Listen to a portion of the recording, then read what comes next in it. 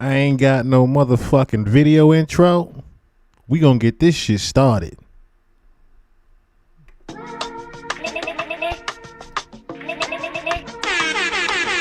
It's one of those. Yeah. Really do.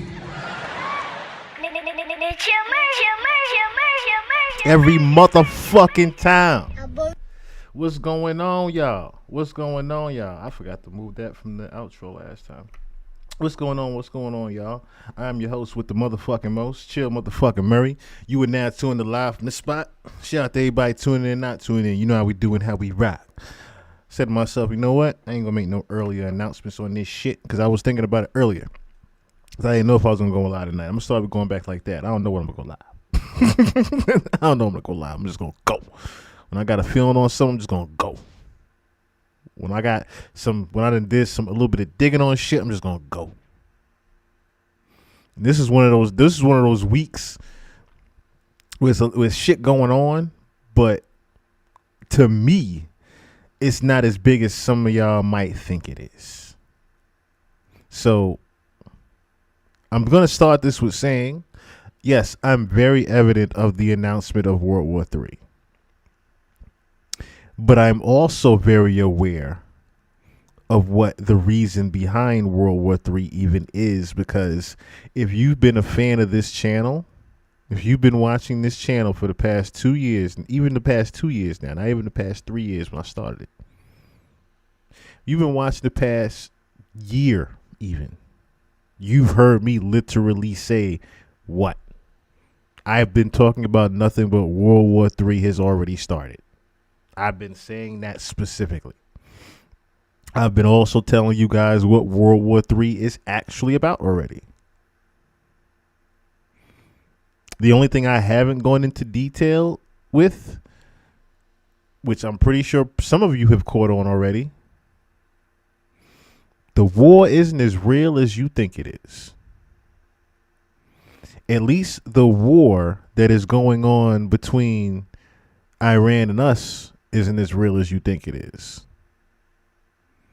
The real war going on outside, no man ain't safe from, they say.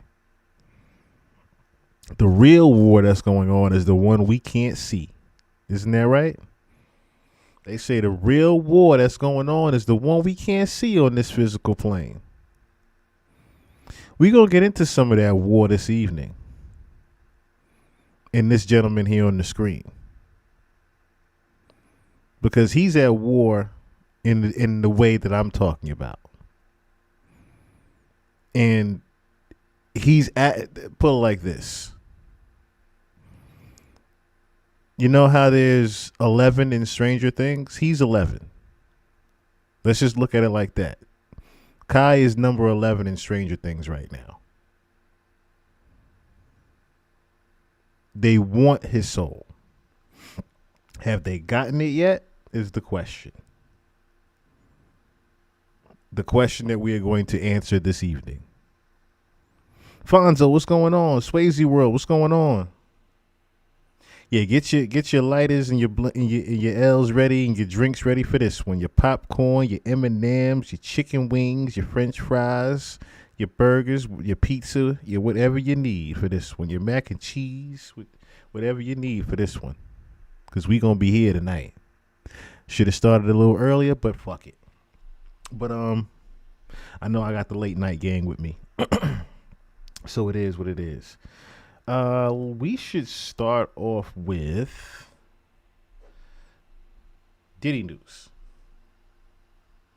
We should really just get this out the way because I was not privy to this, but it makes plenty of sense. Let's just get it out the way with right now. I'm gonna bring myself on camera here for a little bit, just for a little while, be on camera. You know, some pretty major news for Diddy has come out for him. I don't know how to get into this, but I think that everybody's going to be very annoyed because this road we are going down is going to be very interesting. Hey guys, it's Murad Morali. Hopefully you guys are all doing well today. Daily and consistent content. Whilst the world is going into a whole new war, Diddy, of course, wants to have the attention on him for a couple of minutes. So we're going to give him that because he so desperately wants it. But it's been announced that Sean Diddy Combs has actually landed an early prison release by 5 weeks, which is now just over a month. He was meant to be released late May.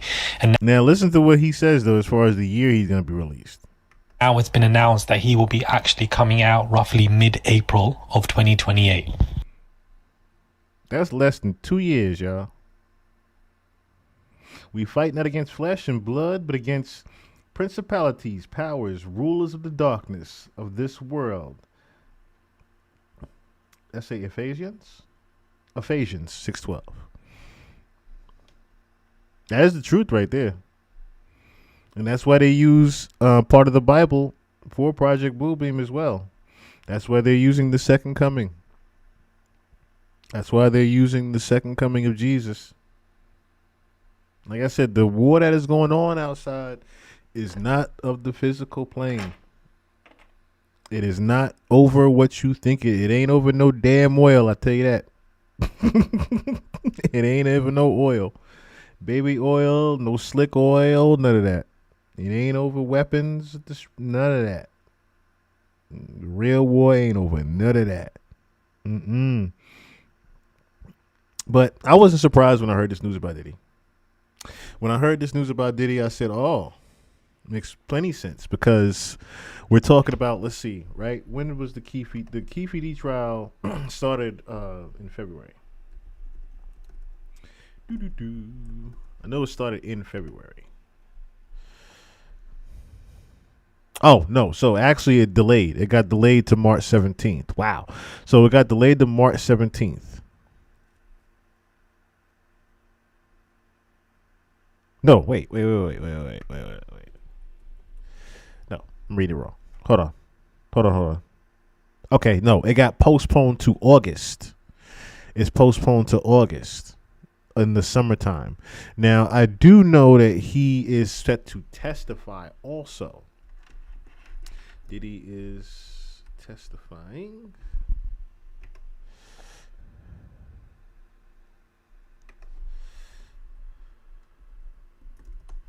Make sure I put the right thing in here. Yeah, he's going to be a potential key defense witness in the upcoming trial of Keefe D. Now, that part right there is where I said, okay, I think they're going to just put it all on Keefe. That's my opinion. Me hearing this news about Diddy possibly being released in 2 years said they're going to put the shit on Keefe. They're putting Pox murder on Keefe. This was the biggest reason. And now I kept saying it before, right? I was like, they're going to hold this nigga to the Keefe D trial. I said, did they reach some type of agreement or negotiation over this Keefe D trial that's coming up in 2026? We're not going to hear about Diddy coming out. Sure enough, they done delayed this shit to August 10th. They put out the news, what was it, last week? That Diddy is going to be testifying in the trial. And now we find out he's going to be a defense witness. They're going to put this shit off on Keefe.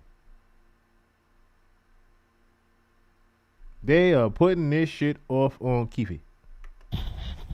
This is because he is accepted into this whole rehabilitation program, and this is shortening his sentence. The key word is shortening, not shortened, because whilst his sentence has been shortened by 5 weeks, that is only the beginning. And I think that once he completes this program and maintains this good behavior, he's going to have at least 6 months, I believe, shaven off his sentence. And basically, in layman terms, I can see P. Diddy being released next year. Whew. A rep for Diddy has explained in a statement today, at the time of the rapper's acceptance to the program, Mr. Combs is an active participant and has taken his rehabilitation process seriously from the start. He is fully engaged in his work, focused on growth and committed to positive change. Complete lies. So he's gotten 5 weeks shaven off his sentence, a month and a week, just by him purely being accepted into the program. This is why I'm saying that once he completes 6 months, he's going to be completely, as far as I'm concerned, a free man from next year. When he becomes a free man from next year, the defense from Keefe D's trial are going to try and drag him in because they want him to testify. I don't think that he's going to do that unless there's money behind it, because he wants to be paid from somebody, because he obviously wants to make money. That is the only way I could see him doing this. But I don't think that he would want to go make money. No, and that's the other part that's the one part that Murad has wrong. It's not about the money. It's about the negotiation of his freedom. This was his pardon. The Keefe D trial was going to be if he stays in jail or not, or gets trialed for this later on, or he goes home. Either you give up the real information on Keefe, even though we kind of know the information, but this was a FBI hit. Let's just call it what it is. This was a FBI CIA hit that was on Pac. Okay, the government knows who killed Pac. The government knows already who killed Pac, and this whole thing about the check from Diddy paying to get Pac assassinated, we already know about that, right? I'm pretty sure the feds already know about that part. Like I said, they've been investigating Diddy for how many years now?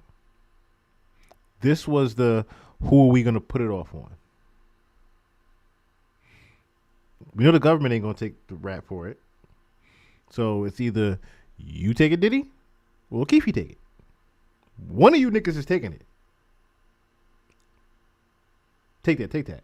One of you niggas is getting this baby well. One of you niggas is going home. One of you niggas is staying in jail. That's how they're going to look at it.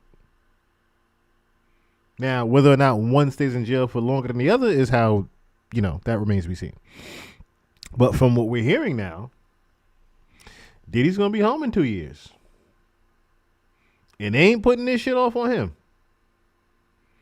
If they decide to trial him for it later, I doubt that very much. But this looks like they're putting everything off on Keefe. Anywhere near a court, anywhere near a high profile trial, anywhere near testifying, unless it's good for street credibility, I just don't see him doing something like that. I just honestly don't. But he will be out, and once he gets out, he will work on his get back, he will work on his lick back, and he is coming for Cassie 100 miles an hour, 110%. He's going to make sure that his own hands are clean, but he definitely is going to be, coming for Cassie and basically get revenge, because Cassie was the one that flipped this man's life completely upside down, and he's not being released on some kind of probation or specific terms. That's his prison sentence done. He will be out next year, prison sentence done. He'll be a free man. The trial has been done. You can't ever prosecute him from this trial ever again, and he will be able to do whatever he wants to do. He's going to climb back up when it comes to working. Mark Agnifilo, his loyal lawyer, is nowhere to be seen, so I think that man has completely left him. But this isn't good news at all, and I'm honestly quite disappointed. The entire trial to me was a show trial. I've began saying this now because I think all of it was just odd. The jurors coming out smiling, the jurors even in the Netflix documentary talking about how they were a fan of Diddy, they were a fan of the MTV show that Diddy used to be on, and that they never thought that this man was sex trafficking in any way, shape or form. That woman and that Indian man in the confessionals and the explanations they were giving were complete bogus BS nonsense to me. The entire trial to me was some kind of show trial to tell Diddy off, to show what we can do to you, but that man was never going to be going to prison for life. That man was never going to go to prison. They never took those charges serious at all. And I also think the prosecution rushed this. Diddy wanted to rush it. Prosecution should never have accepted this. They wanted to rush things. They wanted to overcharge him. They threw too many charges his way. We've been spoken about for so long, but I am honestly frustrated that this has happened. This is great news for Diddy and his family. Of course, they're going to be celebrating. Of course, Janice is going to be celebrating. Last time I spoke to her was in that canteen in the courthouse, and she was saying, I'm bringing my baby home. That's what she wants to do. She was so telling everybody, telling all of us, walking around and telling us all. He also has his appeal And, you know, if he wins that appeal, he's going to be out ASAP. I don't think that he's going to win that appeal, but it is a possibility, and that is one to look out for. The appeal will officially begin next month. April 2026 is creeping around the corner. Whew. All of the times that he got in trouble with prison, all of the times that he was messing up at the Fort Dix, why didn't that extend his prison time? Why wasn't he given a long prison time for this? I just don't understand. But this is really big, disappointing news. It's really big, shocking news when it comes to Diddy. I never expected his time to be shaven off by 5 weeks purely for just being accepted. But I do believe that he'll be coming out next year, probably around October, November 2027 is when I can see him coming out. If he even loses this appeal, if he wins the appeal, he'll be coming out ASAP. But if he loses this... What's crazy is how he originally had a 20-year sentence. Think about that. He originally had a 20-year sentence. 20 years went to what? Less than 10?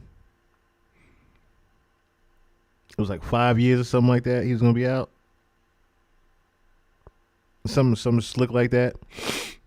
Because he's also an informant, right? That's the other part that people are forgetting. He's also an informant for the government, right?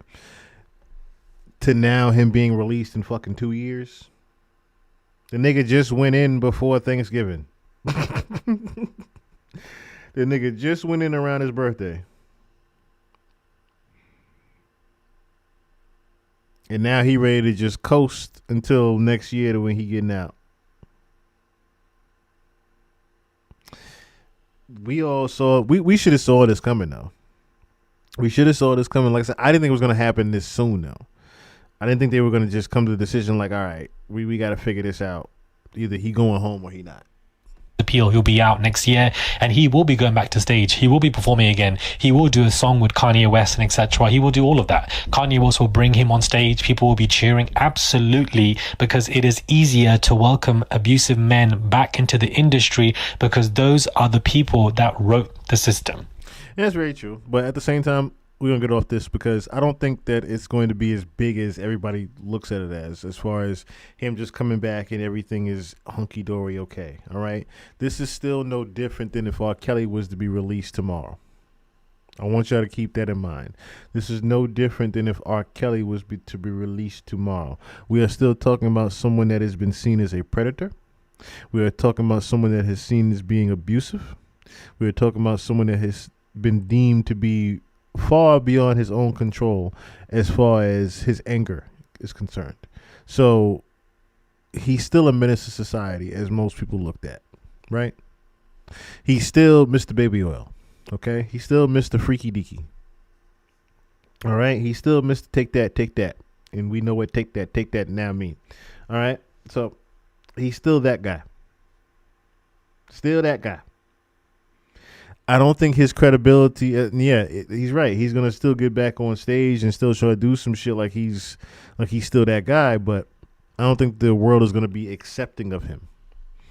I don't think the world is going to be as accepting of him as we were in, say, the early 2000s or something like that, right? I don't think we're going to go back to that. That's why I compared to if R. Kelly was to be released tomorrow, because I don't think there's enough people. I would hope there's not enough people that are still huge R. Kelly fans. You know what I mean? And that's not even coming from he peed on this girl. I'm talking about the Aaliyah situation as well as, I mean, that's the most important one, of course, the Aaliyah situation, right? I would hope people think about Aaliyah and her family and what Aaliyah had to go through as far as R. Kelly is concerned. Just that in itself, right? Then you have to think about the different women that were victims of his. Then you have to think about also the parents, whatnot, right? Selling off their children to R. Kelly. All these things go into accountability. All these things go into accountability of the person that is R. Kelly. And I would hope the same accountability goes into it when you talk about Diddy, when he gets released. I would hope the same accountability comes for him and where people are not just jumping back into his arms. I would hope that is the case. There were people that were embarrassing to society that were outside of that courtroom the day that they announced his sentencing. There were people spraying baby oil on each other.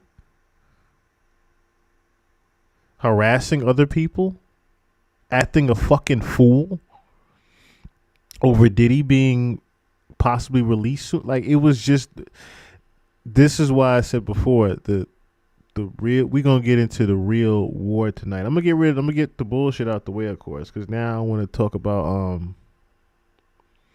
I do want to get out the way, of course, the T.I. and 50 Cent situation. Because I'm glad it's finally come to, I'm glad it finally reared its ugly head of what it really was. And I'm glad it was T.I. himself, which I'm going to play that clip in a second. Excuse me. I'm glad it was T.I. himself that said, I don't like what came from this. I do not like what came from this whatsoever.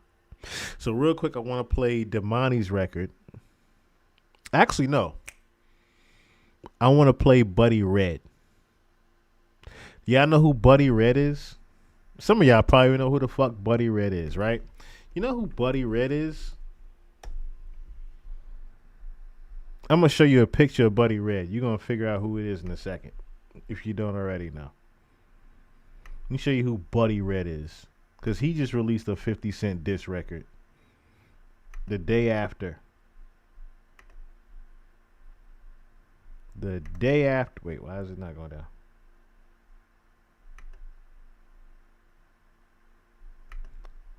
Let's see, why you not going down? There we go. Anyway, the day after. Oh, Buddy Red. How old is Buddy?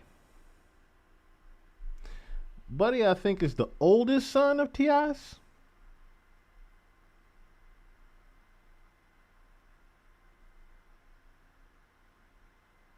I think he's the older.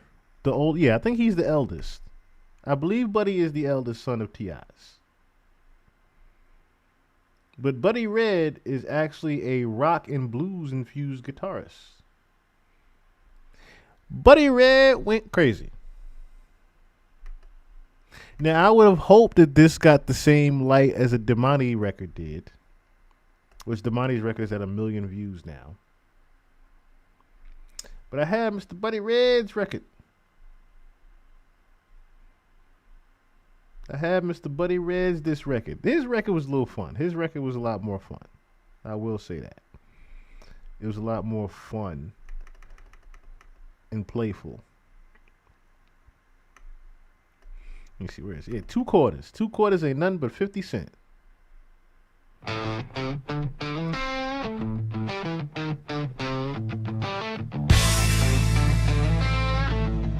IP, what's going on?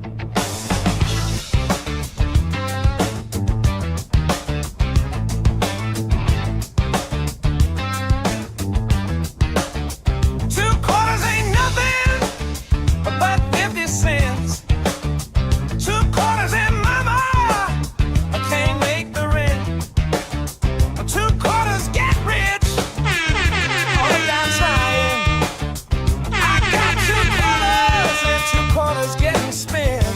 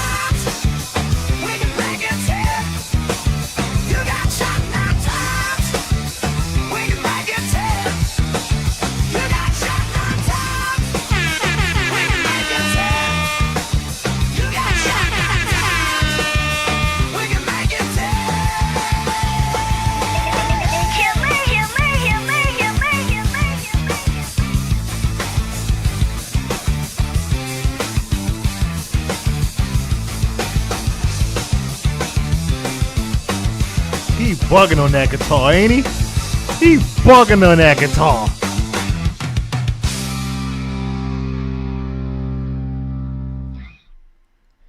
That boy was bugging on that guitar. You got shot 9 times. We can make it 10. That boy, oh, Buddy. I might have to start listening to Buddy. Then I might have to start checking Buddy out. Buddy got some shit. He might have some shit in the tuck. That boy, cause that is one thing I will say, right? This particular situation, even though T.I. doesn't like what came from it, he should note not only the fact that yes, his sons are willing to ride, the family is willing to ride for theirs, right? At the same time, he should realize now he has his DNA is fucking with this music. All 3 of his sons have 3 different genres and styles of their music. Buddy is rock and country. Demani is soulful conscious rap. King is straight trap. King is straight, I'm my daddy, I'm from the trap. That's all 3, and you can hear King's development now, right? Thank you. What's going on? Chum, calm down. What's going on? We got to get back, man. I got 3 accounts, man. One of them we could get on, man. I got you. I got you. I'm diamond 1 on my new one. I'll just say that. I'm almost GM, baby. But Buddy, Demani, and King all have their own lanes. I love it. And T.I. is the beauty of this is T.I. is now back in the streets has his own album coming out and is able to play now. He's able to be in the streets and not even be in the streets. He's able to do the rollout. He's able to do the rollout. He's able to drop the album, do the shows, do the press runs and things like that to show his sons, not, hey, back in my day, I was doing this. Back in my day, I was doing this when you were young. No, I'm showing y'all how it's being done now. I'm off this weekend too. I'm off Friday and Saturday. He's showing you guys, I'm taking my son. I could take my sons to the radio station now. You see, Demani and King was at the, what do you call it? $1 Million Worth of Game. They have their own little, I might play that here in a second. Matter of fact. Yeah, I don't need to. I'm going to play Demani's record now. You see, they was at that joint, the $1 Million Worth of Game interview. Excuse me. With Gilly and Wallow. And they had their own separate interview.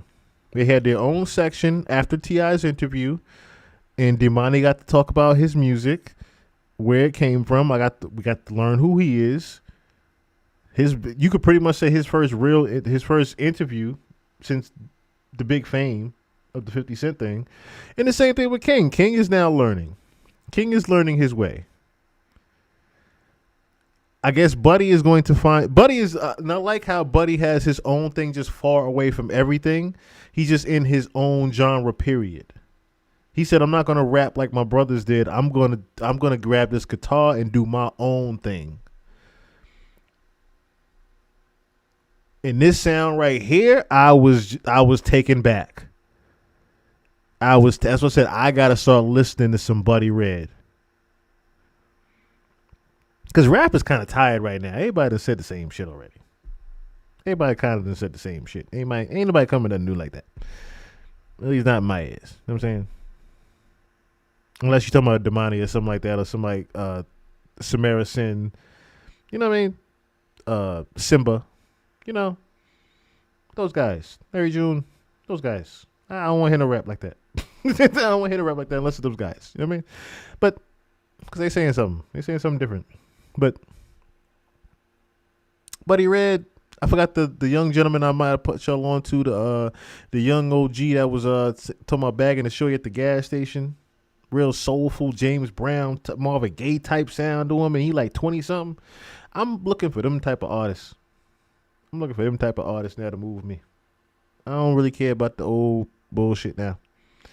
But that brings me to Dimani. Because what Dimani has done with this situation, if anything, he's the one everybody's talking about now. He's pretty much the one everybody is like, who, wait. T.I. got another son that rap? He rap good.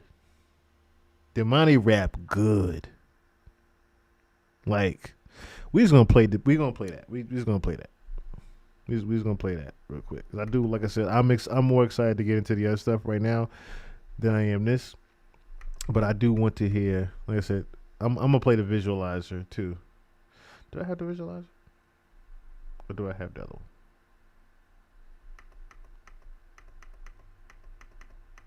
Oh, give me 1 second.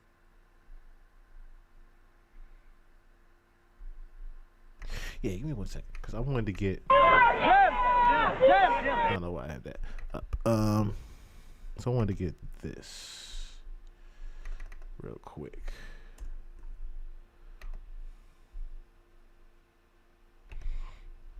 Like I said, he's pretty much coming to his own, and even in the interview, you can tell, you know, he's happy with being himself now. Because T.I. talked about it earlier in past interviews when he first came to him, that Dimani was talking about, you know, the Bentleys and the cars, and I'm rich, and I'm this, them, that, I'm T.I.'s son, and everything like that. And T.I. told him, he shut him down. He's like, nah, man, you can't be talking about that dumb shit. Ain't nobody gonna hear that bullshit. You got to talk about the realness. And that's when he started coming back with the, well, I'm rich on the weekends, but I really go see my grandmother on, you know what I mean, the rest of the time. I'm just rich on the weekends, but when the rest of the week I'm with my grandmother in the trap back home in Bankhead. When he started doing that, it was like Dimani started to find himself and who he was. And I like and appreciate the fact that Dimani is taking his own approach to the music and not just talking about, you know, let's beat the system and let's stand up against the beta. He's just talking about, you know, he's not even going about the black slavery. Not even, I want to say black slavery.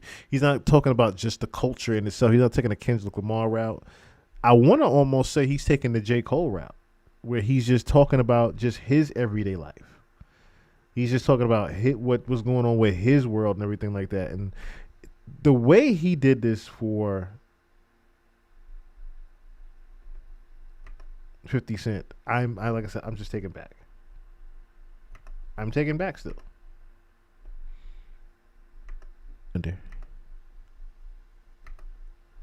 Wonder he did that. Okay. Much better. I don't know what that was. Okay, so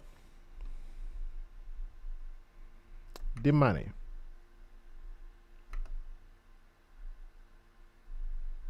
Oh, play this one. Damn it.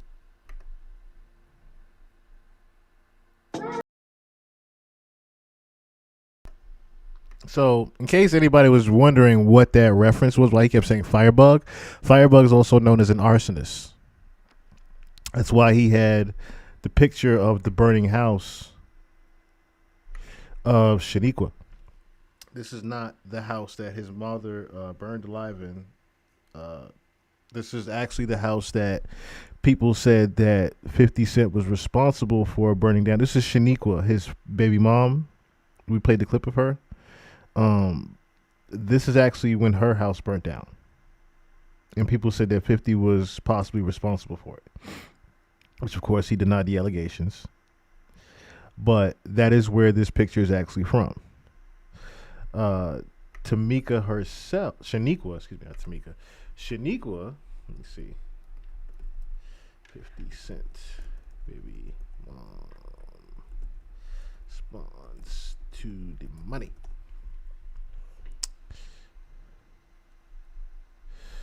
So she had actually wrote a post here. Let me see if I can find the post where she said something. Because she had actually reminisced on the day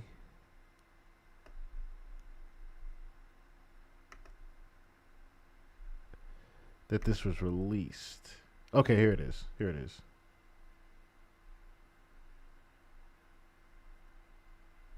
Oh, no. This is April. This is S. April Watts. Where is Shaniqua? Where's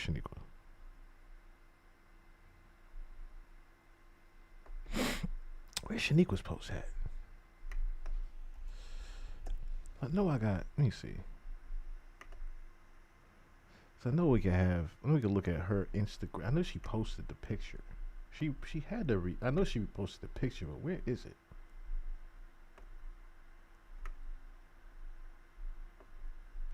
She commented on his post. That's what it was. She commented on his post. She had commented on his post.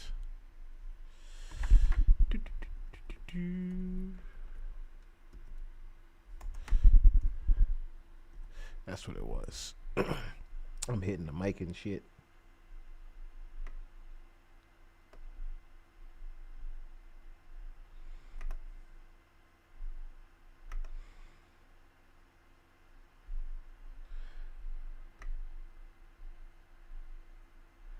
Where the heck is it?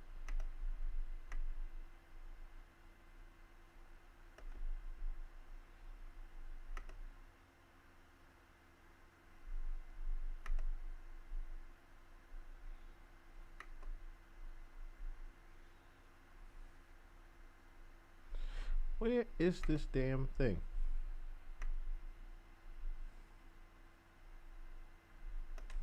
Man, in fact, let me just look up images, because now they acting like she done took the shit down. She ain't take the shit down.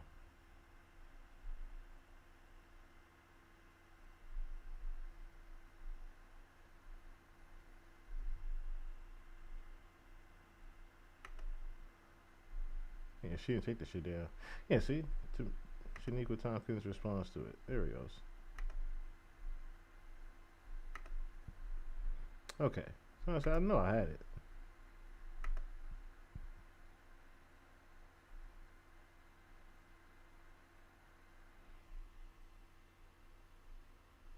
Who that?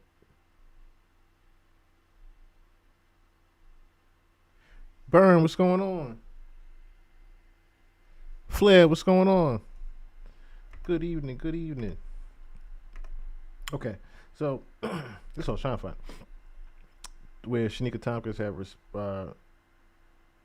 she had posted the original photo. It says, "On this day, I will always be thankful that God saved us. I will never forget. I will always give praise."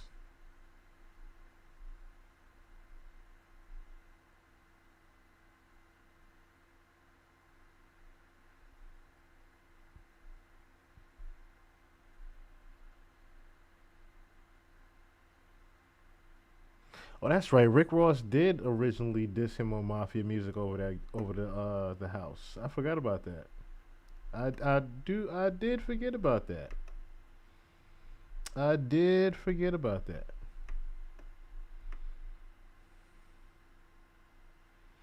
But yeah, powerful record.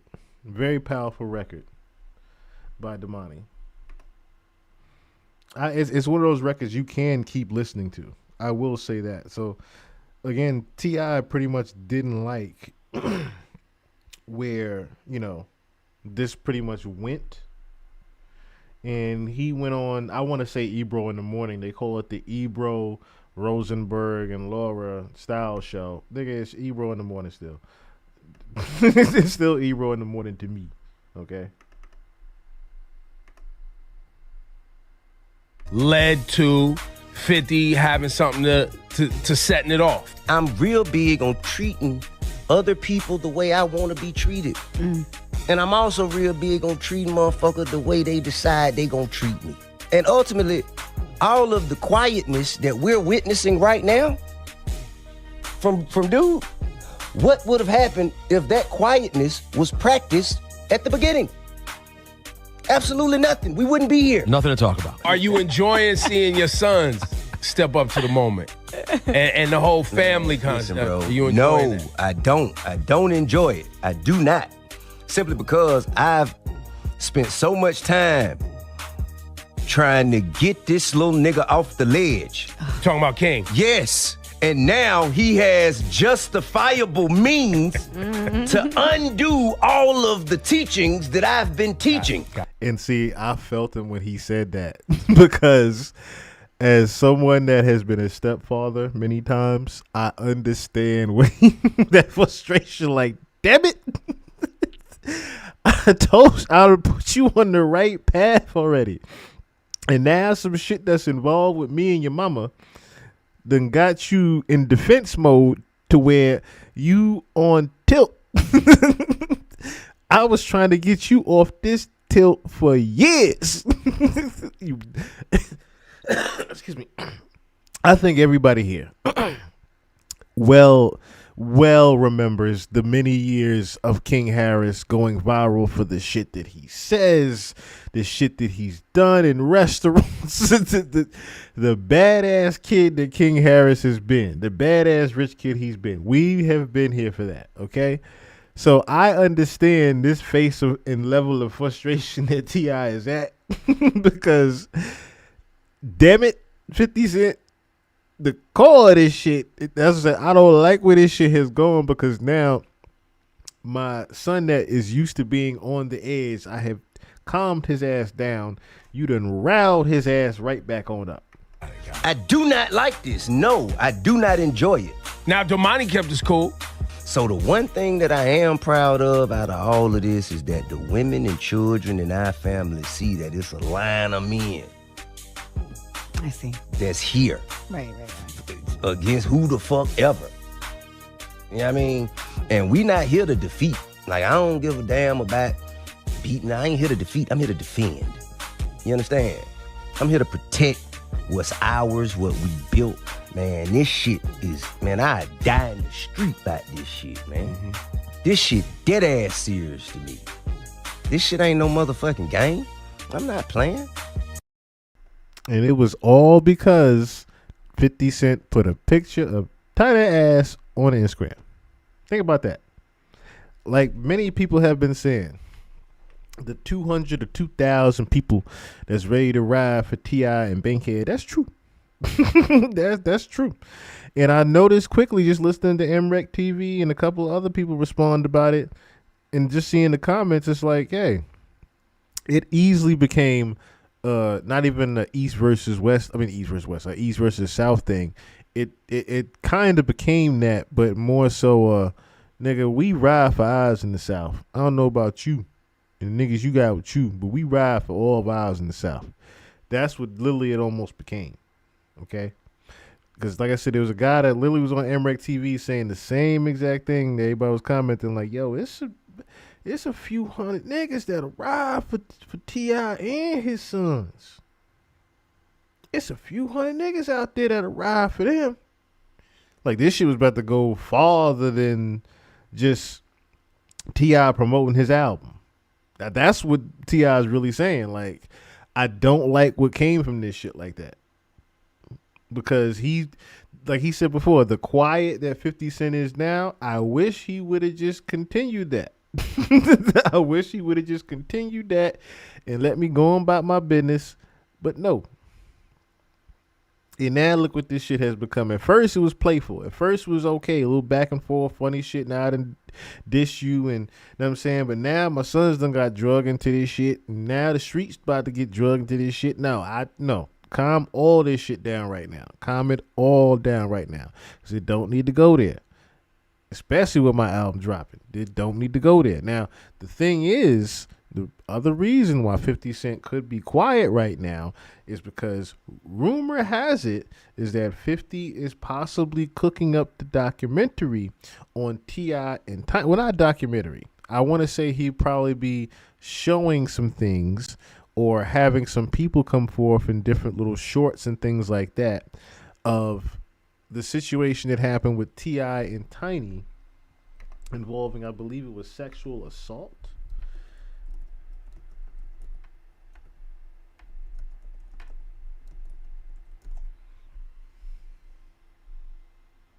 Yeah, this was back in 2021, but it got dismissed in 2024.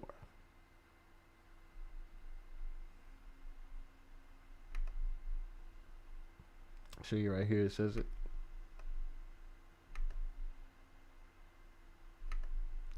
I'm pretty sure he's going to try to dig up some things on this particular situation.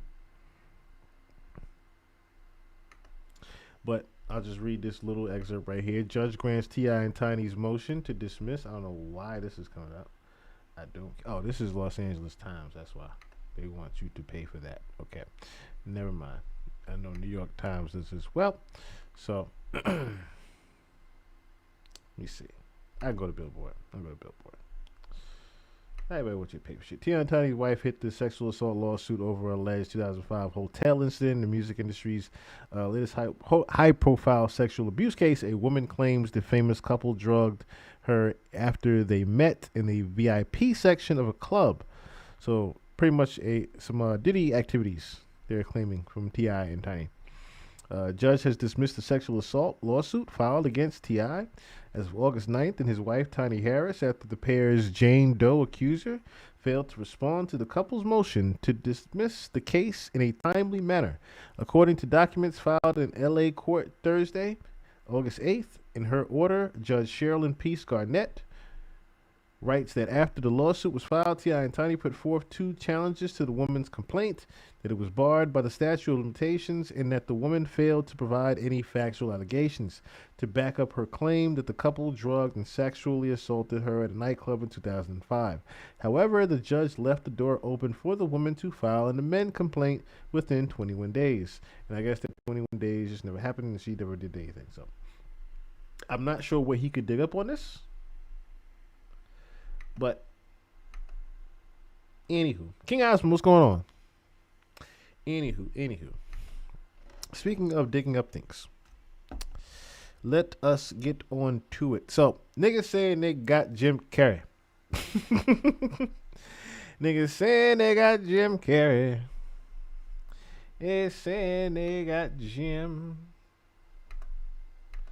Close some of these motherfucking tabs here. They saying they got Jim Carrey. Is that the real Jim Carrey? So, is that the real Jim Carrey?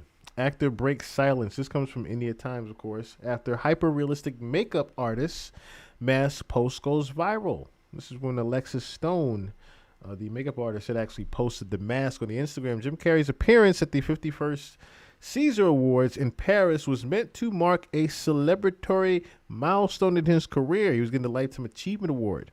As the actor accepted the honorary Lifetime Achievement, Caesar d'Honor, I think it's right there, d'Honor, instead, clips from the red carpet in his post-ceremony remarks ignited a wave of online speculation about his appearance, quickly spiraling into clone theories, body double claims, and a viral social media storm that has since taken on a life of its own. As footage circulated, questions about whether the man at the event was really Carrey began trending across platforms, drawing in a high-profile drag performer known for hyper-realistic celebrity transformations, and separately an AI-generated video falsely attributed to Carrey's daughter.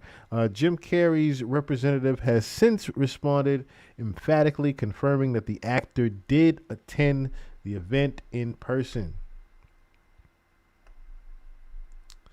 So it says the Caesar Awards appearance that sparked the frenzy.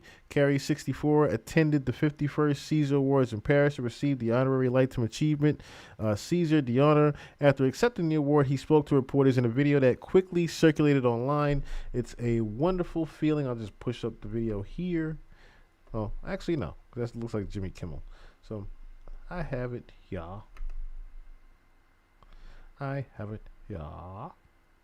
Somewhere.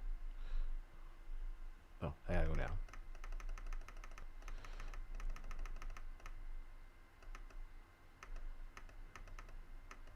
Actually, no, I don't. No. Because I had put it up here. Put it up here.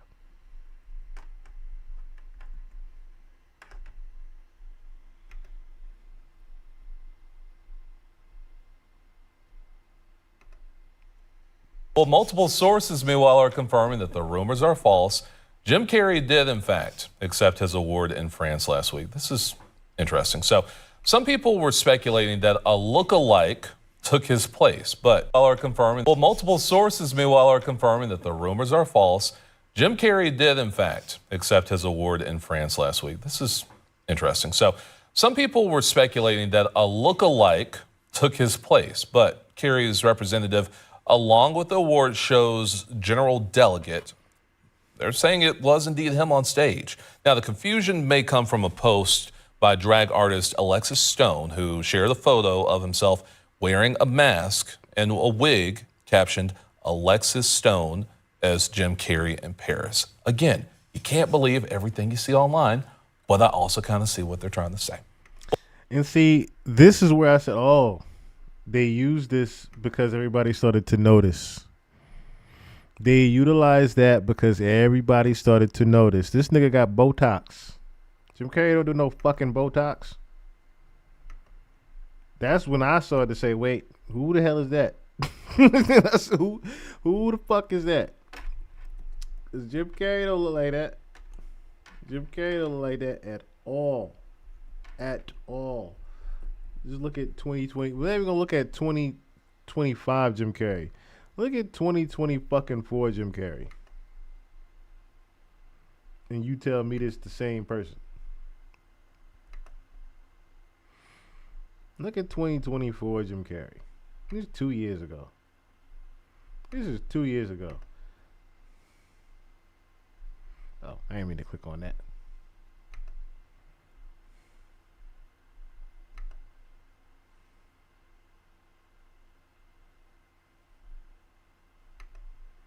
We talking about 2 years ago. You mean to tell me that he gonna look completely different with some Botox and some slick back hair? Like he from the mob already? And these are different events. By the way, look at this.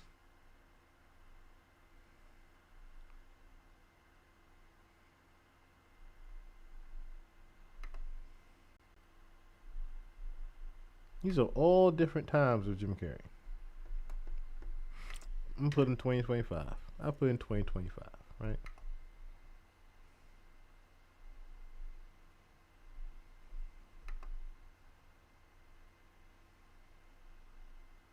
There's a plastic surgeon that weighed in on it. That's funny. But look, even this, 2014. Okay, so why would they try to do this? This is what I didn't want people to do, right? Because the same thing I was going to do with Cenat for people.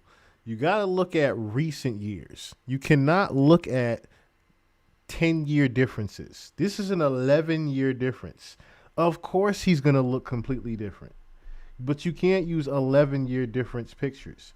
You would have to use something that is, like I said, 2 to 3, maybe even 4 years max. Not even 5. You have to use something that's like maybe 4 years max as far as comparisons are concerned. And I like looking at different angles of pictures like this, right? Because that's when you can really say, okay, this is not that person. And the other way you can also tell of the doubles, right? Of when they have the clone of you. It's not just, oh, we can tell in the eyes, because that was another big thing, right? Like even in this one, visibly, right? Jim Carrey has brown eyes. Or yeah, he has brownish eyes. He doesn't have green eyes. And they were saying in this other one, he has light green eyes, and it's like that's not Jim Carrey at all, because they looked at the eyes. I was like, okay, that's one thing you could look at, but at the same time, the other detail you could look at is the mass of the person. What I mean by that is, I'm glad that they try to use, like I said, this picture right here, right? Because it is kind of a good example. It's kind of a good example in the sense that, remember Dave Chappelle? Remember when everybody said Dave Chappelle was a clone? Right? Dave Chappelle was one of the first ones everybody was like, no, they cloned that nigga. They was like, they cloned that nigga. Because at first he looked like this, and then he came back looking like this swole motherfucker here. And we said, who is this? we all said, who is this nigga? We was like, where did this Dave go? Where did this nigga go? And who is this buff motherfucker that started walking around doing Dave Chappelle comedy? Who is this nigga?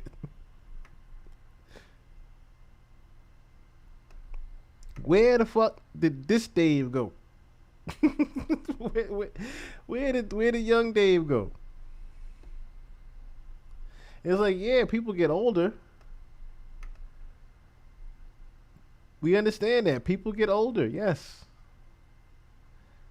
But people don't change up their entire motherfucking look.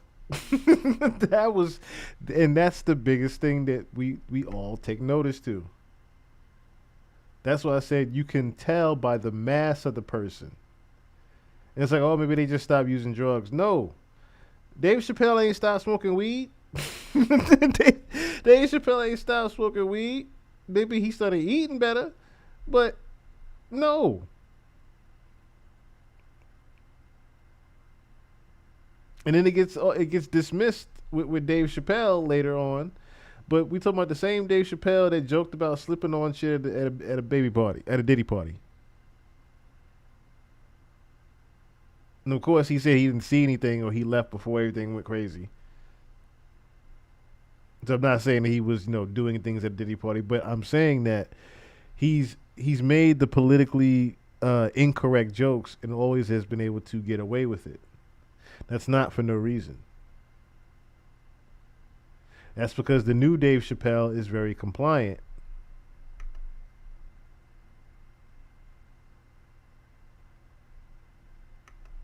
Compared to what this Dave Chappelle is, or should I say, this Dave Chappelle was that sat on Oprah and told us, hey, Martin Lawrence was not crazy.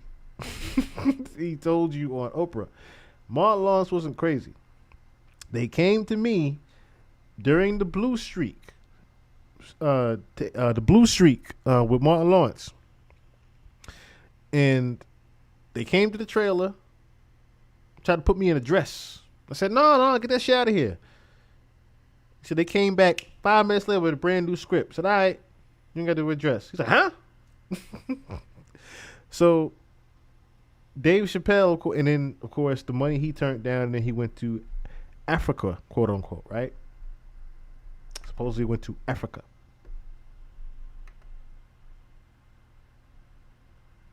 Him being in the Sonic movies felt off to me. Hasn't been the same since his wife passed away. See, that's the thing, right? And I said to myself, okay, when exactly would Jim have been changed, right? So I started looking at 2023 Jim Carrey. And I started to really notice the difference in between the Jim Carrey we see here, should I say, right? The Jim Carrey we see right here, and this Jim Carrey. Jim, can I get a picture, please? Jim, can I get a picture? Jim, can I get a picture? I'm gonna bring context. This is 14 years ago, okay? So this is around the time they were talking about before. But I just want you to look at certain mannerisms of Jim. I can't, I'll get hit, man. I'll get hit. Jim, come on.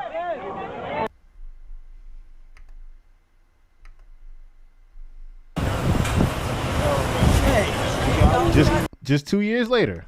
Jim, sign a couple, Jim. Jim, don't forget about us over here, Jim. Hold on, this is embarrassing. Don't stop pushing. If you touch the gate, can I stand here? Just 2 years later. Now, this one's just 8 years ago. So this is way more recent.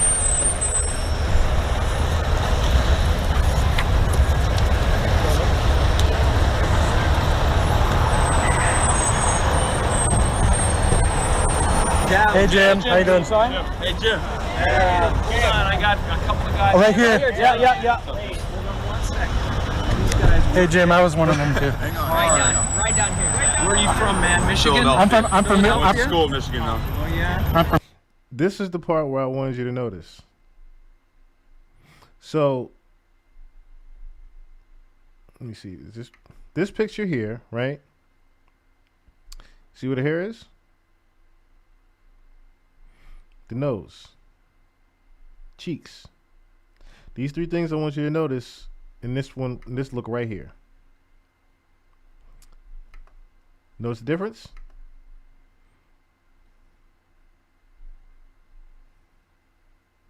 And it's the same slick back hair in a sense, right? Hair length. Completely different. Hair length is completely different. Nose shape, different. Cheeks. See how these cheeks look like they got fucking Botox in them? Look at these. Look at the hairline.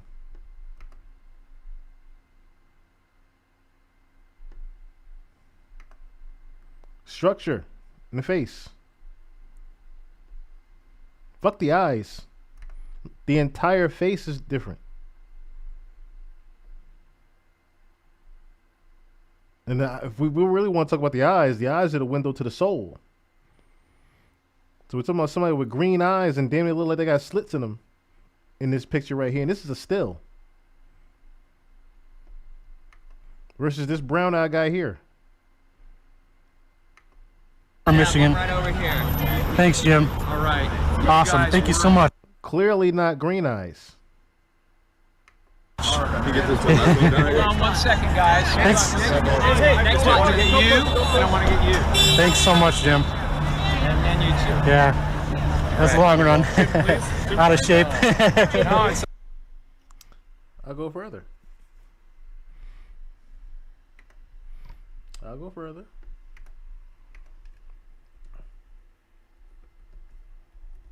Go a little further.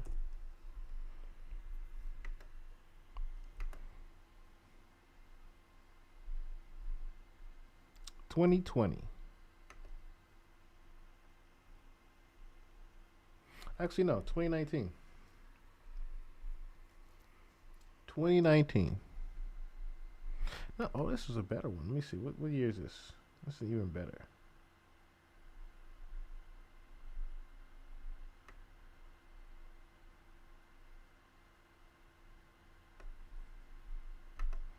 This is a much better one because this is again where I said, okay, we can really see the difference. Okay, so what year was this one? What year was this one? This can't be 25. The Red Thursday One fans just couldn't stop cheering for Jim Carrey. So, no, what year was this picture though? What year did he have this beard is what I'm trying to figure out. Because this says June 2025. If this is him in June 2023, if this is him in June 2025, you can't be serious. You can't be serious. Let me show you what I'm looking at real quick. Apparently he said years ago that if you ever see him acting on mainstream again, he would say it's not him. Yes, I want to play that clip here in just a second. But this, I'm trying to figure out if this was 2025 or not. I don't think it was. I'm thinking this was around 2022 or 3 right here, where he has the beard. Because in this picture here, he says he's growing a beard till he goes back to work. And I remember the ASCAP thing was around 2022, 2023, where they had the writers strike for everybody.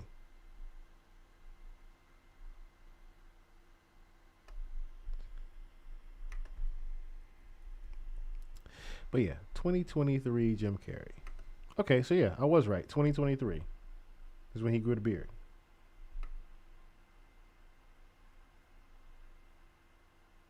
And this is, again, when we look at him, we can definitely see, again, the difference in between this guy and that guy that got the award. Now, we can dismiss it as, oh, maybe he just got a good clean shave. But again, I want you to look at facial structure. Look how thin, narrow this damn head is compared to this guy again. It is a completely different person. Why is the picture not coming up? God damn it. Completely different person. If you look at the head structure of this person and even just this person, it's the completely different head shape.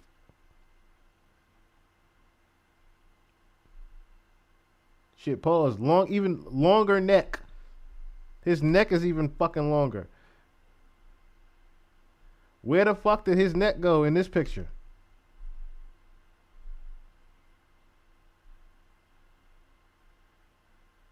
Don't tell me you all of a sudden just put on this much damn weight in 2 years, Jim. And like I said, the nose you can tell. Like, I don't want to hear anything about. You know what? Let me just play these clips right here. And let me just get to the clips right here. Because Jim been telling y'all. He been telling y'all.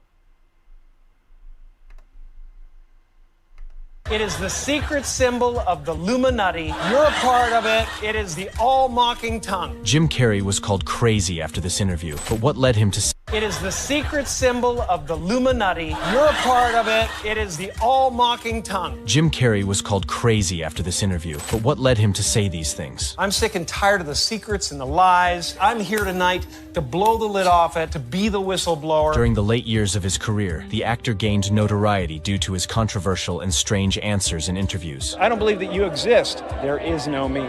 There's no you. No. Many fans were worried about him, as much of his answers were considered pessimistic or too existential. It means we're all going nowhere. It's a big pageant of nothing rising out of nothing and happening for no one. In November 2014, he was invited to Jimmy Kimmel Live, where he made a series of intriguing symbols. Please say hello to Jim Carrey.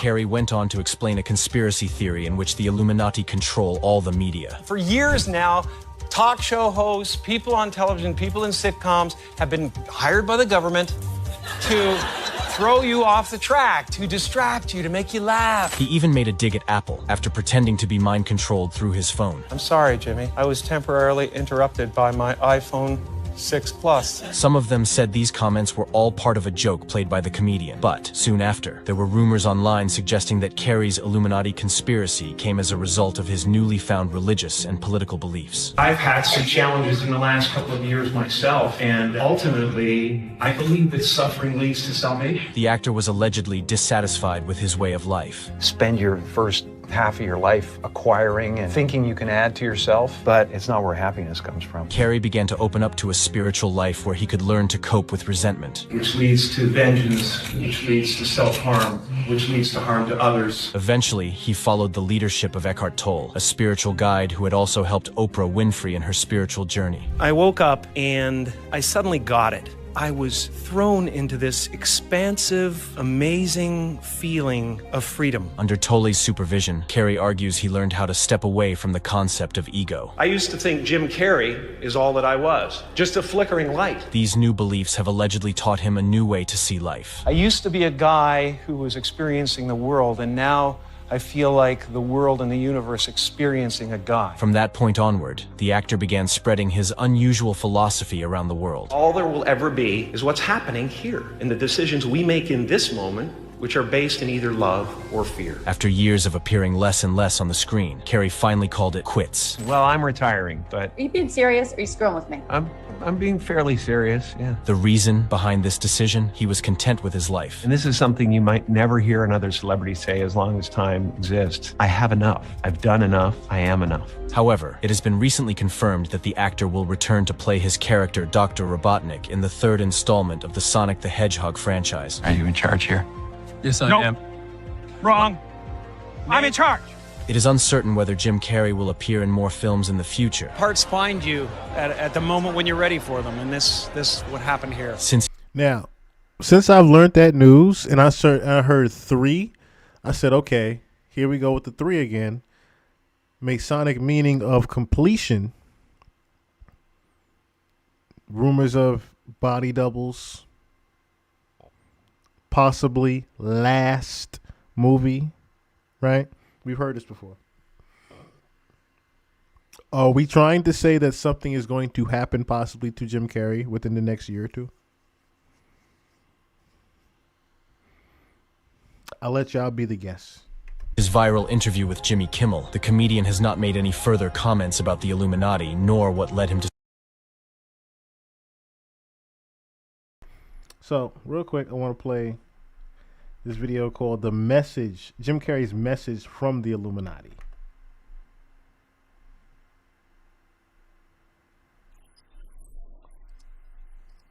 And click a thingy and go.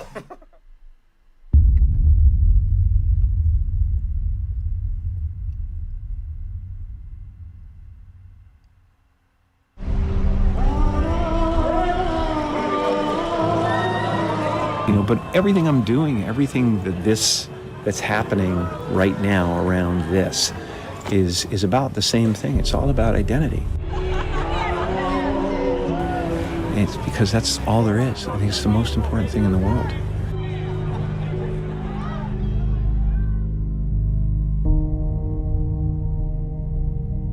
Brown is best known for The Da Vinci Code, one of the best-selling novels of all time.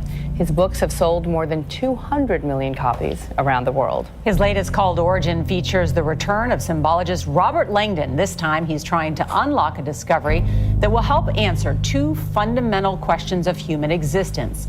Where do we come from, and where are we going? As an actor, you play characters, and then if you go deep enough into those characters, you realize that your own character is pretty thin to begin with. You know? And then you suddenly have this separation and go, well, who's Jim Carrey? Oh, he doesn't exist, actually. When you talk about artificial intelligence, because the character Winston... Oh, he doesn't exist, actually. Really, Jim? You've been telling us all along. Was so good, Dan. I had to keep flipping back to make sure, are we sure this guy's not a human? Right. He was so real in the way that he thought and the way that he behaved. What is the message you're trying to send to us there? Because after a while, it scared me a little bit that the guy was so clear to me that I thought I knew him. I do believe in manifestation, power of that kind of stuff, but I don't believe that any of it matters. You know, this mattering is to me a human construct, born out of a need. The same need as you have to have, you know, deities and things like that. I mean, I believe in an energy of God, an energy of, you know, everything is divine. You know, there's no thing that isn't divine. Everything is divine, and I'm that. I'm not the body. I'm you guys, and I'm this thing, and I'm this thing, and I'm the cameras, and it doesn't matter to me what's happening on them.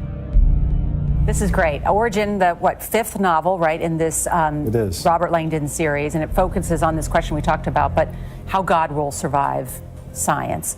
Is our culture the best role model for a new consciousness, a new intellect? If it learns to be like we are, you know, it's going to learn a lot of compassion, but it could also learn a lot of self-centered evil. Did you hear that? Did you hear that part? So pretty much, we've talked about this before, on how they collect data on us, right? And how that data is transferred into what they are trying to do later on. Or I should say, the data is pretty much broken down for them to understand how we think, our future thoughts, how we think about our past thoughts and memories and things like that, our habits and tendencies and things of that nature. They use this data to also make pretty much like the Neo robot that's going around right now, right? Everybody's talking about the Neo robot. Pretty much iRobot is now here, if you want to be real. iRobot is pretty much now here with the Neo robot. You being able to purchase a personal assistant robot in your home today, okay? That is on the market today, all right? Like the newest iPhone. With that data that they take upon you, they are putting into that and transferring it into these hybrid humanoid robots. But they are also putting that same data and information into the clones that they are making, right? That is what Jim is referring to. Life isn't happening to you, it's happening for, you know, for the good of everyone. It's just it's a play. It's a giant field of consciousness dancing for itself, and you're here to make me happy, or to kind of, it's making itself happy, It's like one soul. That's how I feel. I feel like, people say, well, I have a soul. You don't have a soul. There's no you, but I feel like there is a soul, and it includes everything. Maybe an existential out-of-body experience, perhaps, for Jim Carrey, or something else interfering with his mind. I believe we're a field of energy dancing for itself. And I don't care. But Jim, you got really dressed up for the occasion. You look good. No, I didn't. Was that an accident? I didn't get dressed up. Who did? There is no me. There's no you. No. We're not here. This is a dream? It's just things happening. I'm finding that ultimately the freedom from it is something people are kind of hungry for in a way. Right. They're like, I don't want to be me either. Right. And I go, well, great, because you never have been. Right. Has this always been the case? Like, deep down, is that been something that you've always thought of, or is that a shift? The knowledge has been evolving, and I had to. I believe that I had to become a famous, idea. Yeah. And get all the stuff that people dream about, and accomplish a bunch of things that that look like success in order to give up my attachment to those things. It's been part of the evolution of ego is to spend your first half of your life acquiring and adding, thinking you can add to yourself, and it looks great. I mean, it looks great when you got a cool car and you got nice clothes, and and you're and you've done something that people admire, but it can never fulfill you. You can never be happy. You know what I mean? It's not where happiness comes from.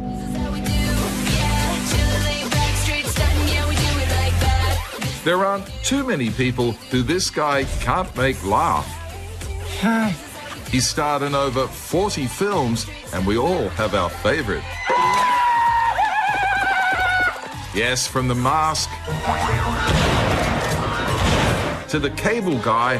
Hello, Mama. Liar, Liar, Batman Forever. Joygasm!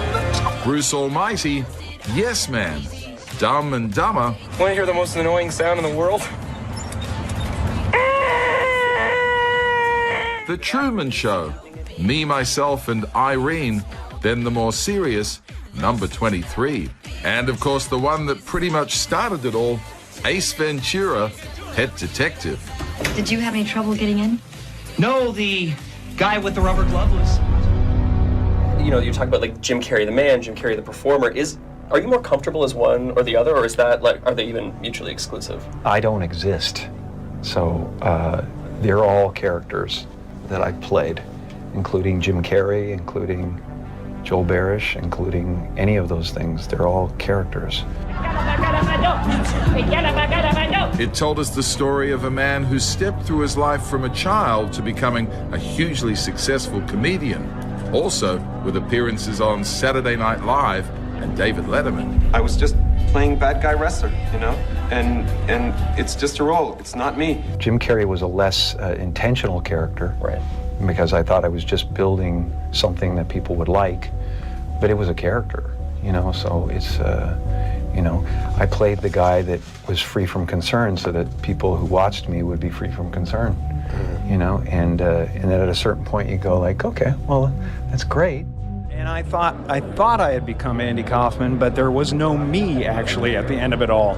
I realized that there was, that this character was making choices to play a character, and so that's what kind of happened, and that's what Chris found in this interview and in this footage, that there was actually a existential, not a crisis, but a discovery going on.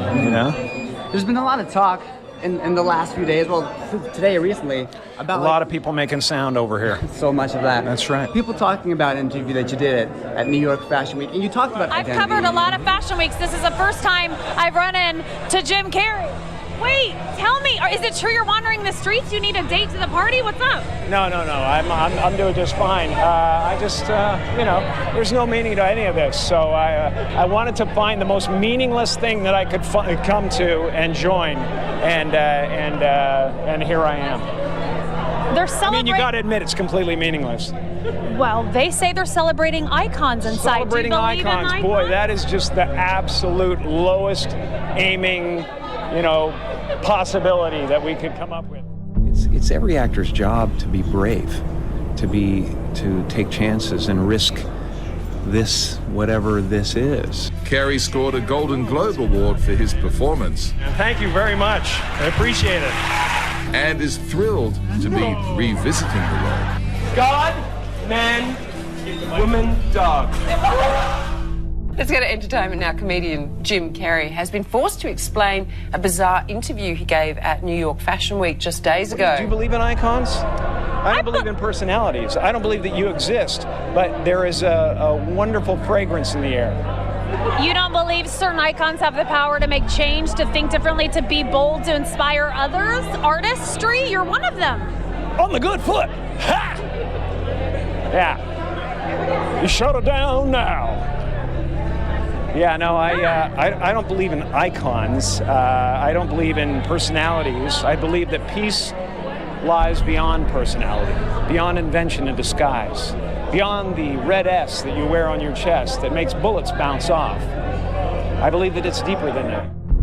Do you think that people kind of just don't understand it, or they haven't clued in to this whole thing you're talking about of people wearing masks? I think that we're all, we're all trying to add things to ourselves so that we can finally define ourselves, and then everybody will get us and they'll go, okay, this is what you are. And then if you actually get there, you will find it so empty that you'll realize that's really not what it's about. It's about not only just going with the flow, but it's about not taking it personal. It's like the difference between a house and my house is a world of difference, and it's the my that's the problem. So you can do all this without the my involved. There's just a relative manifestation of consciousness appearing, and then somebody gave him a bunch of ideas. They gave him a name and a religion and a nationality, and he clustered those together into something that's supposed to be a personality. The happy place is realizing that you're everything, and that there's no real you involved in the first place. It's a weird little semantic jump that you make where it sounds like, well, that's totally threatening, man. I can't not be me. I've built this construct. Yeah. From the time I was given a name, and it's just ideas. Right. They're just ideas. Mm-hmm. The only thing that separates you from an African American or an African Canadian is an idea. And the weather. Right. And the adaptation to the climate. And whatever it is, I don't believe in any of it. This is a kind of a recurring theme in all of these books of science and religion, God and technology, and it's a kind of a personal journey to try to reconcile the two against each other. And one of the things too you talk about is artificial intelligence and where that takes us. Yeah. You delve in. It's not only just a great thriller. You really kind of challenge the mind. The story begins with a brilliant futurist who has made a discovery that he believes will undermine the foundations of world religion. I had to learn a lot about AI to write this book, and these are exciting times. The world is changing very, very quickly, and there's a lot happening that's going to pose some big ethical dilemmas that we're going to have to deal with. Yeah. AI is something that fascinates me deeply, mainly because scientists they can't agree on whether it's going to save us or kill us. A lot of scientists feel that we're on the verge of a new renaissance, that AI will solve the big problems of humanity: scarcity, overpopulation, pollution, and yet a lot of scientists feel that it's so powerful it will destroy us. And as evidence, they remind us that our species has never created a technology that we have not weaponized, and it would be naive to think that AI will be any different.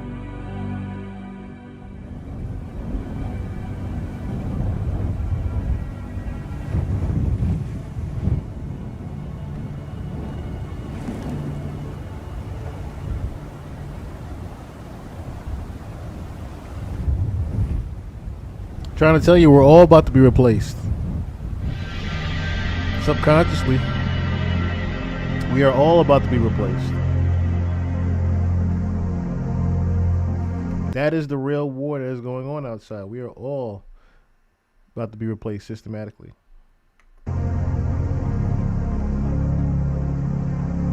But Dan, you also said something interesting to me, that with religion, we're always looking up. And in this era of the smartphone, we're always looking down. We are. And that was a fascinating thing, to talk to both scientists and theologians while researching this book and understanding that technology is changing the way we interact as humans. And, you know, when I grew up, my miracles were the virgin birth, the resurrection. And nowadays, you talk to most kids about the resurrection, and it doesn't really register. Yeah. Their miracles are whatever Snapchat can do this week or whatever the new iOS can do. And it's funny, we were talking earlier about this idea that technology has given everybody with an iPhone an international publishing deal instantly. Instantly. A platform. Instantly. Right. A platform. And it used to be that there was a vetting process to information that rose to the surface. You're in the news, you understand that. There's no You're filter. right.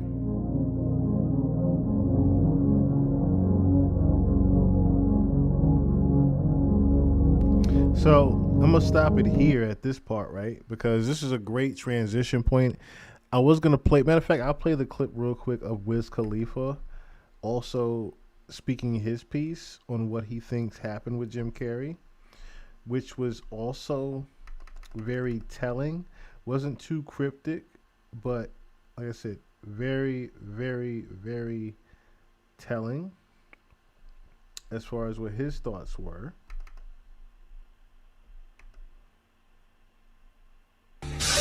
I don't know. See, like, what it seems like to me is the real Jim Carrey got a little bit ahead of himself. He got a little out of control.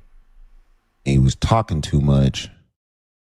So they had to snatch him and they had to put their Jim Carrey in his place so that he can give out the right message.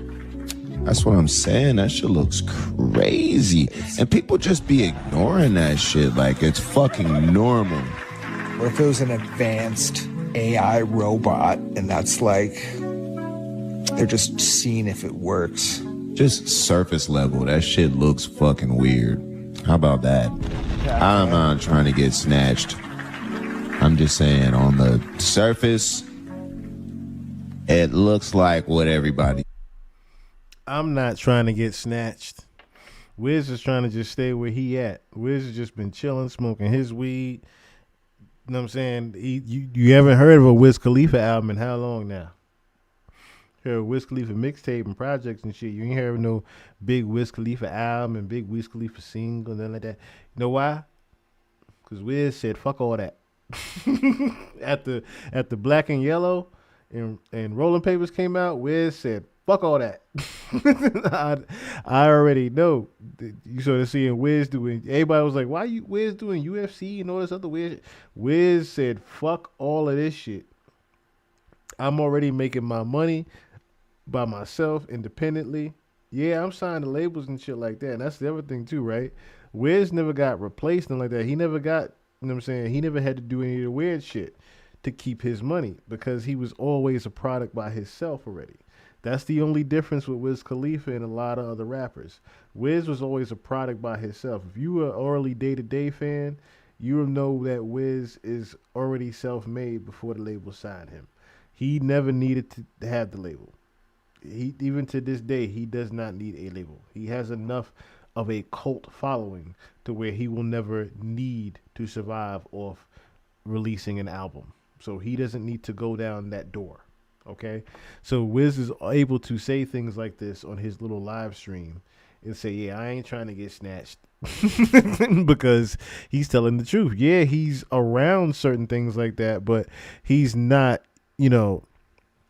he's not in those parties.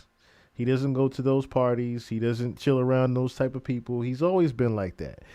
I remember when he was doing a day-to-day and he went to see Drake. And Drake was on a different level than him. And I'm not talking about the career-wise, which he was. That was the other part of that, right? Wiz had made his own little cult following, fan base, touring the world, going to different states and countries and things like that, way before people even heard Black and Yellow.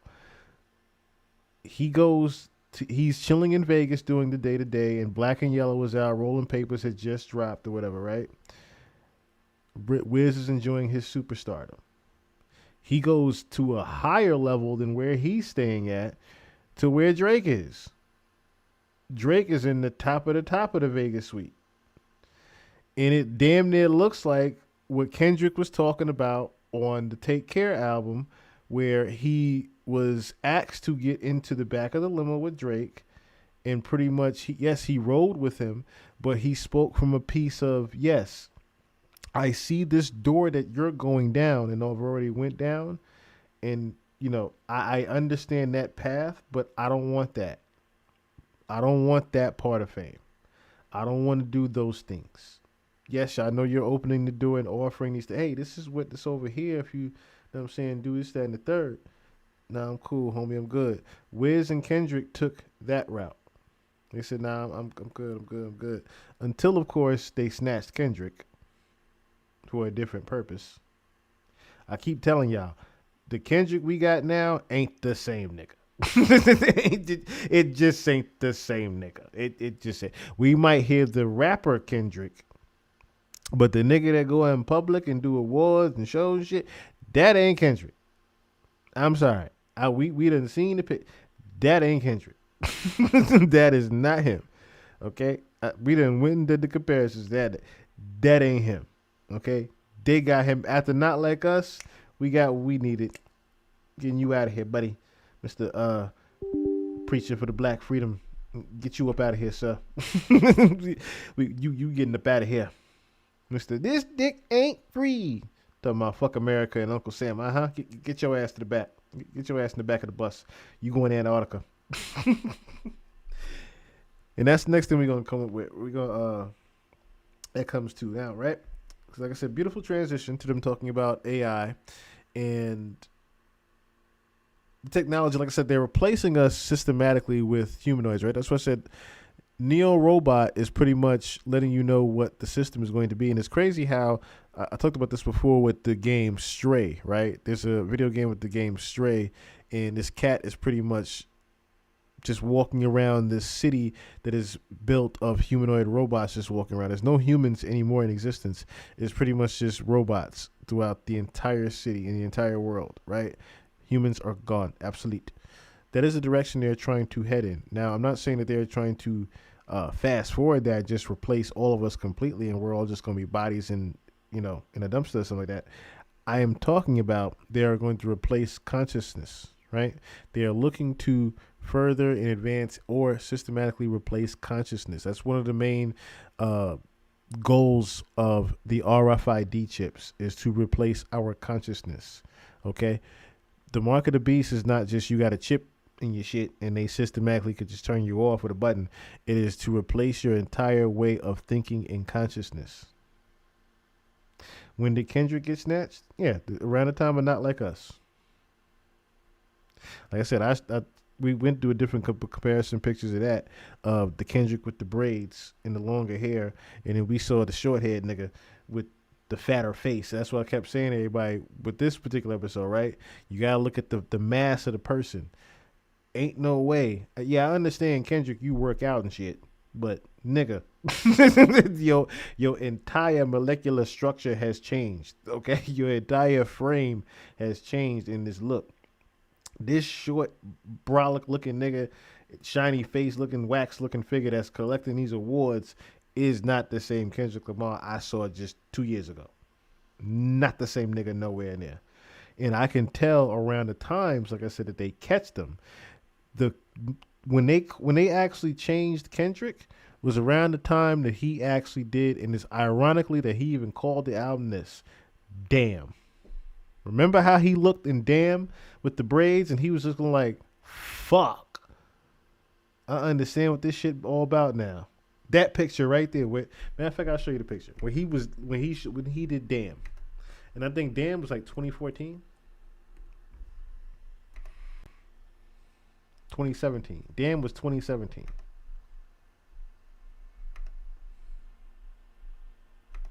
But this is when I figured out, I was like, oh, when I look back at this picture right here, compared to the Kendrick we have now, you can easily say, or should say easily see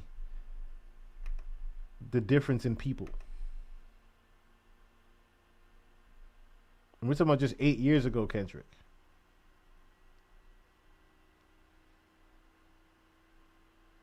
But like I said, even this part right here, this is one of the main things that I started noticing. I was like, where the fuck his stubble go?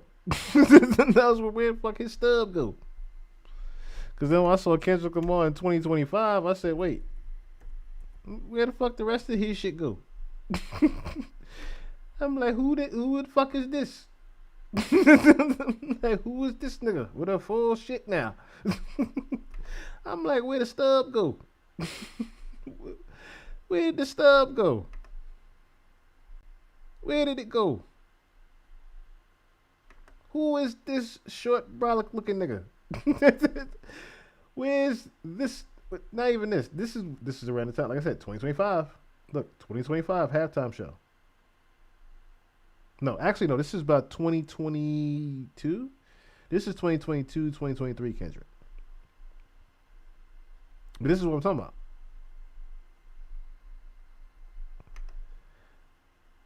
Who is this nigga? Who is this nigga?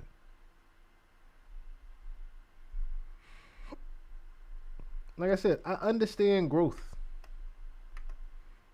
This is him at the video shoot.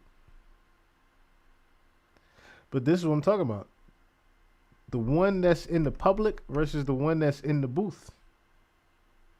And this is further what goes into what we're about to get into. See the stubble? You see the stubble on the beard? That's what I'm talking about. You know what I'm talking about? Guys that got beards, know what I'm talking about. Versus the guy that's in the public. See it faded? See the full stubble here.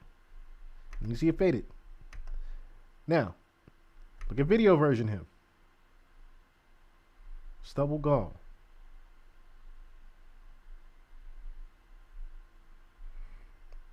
Like I said, fat face Kendrick. Fat face Kendrick in the public.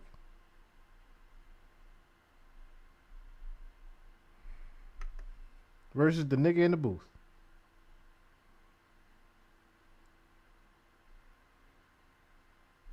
Fat face Kendrick. The nigga in the booth.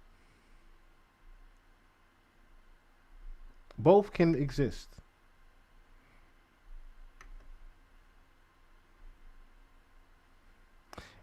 What do we hear when we looked at the Michael Jackson documentary? That Michael Jackson paid for what? Body doubles. The nigga paid for body doubles. You mean to tell me they don't have actual body doubles out here by now? And trust me when I tell you, even I was taken back by this shit. When people started telling me about this, a couple of my friends started telling me about this. And even I was taken back by it. Because then there was the whole, this one.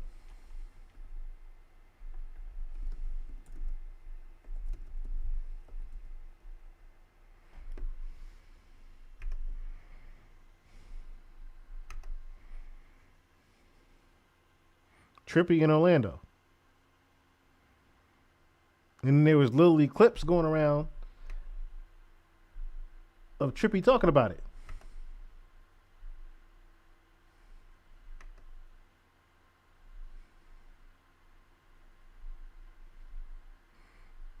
Play the audio, goddammit. Let me run it back. It would be kind of crazy to put my But you've been you for a long time. Do you be like, damn, I want to be somebody else?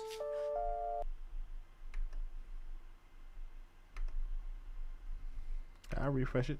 Fuck.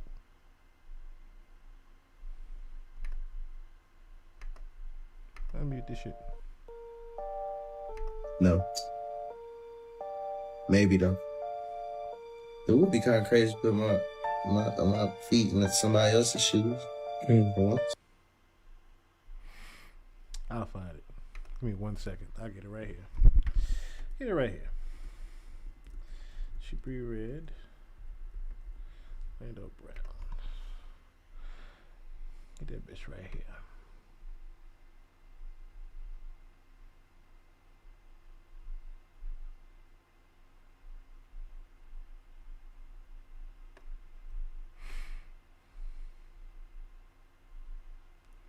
They still got the short of this.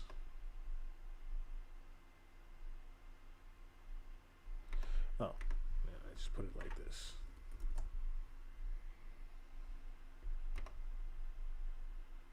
You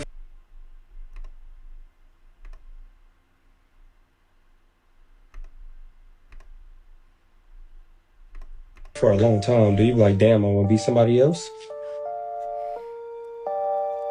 No. Maybe though. It would be kind of crazy to put my feet in somebody else's shoes. For once. What do you feel like you would still be, like, create another you? Or you be like, damn, I already did that? Like create another Trippie Redd? Yeah. Because you did you and you out. You get in something else. Do you feel like you would create another one? Or you gonna do some new shit? Well, yeah, I had already created Orlando Brown too. Oh. Yeah. So. How was that? Is that something to talk about? How was that? Use Disney Channel? I be playing characters. Oh, they say y'all favor each other? That's me. Now, like I said, when this clip came out, I said, okay, there might be some truth now to this whole body doubles, not even the body doubles, soul swapping. There might be a truth to the body doubles and soul swapping, and them creating doubles of people and them turning them into different people. Like I said, it fucked me up when I started realizing, yo, there's a lot of truth to it. And then Jim Carrey said what he said about I don't exist. I said, oh, there is a lot more truth. And then his clone comes out. I showed y'all before about was it not the Island Boys, but what the hell was his name? Rapper shows clone on stream. What the fuck was his name? Kid Buu.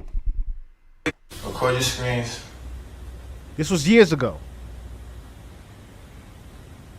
Alright, so sure you want me to do this? Yeah, fuck that shit. Go ahead. What y'all gotta say now? You see him? So this was post him going on a full, I think, week or maybe 2-week rant talking about literally rappers are cloned. Entertainers are cloned. Kid Buu was on Twitter literally telling people, yo, people, all these celebrities are clones. I have a clone that they made of me. And he said, I'm going to bring my clone on stream. We got the same tattoos, same hair, same genetic structure. Hey, look at my clone. Go ahead. What do you gotta say now? I mean, I'll wait all day. We gonna go live, bro. I mean, we gonna go viral. We gonna go real viral on this one. Fuck everybody who doubted us. Legalize cloning.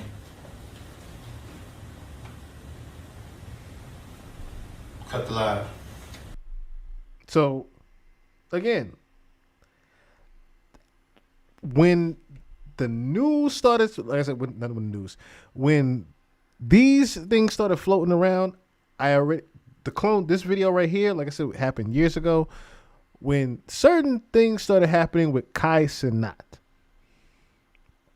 And he started talking about the mental health shit. I was a little skeptical. I'm not going to lie. A little skeptical. But I was starting to take notice in certain things with him around the time that Kevin Hart came around him. I started getting privy to when Kevin Hart came around Kai Cenat, because that's when it started to feel like there was a bit of a change here. It started to feel like he was getting initiated in a sense when Kevin Hart started to come around. Because then I started to see multiple streams of Kevin Hart coming around Kai Cenat. And then I said, wait a minute here. Something else is going on. Because you don't just randomly have Kevin Hart of all people starting to come around Kai Cenat.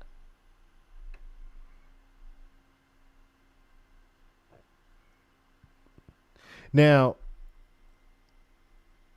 besides that, I started taking notice to when this guy also started coming around him, Drewski. Because Drewski had already started to hit a certain level of fame to where he was around certain celebrities. We're talking about the same Drewski that was invited to Diddy's house. Okay? We already know what time Drewski on. Talking about the same Drewski that got his own TV shows. Could have been records. You know what I mean? We're talking about that Hollywood Drewski, okay? Drewski that is hanging around the celebrities and the Kevin Harts and whatnot already, right? And the Diddys. When he started coming around Kai Cenat with Kevin Hart, I said something is changing. Because it went from the sleepovers, which even that was alarming to me. Because when I start thinking of sleepovers, we don't have to think of Diddy parties, of course, right? With baby oil and things like that. But you start to think of, oh, this person might be green for the initiation. You start thinking of that type of thing. Because like I said, we already know about Kevin Hart already being accepted into the Boulé. We know about that already. Hell, Kevin Hart was accepted in since Soul Plane. That was his first acceptance. That's when they got him in Hollywood. After that, then we're doing big live shows that turn into movies. Laugh at My Pain. Now we're doing big Hollywood movies with The Rock over and over. And other celebrities. And Kevin Hart himself has talked about different things that are in the media, to where he's hinted at there are certain ways of becoming famous versus actually working hard. Every celebrity damn near has mentioned there is a different door you go down for that fame.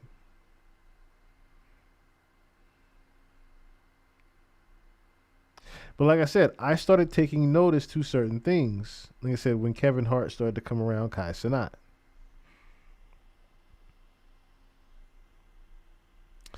I also started taking notice to certain streamers. Remember before when we looked at the video of, I forgot to look at the video of Truth Is with Jim Carrey.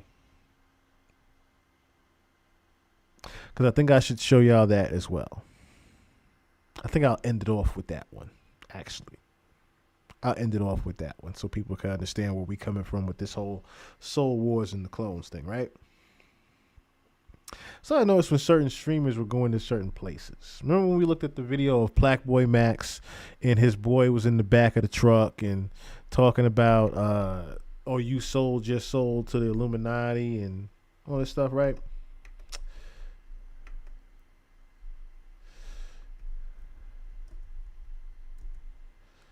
Let me see if the short will come up. I don't know why I did that.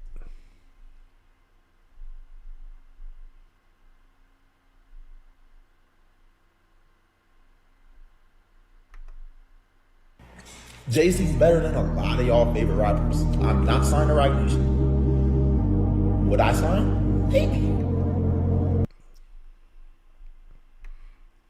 A small instance there. Here's a video of him. Let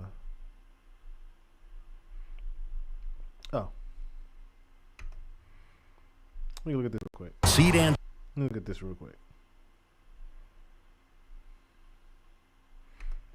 So I'm gonna just fast forward to that part real quick, where his boy was in the back seat.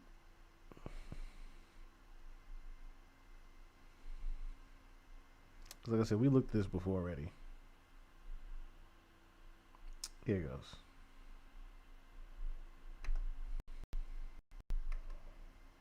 At this point, Plague Boy is just another industry puppet. This is something his own close friends bring up time and time again. In this stream, his friend called out Plague Boy subtly for taking a deal that prevents him from saying what he really feels.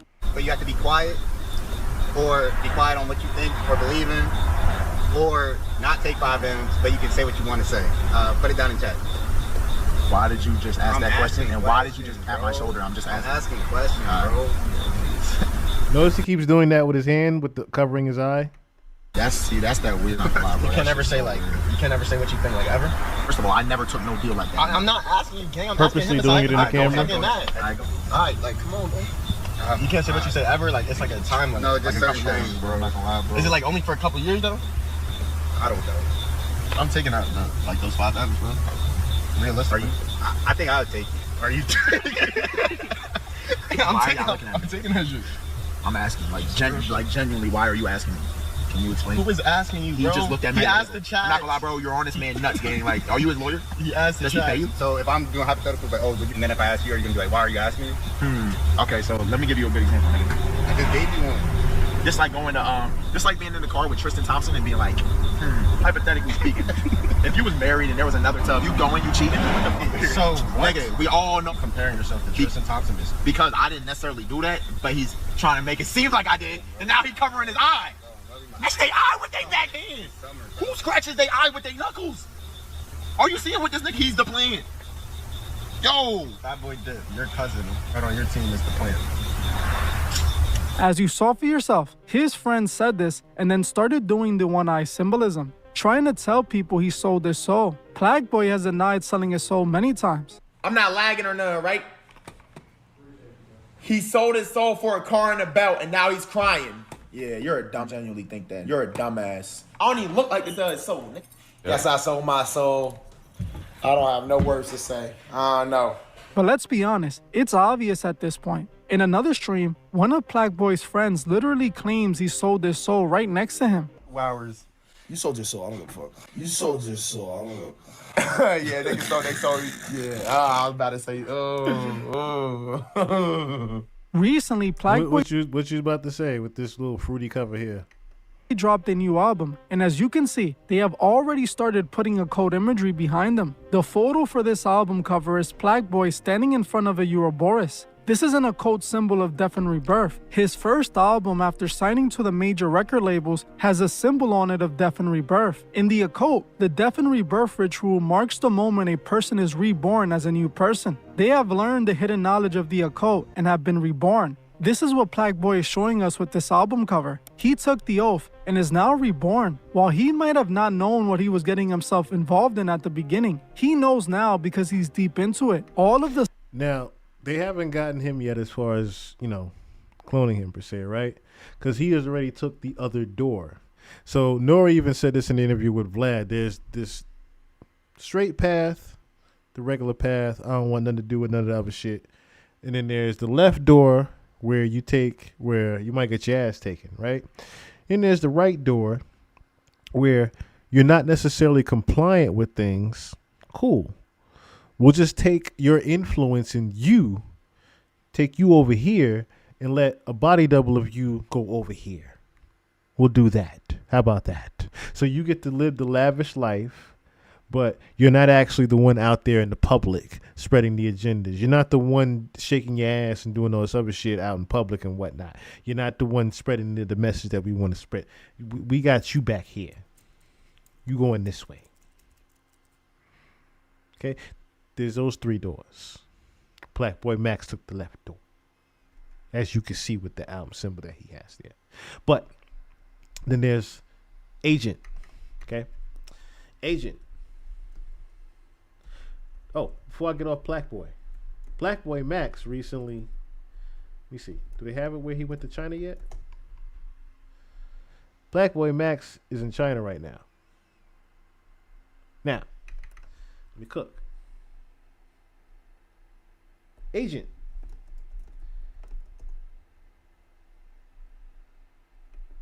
China. There's been quite a few streamers that have been making a routine out of going to China.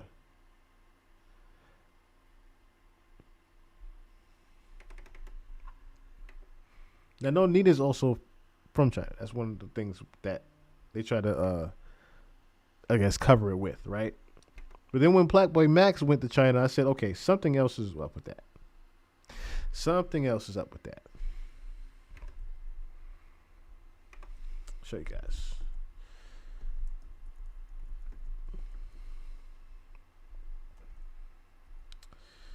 I found this earlier.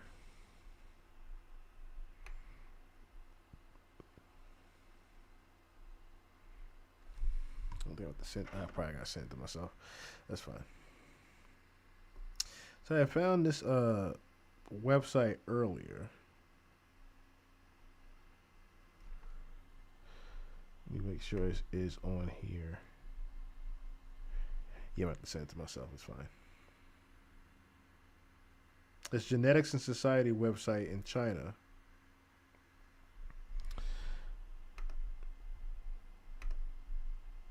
I don't give a fuck. I can see my email real quick. I'm just pulling this up real quick that I sent to myself. Not like I have anything in here. Oh, I get this up. All right. Anyway. So this is in China, right? China clone factory scientist eyes human replication. This is genetics, Center for Genetics and Society here.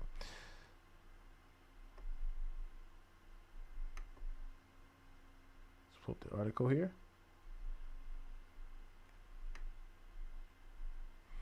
Oh, they took the page down, but you saw what it says.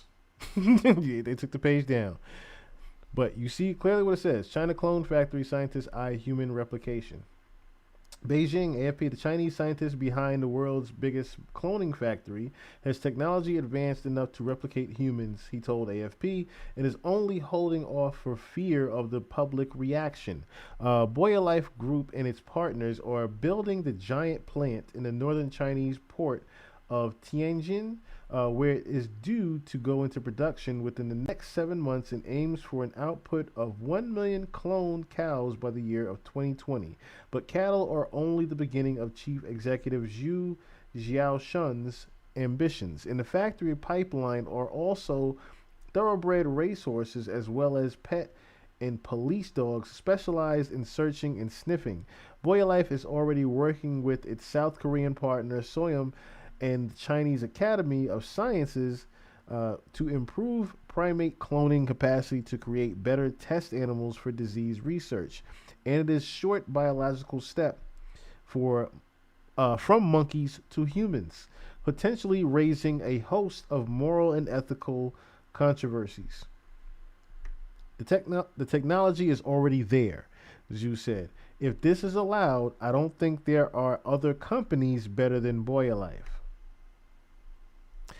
You heard it right there. Now, that isn't the only place I believe that there is something. Cherie Purnell, what's going on? That isn't the only place that I believe something is going on. The other place would be, you guessed it. Now, there isn't necessarily a... Oh, I'm going to put that in. I'm putting it in there. There isn't necessarily an actual facility there, but this gentleman here went to Antarctica.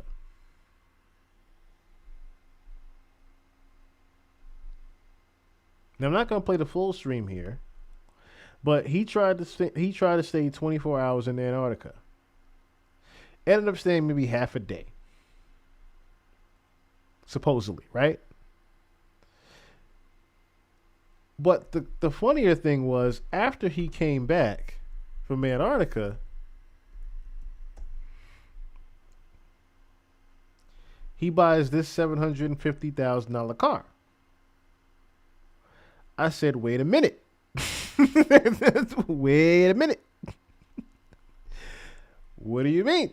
What do you mean he buys an $800,000 car? What do you mean he just went to Antarctica? Now, of course, I don't necessarily know if Agent has been replaced per se. But I think Agent seen some things that humbled him to where he had to be quiet about what he saw. How I know that is because of the clip from Aiden Ross and Mr. Beast that went around about what he saw. Have you ever been to Antarctica? Yeah. Do you believe in the ice wall? Yeah, I saw the ice wall. Yeah, he saw it too. Have you ever been to Antarctica? Yeah. Do you believe in the ice wall? Yeah, I saw the ice wall. Yeah, he saw it too. I can't say on stream. No way. But we'll talk about it later. That's crazy. He almost leaked it. Let's just say you always need someone with you when you're in Antarctica. Are you serious? So there is something there in Antarctica. And another clip that went around was recently 3 weeks ago.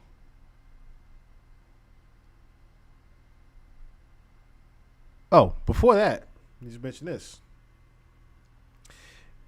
Y'all saw the news about FaZe Clan, the streamer clan that pretty much broke up out of nowhere, right? They have no explanation all of a sudden of why they broke up. That was because they got introduced to the same thing that Agent saw. Agent's group is AMP. You have Agent, Kai Cenat, Duke Dennis. I forgot who else is in that. But those are the main ones, right? You could say. I think I'm missing one that's up there, but they're all on FaZe Clan, AMP, Aiden Ross. They are all under the same exact agency. What's the? Let's pull up the name right here. Kai Cenat's agency name. Kai Cenat agency name. It was something One Creative or something like that. United Talent Agency. Yeah, United Talent Agency. All of them are under the same company here. FaZe Clan, all of them are under this United Talent Agency right here. Now, when I got word of FaZe Clan also being under, let me see. Oh, I didn't mean to get rid of that picture. Let me just do this. Get rid of the picture. Let me see. FaZe Clan. United. Yeah. FaZe Clan also is under them.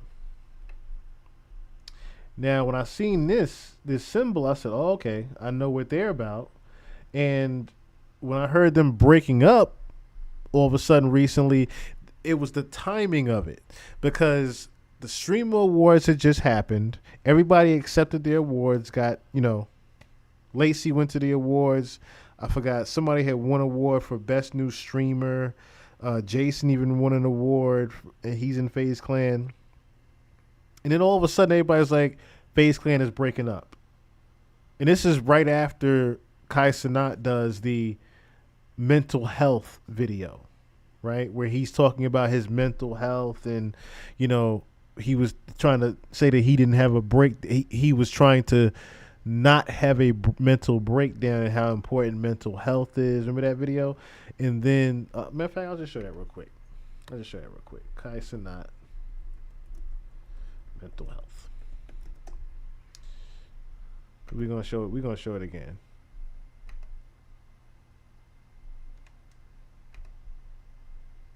This video here. Hello, everybody. I'm currently on my laptop right now, and I appreciate everybody who's been sending me birthday wishes, as today is my birthday.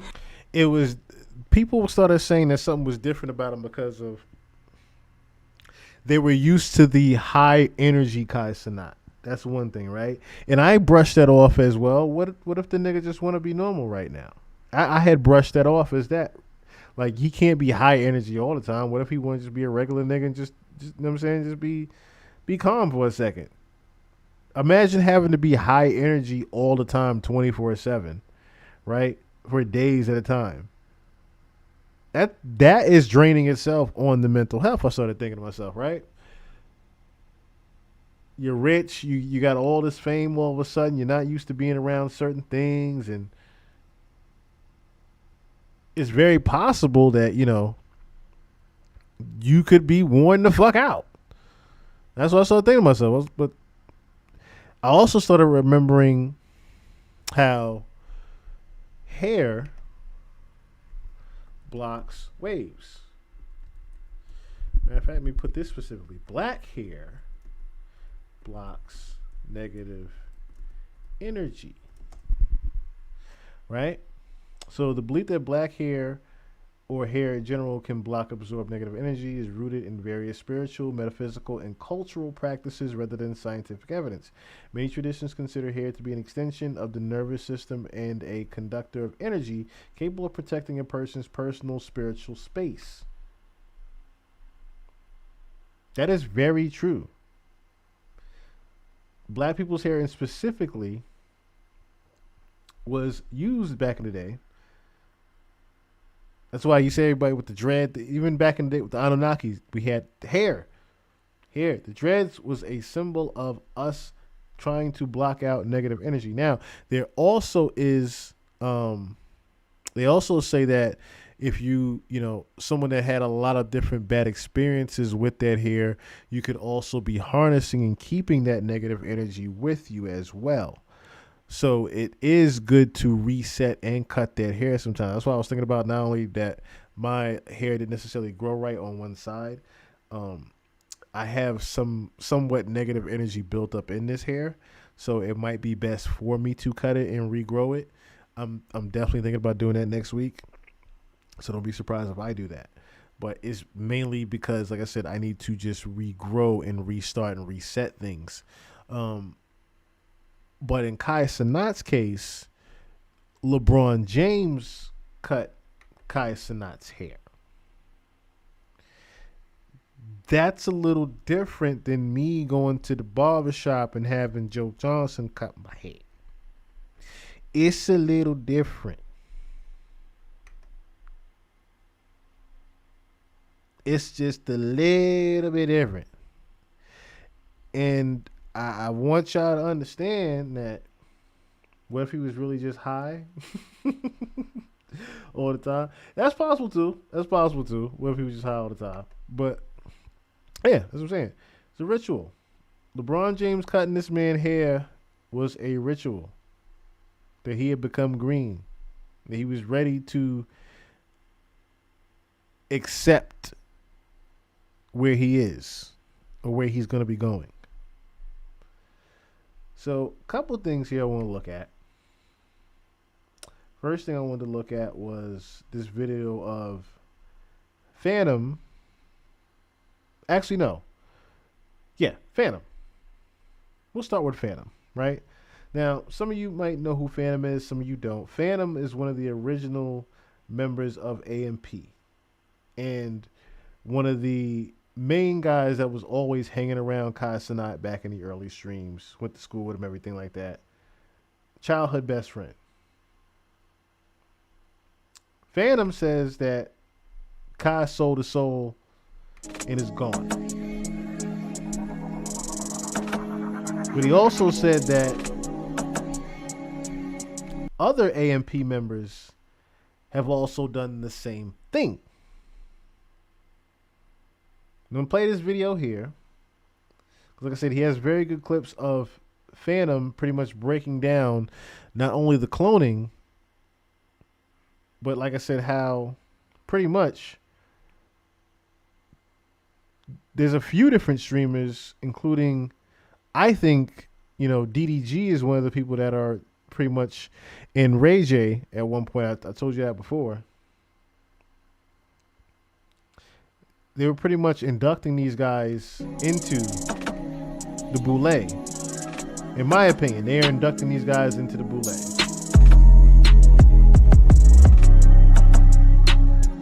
I wish I could fast forward this. What is going on with y'all, man? It is Black Balloon, and I'm coming back with another video, man, so y'all already know what's going. Oh yeah, you know what, Black? I said this video is, you know what I'm saying, this is a very popular video here that went around, and people pretty much ignored, the information that Phantom was trying to say. All right, y'all. Now, check this out, right? I was watching some clips from Phantom's most recent stream. Now, I don't think he's been streaming lately. I'm not sure. I don't really keep up with him. But usually I'll see something come across my page if he's been active and streaming. So, seems like he had a lot to say on this most recent stream, right? And even under the comments of a lot of the clips, people will start posting a bunch of different clips from the stream just so you can get the message and not have to watch the whole thing. A lot of people was like, he's been talking in code ever since Cenat started this new journey of, being more of a creator into fashion, so on and so on. The stuff that we've been talking about, ever since he started. Now, there was one clip in particular that was really interesting. And he basically talked about the industry, as far as streaming goes. He talked about there being a streamer who is actually a spy, meant to clock and infiltrate and watch the things that's going on. Now, the other clip that I really want to show y'all, he talked about kind of like how they fix up the person that they want to really push, and they turn him into, this idea for people. He talked about it as in like they're still slave masters in this time. You could tell he was really trying to word what he was saying. He didn't want to say it too direct. I mean, obviously he has a big platform still. Been a bunch of rumor with him about leaving AMP for a long time, saying that the other guys sold their soul and so on. People were saying, yo, Phantom got kicked out of AMP. You know what I mean? That's all I'm gonna say, bro. I built this shit brick by brick, bro. I could never get kicked out. Phantom says he's been kicked out of AMP and that they sold their souls. And Kai was just at the Met Gala, and don't nobody know what be going on in there. We know it's some Illuminati stuff because they only show us the outside. They never show us what goes on inside. And Phantom, who is one of the original members, one of the founders of AMP, he said they sold their soul, they mad I won't do it. And maybe the Phantom tax done got too high, man. He might have been taking full meals from people. Who knows? And he could be trolling. This could all be like a setup. They could just be making a play on this. Duke didn't say it's fake news, but it's not like, they're together on this at all. So, and he has been posting some cryptic stuff for the past month. And I hope they trolling. I hope this is all a joke. But anytime you get to the level that Kai is going to, there's going to cause problems, because now the money, even though he was making millions before, he could be making multi-million dollars. The level that he is going to, the people that he's rubbing shoulders with and, getting access to, Phantom may not be cool with that. And the rest of the AMP crew, they might be like, yo, it's more money, we gonna be down with it. I just feel like, I don't know, Phantom is not, on the internet or in front of the cameras as much as some of the other ones are, especially like Duke Dennis, Agent. But Rolling Stone literally called AMP the biggest streamers in the world. So, they have took this thing global, Phantom being one of the creators or the founders of the group. If I'm not mistaken, he was the founder, or at least the co-founder of AMP. So that's just to give y'all a little small background on Phantom. A lot of y'all know who he is. But with that being said, without me doing too much talking in this intro, y'all, let's just go ahead and get into this clip. Thought it was pretty interesting. Check this out. I have a theory that slave masters still exist, just not in the way you would think a slave master would exist. So they still operate in today's age, just differently. So they still have cattle because they never considered you a person because you're a property. So you see what I'm saying? Oh, they literally grab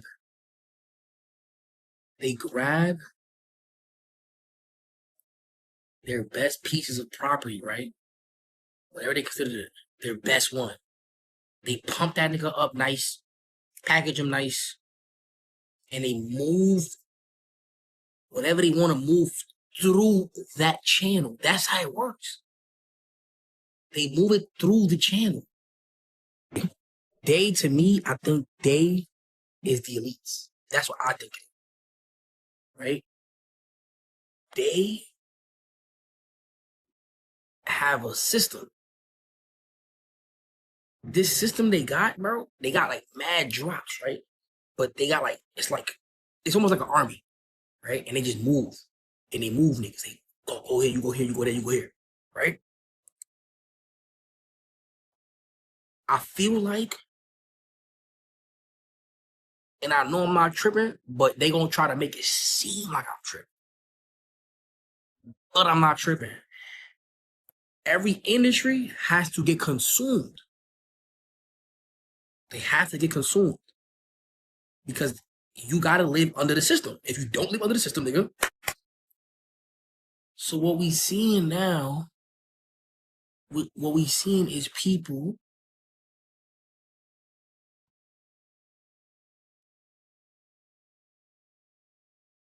damn. They got him. You see how he just had a moment of realization? He had a moment of realization that they got Kai. He had a real life on stream moment realization that they got Kai Cenat. Nigga, we're not even on Earth, gang. Aliens are real. They exist. Okay? But they won't make contact with us.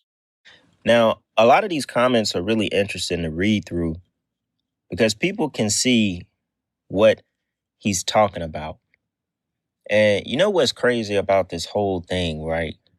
I don't think a lot of people realize we witness streamers, certain streamers, or even the ones that aren't as known. We witness this become in itself like a whole industry, right? You know, a lot of young guys stream, a lot of older guys are trying to get into it, follow the wave, make their own money. We witness like a branch of creativity and streaming. You get people who make videos like YouTubers like myself, short form content creators that just make TikTok videos. Then it branched all the way out to just streaming, sitting down, being obnoxious, doing anything for views, clip farming, whatever you want to call it. But what I'm trying to say is it created basically an entire different lane, almost a whole industry in itself, the streaming industry. They have an award show, and we also witnessed it get infiltrated. We also witnessed it start to become a little bit more dark. Each time, some kind of celebrity made a big appearance on these streams, especially with Cenat. I mean, Kai has gotten so famous and so known for it because they literally used his platform to infiltrate it. A lot of this stuff was untapped. Aiden Ross as well, but we know he working for them directly. I mean, he's fluish. And what we really witnessed this, and I don't think a lot of people really think about it. We also saw it get took over. You know what I'm saying? It's like we saw them damn near do a coup. Like the industry said, hell no, y'all making too much money. We need to get into this streaming world. We need to get the biggest streamer out of the way. Let's pull him out of the entire equation. We got to figure something out to tap into this Kick money, this Twitch money, whatever. We literally witnessed them take over that industry, y'all. And this is kind of like what he's talking about. You know, he's talking about Kai low-key and then at the same time talking about everything. Like one of the comments says he's talking about capitalism. You know, it said, y'all peep how Phantom don't even collab with other streamers and he don't even be in LA. That was what I was saying earlier. He's really kind of low-key with it. Somebody said, where's that comment? Somebody said he's talking about Kai, but he's just talking in code. He stepped away because they got his mans. He's literally talking about Kai. Isha, what's going on? He miss his friend. I mean, he might just miss the way that it was. These guys come from YouTube. Duke Dennis, Agent, bro, they were 2K video YouTubers and now have entered an entirely different world because of streaming. Somebody said he just figured it out. He realized he lost his friend. Somebody said, Lord, protect him. It's crazy because the way that he's talking, you can tell he definitely has really come to a realization of what is going on and how everything is just controlled. Yeah, I think I'm a clone. Nah, I ain't gonna lie. If I got cloned, I would definitely be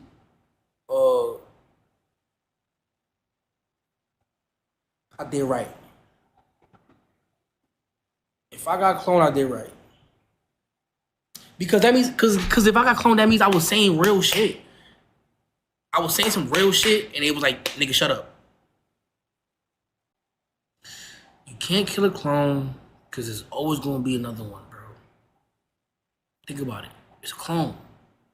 So even if you kill the clone, they just going to pump the other one out. The only way to kill the clone is you'd have to kill the source.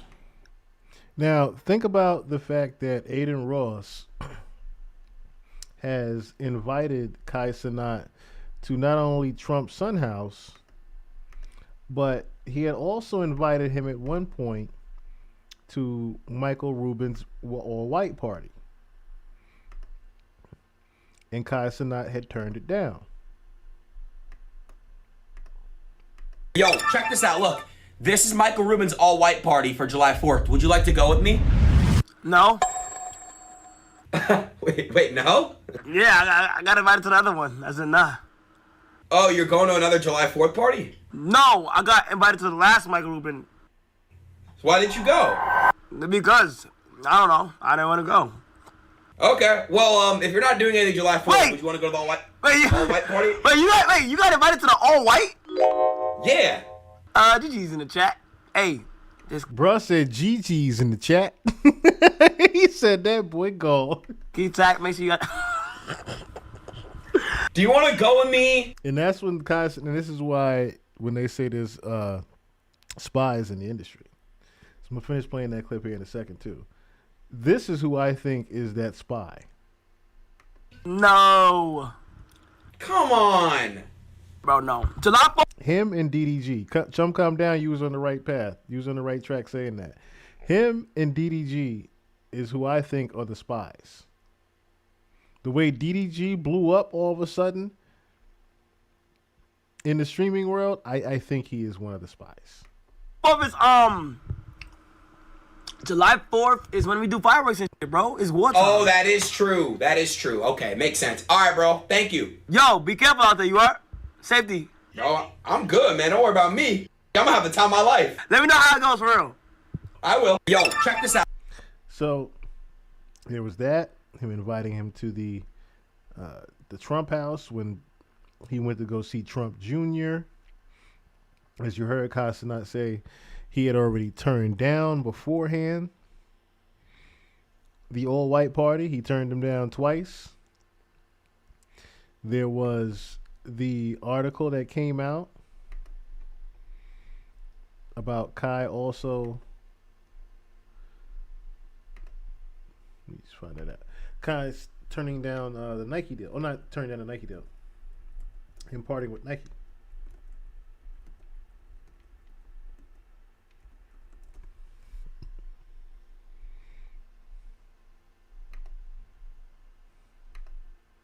There was that going around as well, that he had parted with Nike because of his Christian faith. Still, he had still believed in Jesus.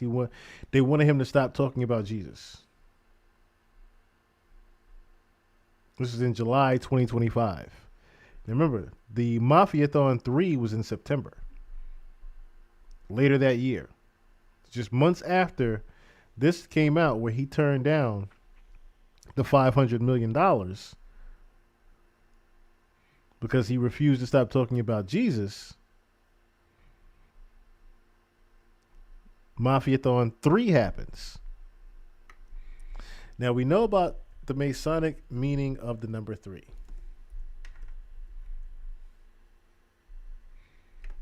Just take away that other 3 here.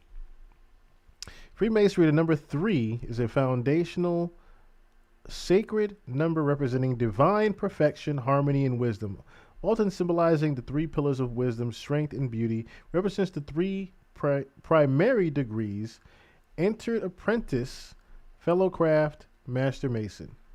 The 3 principal officers and essential philosophical virtues like faith, hope, and charity. 3 is the magic number. Representation of completion. Mafiathon 3 happens. No more Kai Cenat streams. Kai gets his haircut on stream. 1 million subscribers. Yeehaw! Hooray! Yippee! That is not there is all to it. At all. Kai was getting ready to enter a different state of life, period. Yes, Jesus versus God. Do a deep dive on that one, chill. I definitely will. I definitely will one day. Because we did talk about before how in Angels and Demons, where they literally spoke about Christianity being fake. We all know God is actually us, the Anunnaki. That's why he said God is made in his image. The Anunnaki made us in his image. There's a huge difference between the story of Jesus Christ and God. Huge difference in the actual deep-rooted history of that. But now, where Kai Cenat is headed in life, let's just say where he is headed in his next journey, he was not necessarily prepared for. Not necessarily prepared for it all. And I'm going to play this video here of this gentleman talking about Kai Cenat, and it's pretty much the eyes of someone from the production staff.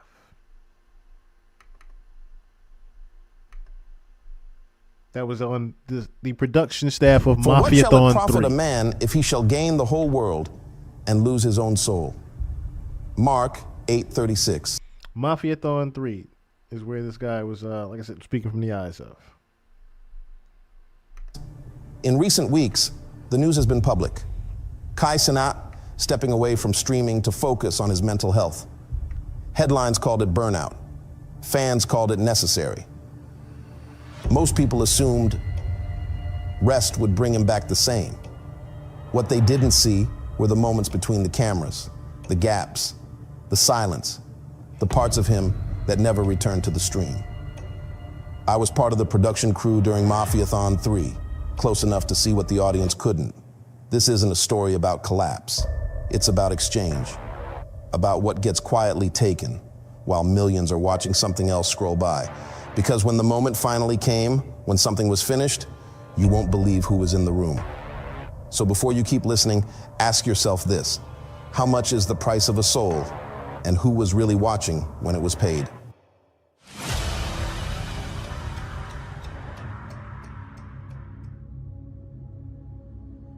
People still talk about Mafiathon 3 like it was proof that nothing was hidden anymore. A camera always rolling, a chat always watching, 24 hours a day, 7 days a week, as if visibility itself was a kind of protection. I worked production, not on camera, not talent facing. I was part of the crew that handled resets, lighting adjustments, mic swaps, timing gaps, the unglamorous infrastructure that kept the whole thing from collapsing. The kind of role where you're close enough to hear breathing when the room goes quiet, but invisible enough that no one checks what you're doing. From the outside, it looked chaotic. From the inside, it was rigid, scheduled, controlled. Every minute accounted for. Even the moments people thought were natural had a buffer around them. Nothing just happened. That's what made the first thing I noticed so hard to explain. When the cameras were on, Kai was exactly who people expected him to be. Loud when he needed to be. Focused when the moment demanded it. He carried the room like someone who knew millions were watching and wanted to give them their money's worth. But when the cameras cut, even briefly, he didn't decompress. Most creators do. They reach for their phone, crack a joke, pace, ask how long until the next segment, complain about the lights or the heat or the schedule. Kai didn't do any of that. He sat, not slumped, not tired in the way people recognize, just still, upright, hands resting where they landed, eyes forward, not focused on anything in particular, like someone waiting for a prompt that hadn't arrived yet. The first time I saw it, I brushed it off. Sleep deprivation does strange things. Everyone was running on fumes by then. We all looked wrong in our own ways. The second time, I started paying attention. People don't realize how many gaps exist in a 24/7 stream. Camera swaps, lighting changes, bathroom breaks, moments where audio drops for a few seconds because someone needs to adjust a cable. Those gaps were my responsibility more often than not. Clear the room for 2, someone would say. Kill the backup mic for a second. Give him a minute. Normal instructions. Routine. Necessary. I followed them every time. One night, 2:43 a.m., I remember, because I checked the time on a monitor. We were between segments. The chat thought something was buffering. In reality, the lights were being recalibrated, and the main mic was muted. Kai was alone in one of the chairs off to the side. No phone, no headphones, no pacing, just sitting there while people moved around him without speaking. I called his name to let him know we'd be live again in a minute. It took a beat longer than expected for him to look at me. Not confusion, not irritation, just a delay, like the signal had to travel farther than it should have. Yeah, he said. Normal voice, normal word, but it landed wrong, flat, like it came from memory instead of impulse. I remember thinking very briefly that he looked lighter, not physically, something else. Like the room had lost weight without changing shape. The moment passed. Lights came back up. The stream resumed. The chat exploded like nothing had happened. After that, I started noticing patterns I hadn't been looking for before. The bigger the guest, the quieter Kai became afterward. Not sad, not withdrawn, just reduced. His laughter on camera still hit the right beats, but off camera it didn't echo. It stopped the moment it was no longer needed. Between appearances, he didn't rest. He waited. I told myself it was discipline, professionalism, the cost of operating at that level. Everyone likes to pretend success comes with some secret switch you flip once you make it. In reality, it just tightens the schedule. Still, something about it felt organized in a way burnout usually isn't. Burnout is messy. It spills. It shows up as irritation, mistakes, sloppiness. This was clean, efficient, like whatever was happening had learned the system and was working within it. I didn't say anything to anyone. There was nothing concrete to point to. No incident, no breakdown. Just a series of moments no one else seemed to notice because they didn't happen where the audience was looking. And maybe that was the problem. By the end of that first stretch, I stopped thinking of the stream as something that protected him through constant exposure. I started thinking of it as pressure, steady, unrelenting, wearing down whatever couldn't be seen on camera. That was the first night I realized the stream never turning off wasn't keeping anything safe. It was just making sure the damage happened quietly. By the second stretch of Mafiathon, The scale changed. The stream didn't just get louder, it got tighter. Security doubled, schedules narrowed, access lists shortened. The rooms around Kai felt smaller even when they were full. People started moving with purpose, like everyone knew when to enter and when to disappear. I was asked to clear rooms more often. Give them a minute, someone would say. Hold the door. Kill the feed for a second, optics. None of it sounded strange. That's how big productions work. Privacy isn't the opposite of transparency. It's a requirement. You protect the moment so it can land right when the cameras come back on. What I didn't expect was how similar those moments sounded. Celebrities came through in waves, different faces, different energy, different reasons for being there. But when they leaned in close, when the mics were muted and the doors were shut, their words followed the same shape. I didn't hear full conversations. I heard fragments while holding a door or adjusting a light. Don't forget why you're here. You know what you gotta do. This part's always the hardest. Keep pushing. We're all here to help you get through it. You're doing exactly what you're supposed to be doing. It sounded like encouragement. That's what everyone called it. Motivation. Support. Sounded like encouragement. You know what you're here to do. You know what you're supposed to be doing. Okay. Like you're talking to someone that's already had an out-of-body experience almost. Like there's someone that needs instruction. Brotherhood. The kind of language people use when they're trying to keep someone steady under pressure. But the repetition was too clean. Different people shouldn't speak the same way unless they've learned the same script, or they believe they're referencing something already understood. I never practiced receiving them, like he already knew what was being referenced and didn't need clarification. Afterward, he always sat alone. Same chair, same posture. Hands resting where they landed, eyes forward, waiting. The first few times I told myself this was just how high-level mentorship looked. Successful people talk differently. It's the guy that was sitting in the chair in the beginning. He's reading something from the production staff that was written to him. They carry certainty. They speak in shorthand. Pressure creates language that sounds rehearsed because it has to work fast. But something about the aftermath didn't fit. Encouragement is supposed to lift you. It's supposed to spark something. After these conversations, Kai didn't rise. He settled, like whatever had been said wasn't fuel, but instruction. One night, late, well past midnight, I was told to hold the room after a guest left. The door clicked shut behind them. The lights were low. The backup mic was muted. The chat thought the stream had lagged. Kai didn't move. I checked the time on the monitor out of habit. I remember the number because I wrote it down later, trying to make sense of things I didn't know how to name. He sat there for 9 minutes without speaking, not scrolling, not stretching, not rubbing his face, just sitting, eyes fixed somewhere ahead of him that didn't exist in the room. When I finally told him we were about to go live again, it took him a moment to register I'd spoken. Yeah, he said, soft, calm, ready, too ready. As we brought the lights back up, his expression returned right on cue. Energy, focus, the version of him the audience expected. The chat exploded like it always did. Nobody noticed the silence that came before. By then, I'd started tracking things without realizing I was tracking them. How long it took him to re-engage after certain visits. How often the same phrases came up. How encouragement never seemed to restore anything. It only flattened it. I questioned myself constantly. Sleep deprivation messes with perception. Stress creates patterns where none exist. When you're looking for something, you'll find it, whether it's real or not.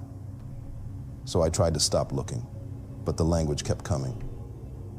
Just remember what you have to do. Keep pushing. We've all been through this part. No one ever explained what this part was. No one ever asked if he was okay. They spoke like they were reminding him of something he'd already agreed to. Something on a timeline they didn't need to outline. What scared me wasn't the words themselves. It was how easily they fit into the schedule. As if these conversations were another segment, another necessary step between appearances. And I was the one making room for them, holding doors, muting feeds, clearing space, doing my job. By the end of that week, I stopped counting how many celebrities came through. I started counting how often Kai sat alone afterward and how the quiet seemed to last a little longer each time. It looked like support. It sounded like motivation, but it felt like preparation. And whatever they were helping him get through, it didn't feel like it was for his benefit. Now, here's the thing, right? Like I said, Mafiathon 3 was in September. He said what he said about Nike in July. It's about a 2-month difference, right?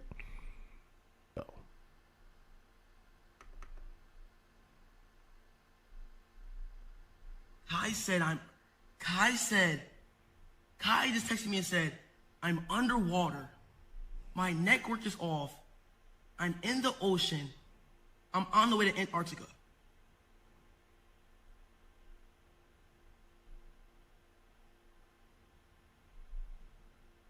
I'm underwater. My network is off. I'm in the ocean. I'm on my way to Antarctica. See you, black bitch. If you gonna lie, lie. Now, see, that's the thing. With Kai, everybody thought Kai was playing when he did that, or he thought Kai Cenat was lying to him. Kai wasn't lying to him about that. But this clip has started to go viral because Rakai didn't understand what was going on. But a lot of people have started to catch on now that most definitely something has definitely happened to Kai Cenat. Now, when that was, I'm going to play here the night of the Met Gala and the after party that he went to. And we're going to go through different footnotes of different things that I took down at this after party that Kai Cenat went to. Kai did not go to the main Met Gala initial party because he didn't want to be associated with Louis Vuitton, the brand that actually represented Met Gala. But lo and behold, not too long ago, Kai Cenat would be at Louis Vuitton shows. What changed in just a month's matter of time? Let's look here. Alright. Oh shit, nigga. Alright, nigga. Came down, came up. Nah, you just leave it up. Alright, nigga. How you doing, my nigga? How you doing? How you doing? Good, bro. See you, bro. How you doing, man? Alright. Okay, alright. How you doing, man? How you alright? Alright. Okay. How you doing? Just pay attention to Kai's energy. High, upbeat, of course, ready for the stream. But this is also, I'm just trying to be myself, relaxed Kai around these celebrities that I've never seen before. How green Kai is. How you doing? Okay, alright. How you doing, man? You good? Okay, alright. What the fuck? Not necessarily green. Let me take that back. Happy to be here. Kai was in a very I'm just happy to be here state of frame. How you doing?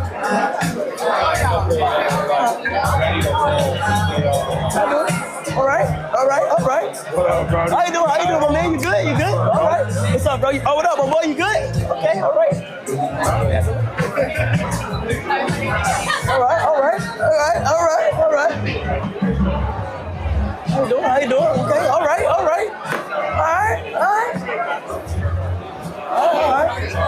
How you doing, bro? Good. How you doing, my boy? You good? Alright. Oh yeah, we live, nigga. Hey, I was looking for the niggas in this motherfucker. How you doing, my nigga? Okay, it's crazy. Yo, I went to about to say Michael. Word? Yeah. Oh, I went to about to say Michael, yeah. All right. I was looking in here though. Shit valid? It's cool? Yeah, it's cool. All right, it's cool. All right. Appreciate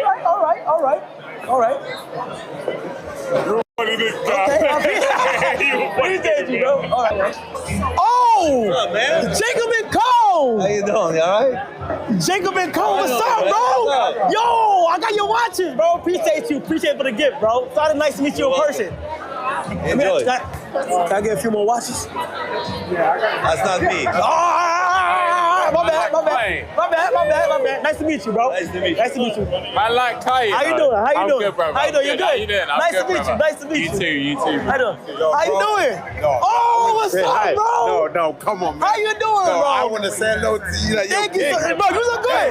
You look good. You look sharp. You look sharp, bro. No, I'm trying to be like you, bro. You know what I mean? I see you. Yeah. You know, call. Hey, look, my friend. How you doing? My bad. Appreciate you, bro. Thank you so much. Bro, no, I'll try and connect you with my reps or whatever. Yeah. Give me your number. Yeah. My bad. Hold on. How you doing? How you doing? Nice to meet you. Oh yeah, picture. My friend, take a picture. Nice. Thank you. You know who did? You know who did? You know Ray? Oh yeah, he's Pharrell best friend. Oh, Pharrell best friend. Okay, nice to meet you. How you doing? Yo. This. Yeah. We got a beautiful smile like this. Let me get the smile one time. You want to take a picture of my smile, nigga? Yeah. All right, let's go ahead. Yo, Put my number in. I got you, bro. Yeah, bro. I'm on Jacob. I got you. What you wearing today? I know you got something on today. Wow. Which speaks volumes what we're saying right here too. I'm glad you noticed that, Sharifa. Now, I'm glad you noticed that. So real quick, the 2025 BET Awards was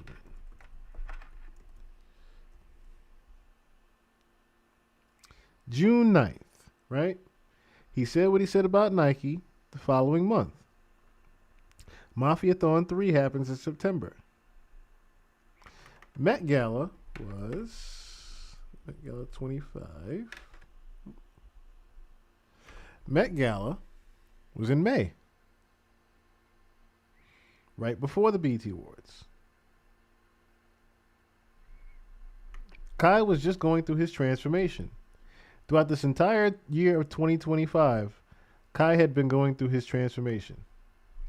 But the start of it happened with this night here. How much is this? $300,000. 300,000? Yeah. Damn. Okay. Where's the watch? I don't got a watch on. I didn't bring one. No, calm night. Okay. Calm night. Yeah. Nice to meet you, though. All right. Pharrell. Yo. What up, broski? How you doing, More Street right now? Yes, sir. Appreciate you, bro. Nice to meet you, gang. Yes, sir. Thank you so much. Yeah, that's a good jacket right there. That's a good jacket right there. Chat right here. They watching right now. Chat. W Pharrell, chat. W Pharrell. I'm gonna just be around here just looking around and stuff like that. I got you, bro. Yes, sir. Can I get you that? You want to catch a quick one? I had to take it. That shit was so heavy. Oh. You want to catch a quick one real quick? We're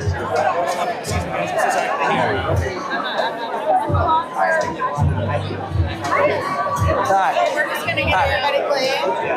All right. You want to go at the... Yes. So, like, what you want me to say? Everybody, we're ready to start the tournament. Okay. Introduce, we're gonna It's start Uno, right? Uno? Yeah, that's fire. I do it. Uno. Yeah, okay, bet. You ready? Yeah. I'm gonna turn it on. So, in 10 minutes. Ladies and gentlemen, we about to start the tournament in about 10 minutes. Get ready.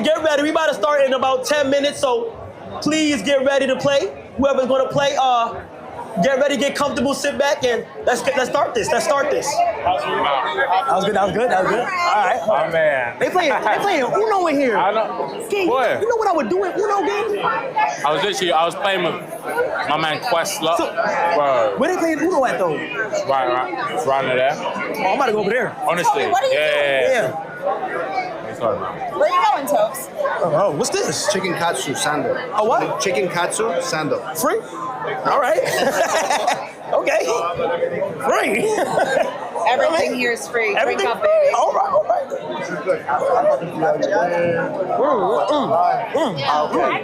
How you doing? Y'all playing Uno? You're at a table with more than 7 players. You have to work from another table. Wait, it's gambling? Like, is gambling or regular Uno? Oh, regular Uno. I seen the chip. I was like, oh, to get the spot. You know, they giving away like Richard Millies and shit. What are you gonna do for the person that wins? Huh? What are you gonna do for the person that wins? What are you gonna do for the person that wins? How are you just randomly asking Kai that? What are you going to do for the person that wins? As if he might be, you know, the on the menu, if you will. But did he take some of Kevin Hart's job? No, I wouldn't think he took Kevin Hart's jobs away as much as Kevin Hart pretty much initiated him into where he is now. Because a lot of those streams happened with Kevin Hart and Drewski happened in late 2020. I want to say mid to late 2024. And around the areas of early 2025, they did things as well. And then they had the sleepover at the after post Mafiathon 3 in September and October. And then they also did the movie of them doing like a horror movie stream type of thing. So he wouldn't necessarily have taken any positions or jobs from Kevin Hart as much as Kevin Hart put him in position to be around this particular. Kevin Hart pretty much was a handler for Kai Cenat to be in this particular setting here. What am I gonna do for the person that win? Are you guys going backwards? No, I'm trying to win a Richard Millie. Oh, you're gonna play? I want to. So play. Get a chip. Yeah. I bet I'm gonna see. Bro, I have a question. I'm from Baltimore City. Baltimore. My boy Reggie from Baltimore. You know Reggie? Reggie. Wait, say who? Like Baltimore. It's hilarious he didn't even realize Lucy Liu was sitting there. Like I said, Kai Cenat is in a room full of people. He has no idea who most of them are. Oh, but you said Reggie. No, say who? Who? Bro, you're not from Baltimore. I'm from Baltimore. No, you must say who. No, who the hell say who? Two, new. Dude, cute. We say curfew. Oh, okay. Stupid, dummy. Dummy, yeah, okay. Yeah. You know Reggie? Like, you did a crazy leg, but it's Reggie. Like, that's a real compliment. Who the fuck is Reggie? Girl, he funny. Oh, girl, he funny. Yeah. Hey, yo, for 3 years, I thought he was a girl. I'm not even Hey, between me and you, I thought that nigga was a 19. I thought he was a stud. I thought he was a stud. Well, yo, shout out to him, though, right? Facts. He be out here. Yeah, hell yeah. Now, supposedly this guy here is a comedian. Supposedly he is a comedian. But the only way I even started taking notice to him was because of the clip that I had saw. Excuse me. Of him saying that he had saw a double of Kai at the Met Gala. But he was just being funny. He's also he's a new streamer, Carlos. But look at this clip here.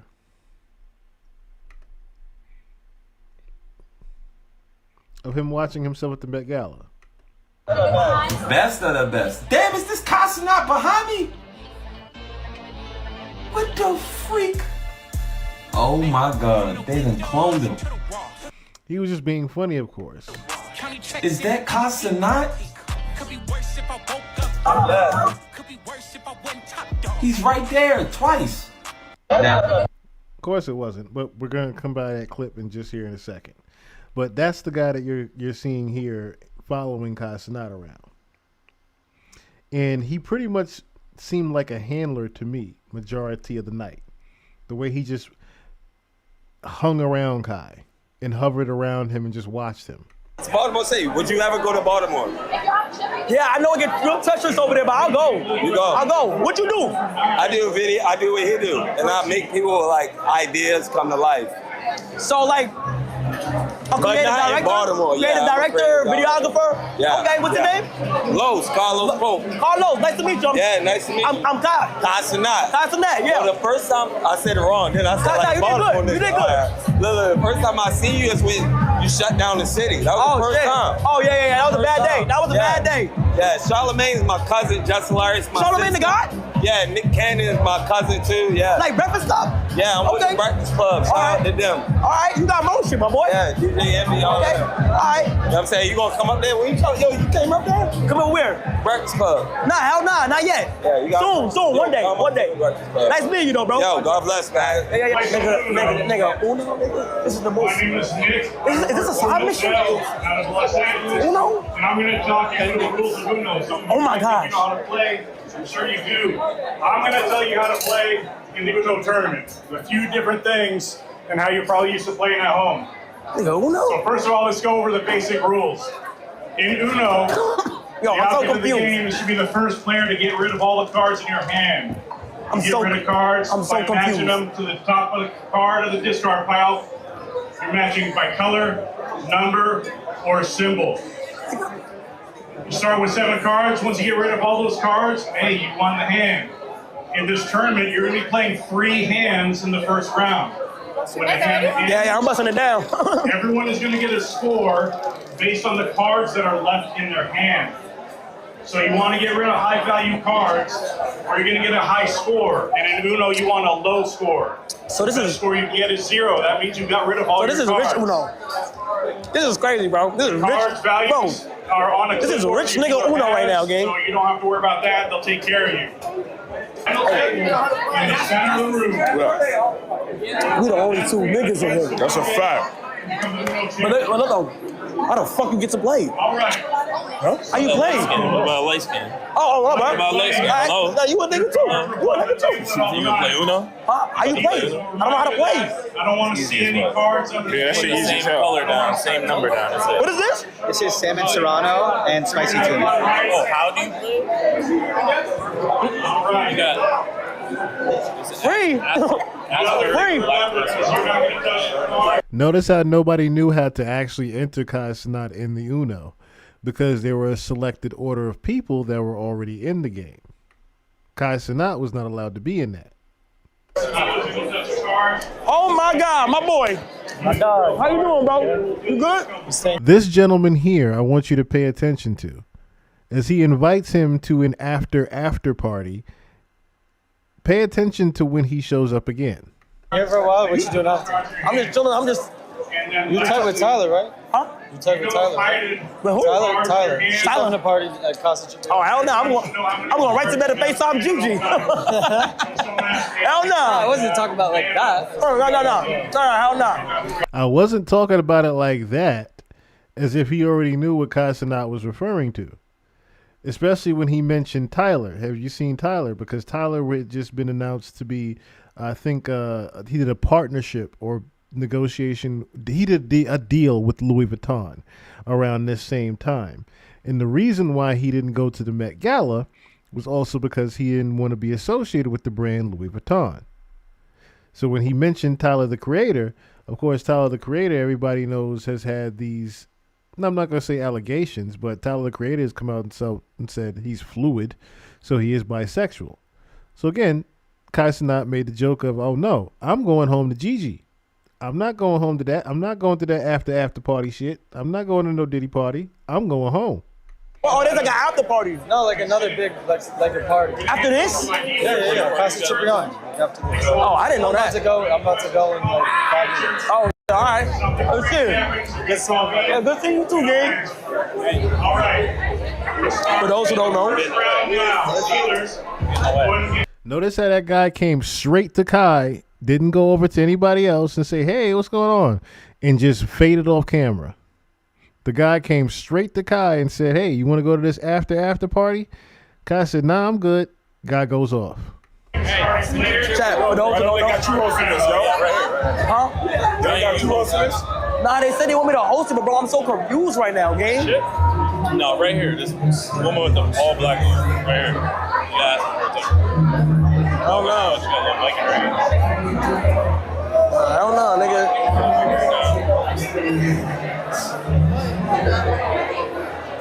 You want a chip? No, hold on. I gotta scope the scenery out. Hello. How you doing? You are? You know who I am? Who am I? I? Amazing. You're amazing. Nah, who am I? You think you know who I am? I know who you are. Didn't we just give you a LeBron doll? Yeah, you did. Oh, Barbie? Yep. Didn't we just give you a LeBron doll? Interesting that LeBron would be the one to cut his hair. What? This is in May? So he cut his hair just 4 months later. Oh, okay. I'm gonna need y'all the whole Barbie team. Mattel team. So We look, love you. ladies, look. I'm gonna need about 10,000 LeBron dolls. Remember, pay attention to when this time frame is. Streamer University hasn't even happened yet. So the deal with LeBron cutting his hair hasn't even happened yet. But he's getting LeBron dolls. For the whole LBJ Nation, you feel what I'm saying? I'm gonna need more of those. I appreciate you guys so much. Thank you so much. We love you so much. Thank you for Appreciate coming you. here. Wow. Are you gonna play? Hey, you know, they giving away Richard Millie's, diamonds. Exactly. I might. Do it. I don't know how to get a chip though. We can get you a chip. Sign up. Okay. Sign up. We'll get you. Okay, I'm gonna sign up. Okay. Now, as much as I want to say that he's looking at his phone for prompts, he is also mainly looking at his phone for the chat. This is still pre replacement Kai. This is still high energy Kai. He's still used to looking at the chat to see what they're saying constantly. But yes, he is looking for camera prompts and where he should be going. How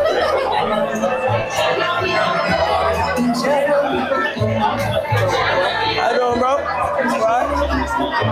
My boy! What's good? Yeah, hell y'all streaming right now. Oh, shit. Yeah. Nice to see you, gang. Good shit, my boy. You been good? Yeah, I'm chilling, nice to see you, bro. Good shit, gang. I'm hit you, all right? All right, brother. He said, get this camera off me while I'm dressed like this at this damn Met Gala. Get this shit off me right here. As you know, that's the little homie from Stranger Things. That's my What's up, Kai? Nice to see you, What's up, gang? Kiki! How you doing? I'm good. Nice to meet you. Nice to meet you. Nice to meet you. You been good? I'm so good. How was today? It was good. It was good, yeah. It was good. You know, it'd be like, hey, but this, then we get Yeah. into it. My best friend Nora. Nice to meet you, Nora. Nice to meet you. I'm Kai. Nice to meet you. How you doing? Have a good night, all right? Notice the people that are okay with being on camera versus the people that are not. Or should I say the people that have nothing to hide and everything too. Kiki Palmer in the building, guys. Nigga, that was Kiki Palmer. Nigga, that was Kiki Palmer. Nigga, that was Kiki Palmer. That was Kiki. Yo. Nigga, that was Kiki Palmer. You wanna? Nigga, that was Kiki Palmer. Where? Over there. Can I shake your hand? Can you shake my hand? Yeah. Duh. Hell yeah. You know how to ask me that?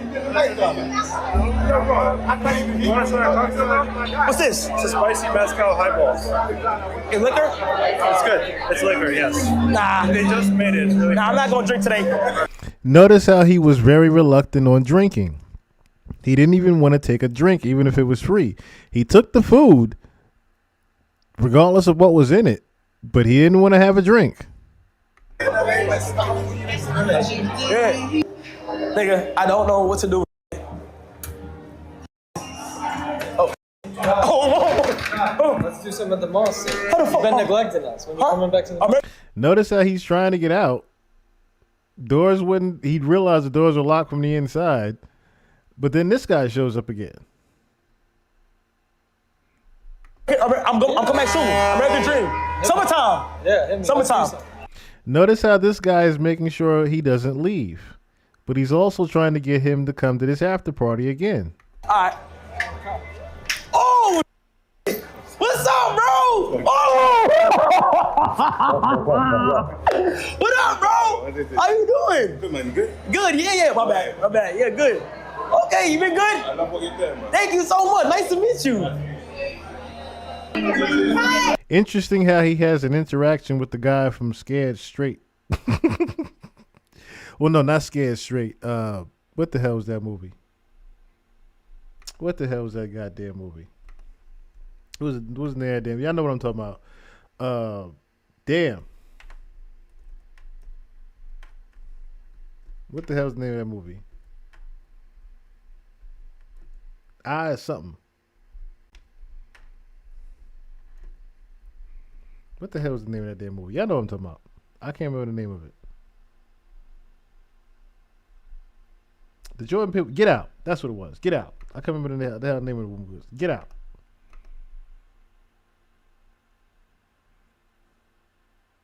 Yeah, it was. That was him. That was him. He had the shades on though. That remember he had he didn't have a what do you call it? He didn't have the fuzz. He didn't have the goatee and all that in that movie. How you doing? Good. How are you? Good. Let me tell you this. Thank you so much. Watch all your videos. Thank you so much. You know who loves you most? Who? My 16-year-old cousin. You're a 16-year-old cousin. Well, tell your 16-year-old cousin I said hey. Period. What's her name? Her name is Paige. Paige? And her father was in the NBA for 11 years, so they a little lit. Paige, how you doing, Paige? Boy. Miss Daniel, what's going on? Shout out to you, Paige. Shout out to you. Period. Nice to see you. Nice to meet you. Thought I came on duty. When are you off duty? You want to play Uno with us? Hey, I'm working. You ain't No playing shots. Uno? No shots. No shots. You want this tequila shot?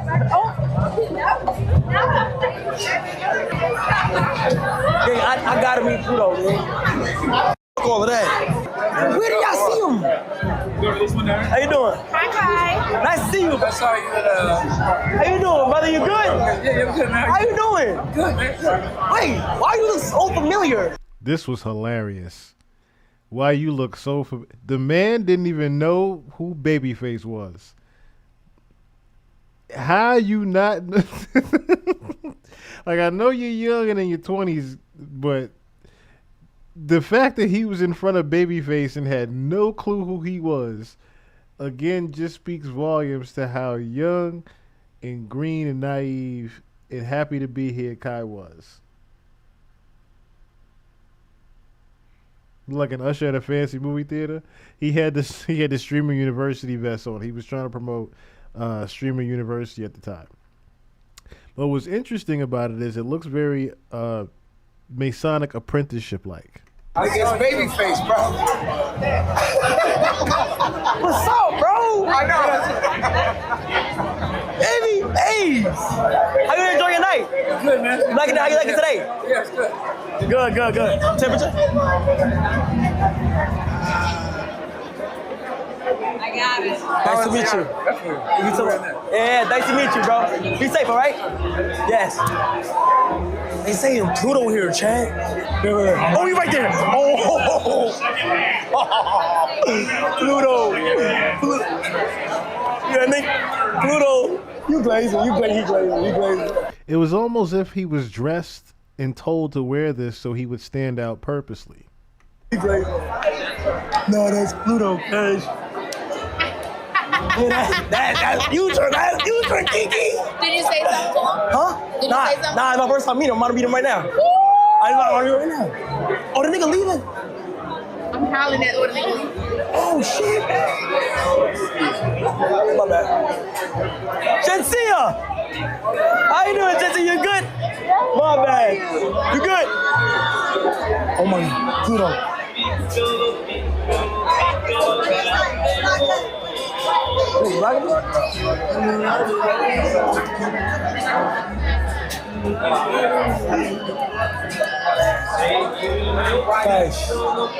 Gosh, that's Cat. That's Duke Long Lost. That's Duke Long Lost brother, gosh. That's the end of the second hand.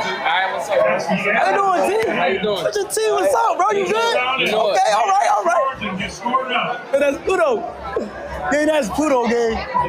Oh my God, that's Pluto, bro. He leaving.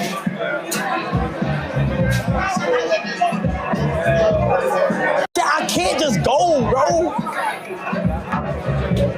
I don't give a fuck. I don't give a fuck about none of that shit. Nigga, that's future. You heard me. Man, that's future. You heard me. I'm gonna get to him, Chad. Don't worry. I don't give a fuck. Hey, I don't give a fuck. Shady! on? Oh yeah. Hold on, bro. Oh yeah, bro. What up, bro? What you on? That's a fire. I'm streaming right now. No way. Right Look now. at the pearls, dog. Pearl down? Okay. His fucking face. his Okay, fucking makeup, hell his face, yeah. How you been, bro? You good? bro. So good. You good? Oh my God, you just got here? You're locked in, bro. I'm going. Hell yeah. You're, Bro, I'm going crazy. I've been streaming the whole time. Are you serious? First time meeting everybody, for real. Oh, I see Future. I'm trying to meet Future. Oh wait, bro, let's go. Wait. You introduce me?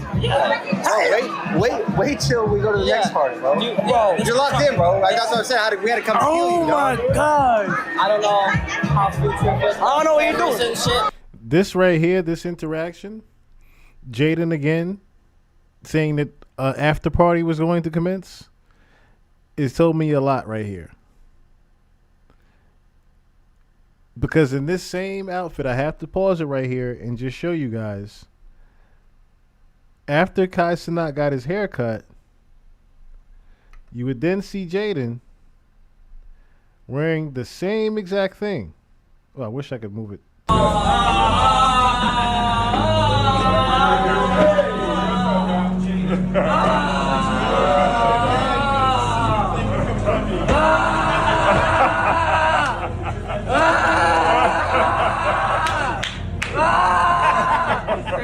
This is Kai.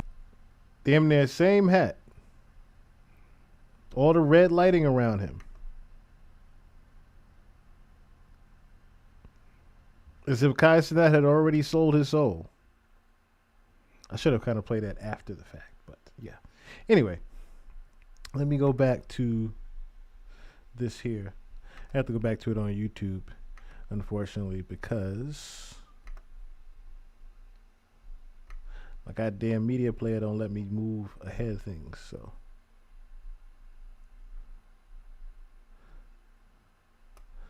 I'm gonna just go back to where I was at. Oh, I see Future. I'm trying to meet Future. Oh wait, bro, let's go. Wait. You introduce me? Oh, wait till we go to the next party, bro. You're locked in, bro. Like that's what I'm saying. We had to come steal you. Oh my God. I don't know how Future. He said, "You're locked in, bro. We got to come steal you real quick." I don't know what you're doing. I ain't trying to glaze too much. Yeah, I'm gonna glaze a little bit. I'm gonna glaze a little bit. What's up, my man? What up, bro? You good? Nice to see you, Gango. You good?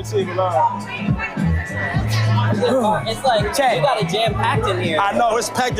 You got it all locked. Chad, if y'all don't know, gang, Future kids watch me, bro. Dead ass. Bro, Imagine being able to reach 15 million views. I had a feeling that ad was gonna come sooner or later, but anyway, it's fine. It about to be another W man, especially the W man in the Grammys now.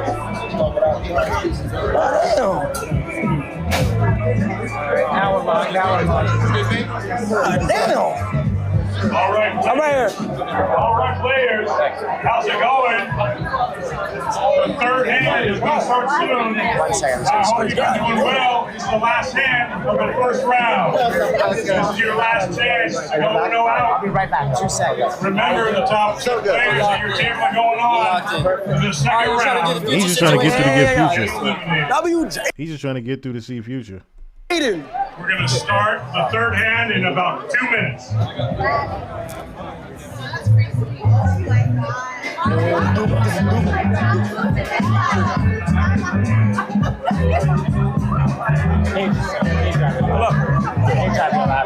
I say, you live? Yeah. Damn, I can't say what to do. Pluto. But we can make something happen. Damn, that's Pluto. We'll make something happen. Please, bro. We'll make something happen. I'll give you my number, Jimmy. Huh? I'll give my number to people. We'll do something. All right, put my number in, bro. See, he didn't even want to let him on stream, but you know, Future, of course, the thing is with this particular scene here is the guy was trying to protect Future from being on camera without being paid for it. It wasn't necessarily because Future was hiding anything. It was just that he was trying to be opportunist. At the same time, it goes back to what I said earlier. There were a lot of people that were okay with being on camera, but for the most part, you also saw people that were not okay with being on stream. I ain't gonna lie. We're gonna make it happen. Is it blazing by screen Pluto right now? We're gonna make it happen, though. I promise you. We're gonna make it happen. Hey, I done heard that before. No, we really gonna make it happen. You got my word. Pluto. What up, Future? How you? on there for sure. You coming? Okay, bet. Say less. Okay, I got you. No, he not gonna do it. You said what? 1,000%. All right, bet. Say less. Say less. I'm gonna get his number. All right, nice to meet you, bro. Real shit. All right, bro. All right, gang. I met my son one time. I got you. I got you. My son, I'm at the game. Yeah, I met your son. Yeah. All right, nice to meet you, Future. All right, bet. I'm gonna get his number right here. ASAP, too. I got you. ASAP. ASAP. I'm ready when you ready. I'm in Atlanta. I'm in Miami. All right, say less. We can do whatever. I'll come to Miami. We can make it happen in the studio. I got you. We'll do it. Yes. Yeah, got to.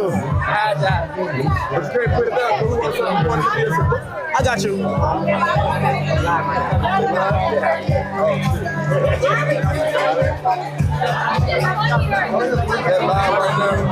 Yeah, but they can't put it on you. I got you. Yeah, they can't. Alright, I got him. Alright, go back here. This is Future's new cocktail. You gotta try it. Alright, bet. Say less. Go. Try that. Goddamn! Yeah! That motherfucker, damn! 8% off. Okay, alright, appreciate you, bro. Be safe. I'm sorry, Hey, good to see you. Thank you. Nice to meet you, bro. Hey. Oh, yeah, bro. You did it. Hey, watch out. Oh, this is Cristiano, my CEO right here. How you doing, my guy? This is my CEO. Oh, nice to meet you, bro. Nice to meet you. I'll be right back, Jaden. Go ahead, bro. Nigga, Future know me, nigga, Future knows me, nigga. I don't want to go. That movie's been nuts, right? Nuts. Nigga! Yes. Excuse me, my bad, guys. My bad, y'all. My bad, y'all. What up, broski? You good? Oh, I can stand right here? Nigga! Future know me! He said, hey, bro, we gonna lock that in ASAP. Oh my God. Sensational. Imagine having millions and millions of dollars coming in a month, and you have no idea how big your own celebrity is at one point. Imagine that. Imagine you don't even understand how big you are as a person. Oh yeah, he has a bad tendency of doing that. This particular live stream. Hey, come here, bro. Hey, let me say something, bro. Out of a lot of people I done met, one of them. He has a bad particular habit of just not curving people, but just walking off on them. Realest ones. You always look out for me, bro. Dead ass, bro. Out of a lot of people I met, you always looking out for me, bro. And I just want to say thank you. Like, for real, bro. You forever gonna be blessed for that, bro. Out of a lot of people around, you one of the realest, bro. Real. And thank you so much, Jaden. Yeah. Keep being you, for real, Jaden. I appreciate you. You know that I fuck with you so hard. Hell You're the most spiritual guy I know, okay? Okay, cool. My bad, guys. Locked in so crazy. You got this party so lit. Super lit. Hey, we gonna do a stream. Yeah, we gonna do a stream. You're doing a stream. Is it live right now? It's live right now. Yeah. You're doing a stream right now. No, but we gonna do another. We gonna do a whole. We're going to his birthday, bro. You're going to ride jet skis with him, bro. When your birthday? We're gonna July. Bet. Bahamas. Remember you said you never been? Say less, bro. Say less. You got my number, Jaden. Yeah, hit me. I'm gonna hit you, all right? Are you going to other places tonight, or? No. I'm gonna call it after this. All right. Yeah, hit me. All right, buddy. See you later. Yes. This is Pharrell's son, Rocket. Oh, Pharrell's son? Yeah. What up, broski? How you doing? Good. You good? What's your name? Rocket. Nice to meet you. I watch you all the time. You don't watch me, bro. Yes, I do. No, you don't. Bitch, Lebo. Bro, Kyle, you see what you doing? He said, bitch, Lebo. This is Pharrell's son, chat. This is Pharrell's son. That's Pharrell's son, bro. Huh? I know, bro. Bro, what? What? He was coming. Oh, chat. Wow. Are we streaming? I'm streaming right now. I'm streaming right now. How you doing? Nice to meet you. Nice to meet you. Thank you so much. Appreciate you. Thank you. I was like, yo, y'all better put him in a movie. Thank you so much. Soon. It's coming. It's coming. It's soon. Damn, bro, love, dude. It's so nice to see you in the flesh. Wait. Chad, did they say Central C here? I don't think Central here. Chad, I don't think C here, bro. Gang! So like, what you want to be when you grow up? I want to be like a producer. A producer? Yeah. Like music and that's fire. You gonna body that. That's fire, bro. Nice meeting you, broski. Be safe, all right? W Rocket. Huh? I said W, I'm streaming right now. Oh, really? Yeah, the whole chat right here. Oh, wow. Yes, sir. Yes, sir. Nice to meet you, though, all right? Keep going, keep grinding, bro. All right, buddy. Josh was just a creative guy. Okay.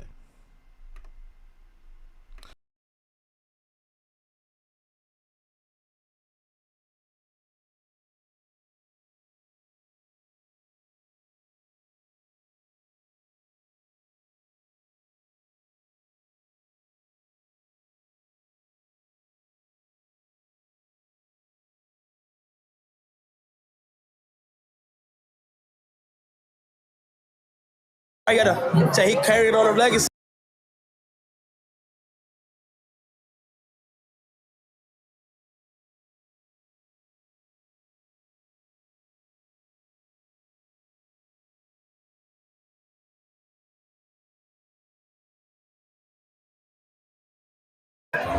Nice to meet you. I feel like the second one was better, so I'm gonna keep that. Yeah, go ahead. What's your name? Travis. Nice to meet you. You're a photographer? Sometimes. Okay, what do you do? I'm a creative consultant. Okay, all right. I love what you do, man. Thank you so much. Appreciate you. Nice to meet you, bro. Clips on TikTok. Hell yeah, I'm just a streamer. I like your jacket. Thank you so much. Appreciate it. What's up? Appreciate it, bro.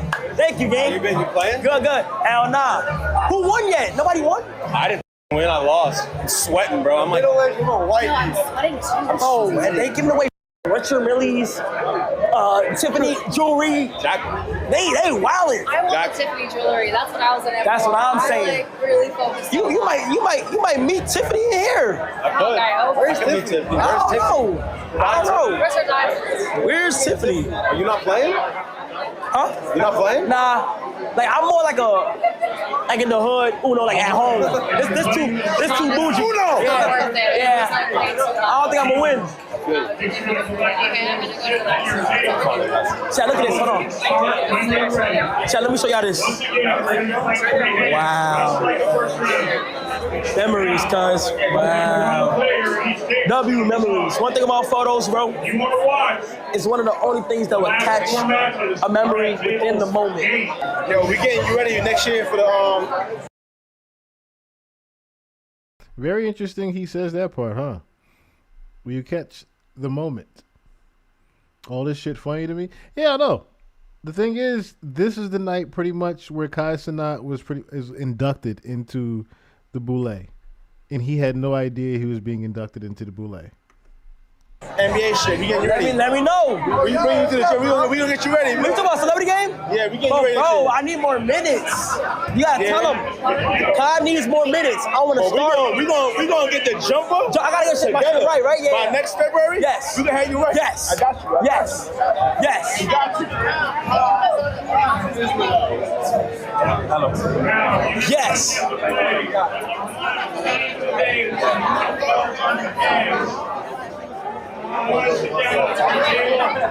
Hi, I'm my husband. This is Lloyd. Nice to meet you, Broski. Nice to meet you. How you doing? This is the El Capitan. I'm screaming right here.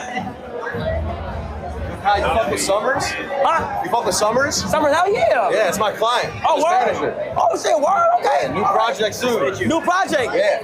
How you like managing this shit? How do I like managing him? Yeah, like how do you like the managing game? Love it, bro. Love it? And Reno's the best, bro. Where you from? I'm from Los Angeles, but I live out here right now. Okay, how you liking it? I love it, bro. New York City. New York City, in the world, gang. Yeah. In the world. Yeah, thanks for showing love to Oh, yeah. It's a big arena. For sure, bro. I never listened to Summers in my life. Like, ever. Ice espresso. What's that? Ice espresso? Like iced tea or like alcohol? Espresso, caffeine. Alcohol? Oh, no. No alcohol. No alcohol? Iced tea? No, coffee. Coffee? Coffee. Coffee right now? Coffee right now. Oh, hell no. Hell no. Hell no. Oh my God. Thank you for your kind words, bro. Yes, sir. Be safe, all right? Hit me, bro. That ass. Thank you so much. Appreciate it, for sure. My guy, hit me, gang. Get my number. Yes, sir. I got, yeah, you too. All right. Have you ever heard of the artist Summer Joy? Of course. No, have you actually? No, yeah, I did. I talked to him. He's his manager, right? No, Summer Joy. It's like an indie singer. Summers or Summer Joy? Summer Joy. Look that up. Okay, I'm gonna look it up. All right, Summer. It's me. Oh, you're Summer? Oh, you know, Gigi? Oh, who's Gigi? You know who Gigi is? Oh, who's Gigi? Tell me who Gigi is. All that matters is that you That's my wife. I know how to Excuse me. Okay, can I introduce you to Gian? Oh my God. And right here is where I said to myself, Kai has no idea where he is or what he's doing. To pull this off, a young independent singer, of course, her manager just told you who she was. She walks up to you finally, introduces herself to you, has the courage to do this, and you pull this number to her. Yes. Oh, who's Gigi? Tell me who Gigi is. All that matters is that you That's my wife. I know how to Excuse me. Okay, can I introduce you to Gian? Oh my gosh. How you doing? And just ditches her. He had no idea how rude he was there. he has no idea. They definitely don't tell you. They invite you to a party. You show up. You're the initiate. My cousin was invited to one by Missy back in the day. Okay, so yeah, you know exactly what we're on to right here, where these parties pretty much you can be similar to how Diddy parties, right? I hate to keep referencing this, right? But similar to how the Diddy parties were back in the day, where they said certain people were made to stand out in certain ways, certain color patterns. Certain people were made to wear black. Some people made to stand out with other colors. That's why I pointed out with the jacket. He was pretty much dressed and styled this way to stand out. That's why Jaden even referenced and said, "Yo, you got the party lit in here. You got the party lit in here." There's people that know who he is for the simple fact that he was supposed to be here. He was sent here for a reason. People are looking at him, as you can already see, like a fucking piece of meat. But Kai has no idea that is going on right now. Oh, man. It's a pleasure to meet you. How you doing? Nice to meet Great. you. Nice to meet you. Photo really quick. My nephew's trans. Nice to meet you. Thank you so much. Nice to meet you. Yes. Chat, you know, we're gonna excuse me. Chat. Let me teach you something, chat. Being a faithful man in this world, they're gonna try to stop you, chat. But loyalty is over everything. He really thought that she was trying to riz him up. He actually thought that she was trying to make a pass at him and not, just promote her music and try to get an opportunity with him. He really thought that she was trying to get with him. You heard?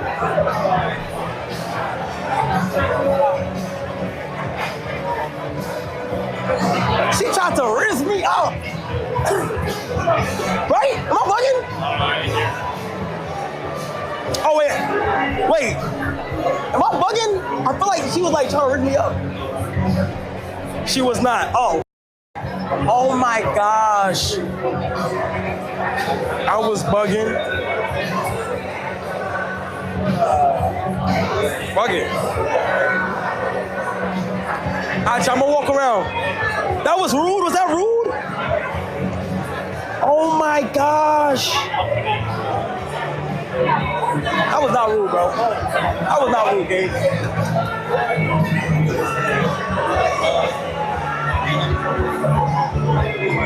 Oh shit, I'm gonna apologize to her.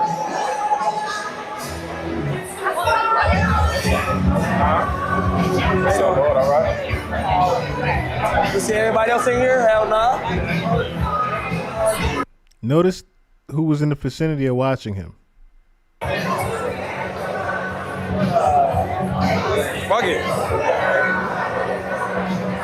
Alright, I'm gonna walk around. That was rude. Was that rude? Oh my gosh. That was not rude, bro. That was not rude, Gabe. As he passes by, the Carlos guy is right here again in the vicinity of watching him.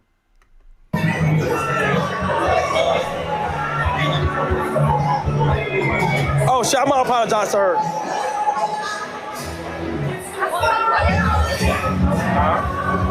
So, all right. You see everybody else in here? Hell nah. Yes. Yeah, I was an All-American, right? You was an All-American? Yeah. Word? Like acting. The football? Yeah. Oh, word? Yeah. Oh, how you get in there? I auditioned. I've been acting since I was like 10. Okay. I'm trying to get into acting too. I ain't gonna lie. I didn't get in a movie, something, but I just filmed my movie not too long ago. Oh yeah. I was documenting stuff for like. How did you like it? It was good. It was good. It was like a Black Youth production. Okay. What's your next movie you gonna do? I can't say. Oh, my man. But you know it's pilot season, so it's a TV show. Okay. We're not gonna say too much. Not too much. Nice to meet you. Oh. All right. Yeah, you said that. I was walking through here when you walked in. I was like.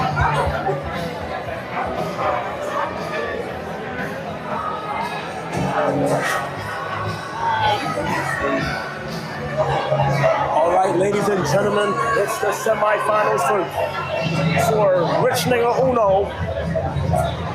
They want me to get on the mic and say it's the final countdown for Rich Nigga Uno, chat. DJ Jansia, you know Jansia? Shensia? Yeah. Who the hell is Jansia? Shensia? That's how we say it. People. Look who pops up again. Same guy. Baltimore. You gotta say Shensia. Shansia. Shan. I'm saying Shan. No, you're not. All right, one more time. Shan. Shan. No, you're saying Shan. Shen. Like Shen. With the chest. Like say 10. 10.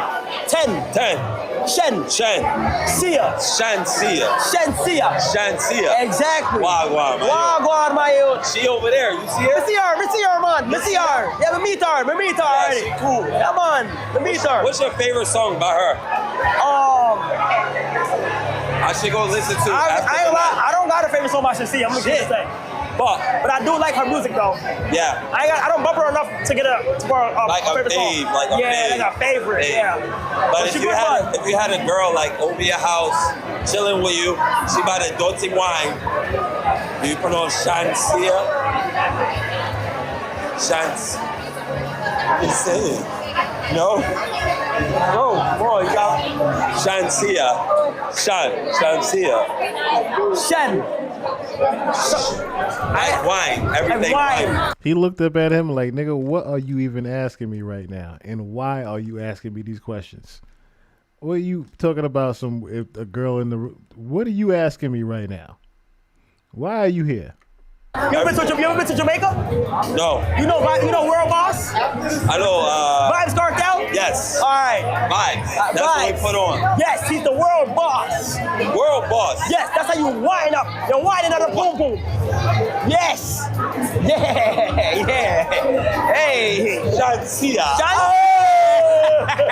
Shansia. Shansia. Yeah. Security was about to me up. Oh, for what? I don't know. I was trying to figure it out. He was like, yo, I can't talk to you. I was like, bro. Her security trying to. Yeah, over there. Well, he's gone. I don't know who the fuck he is.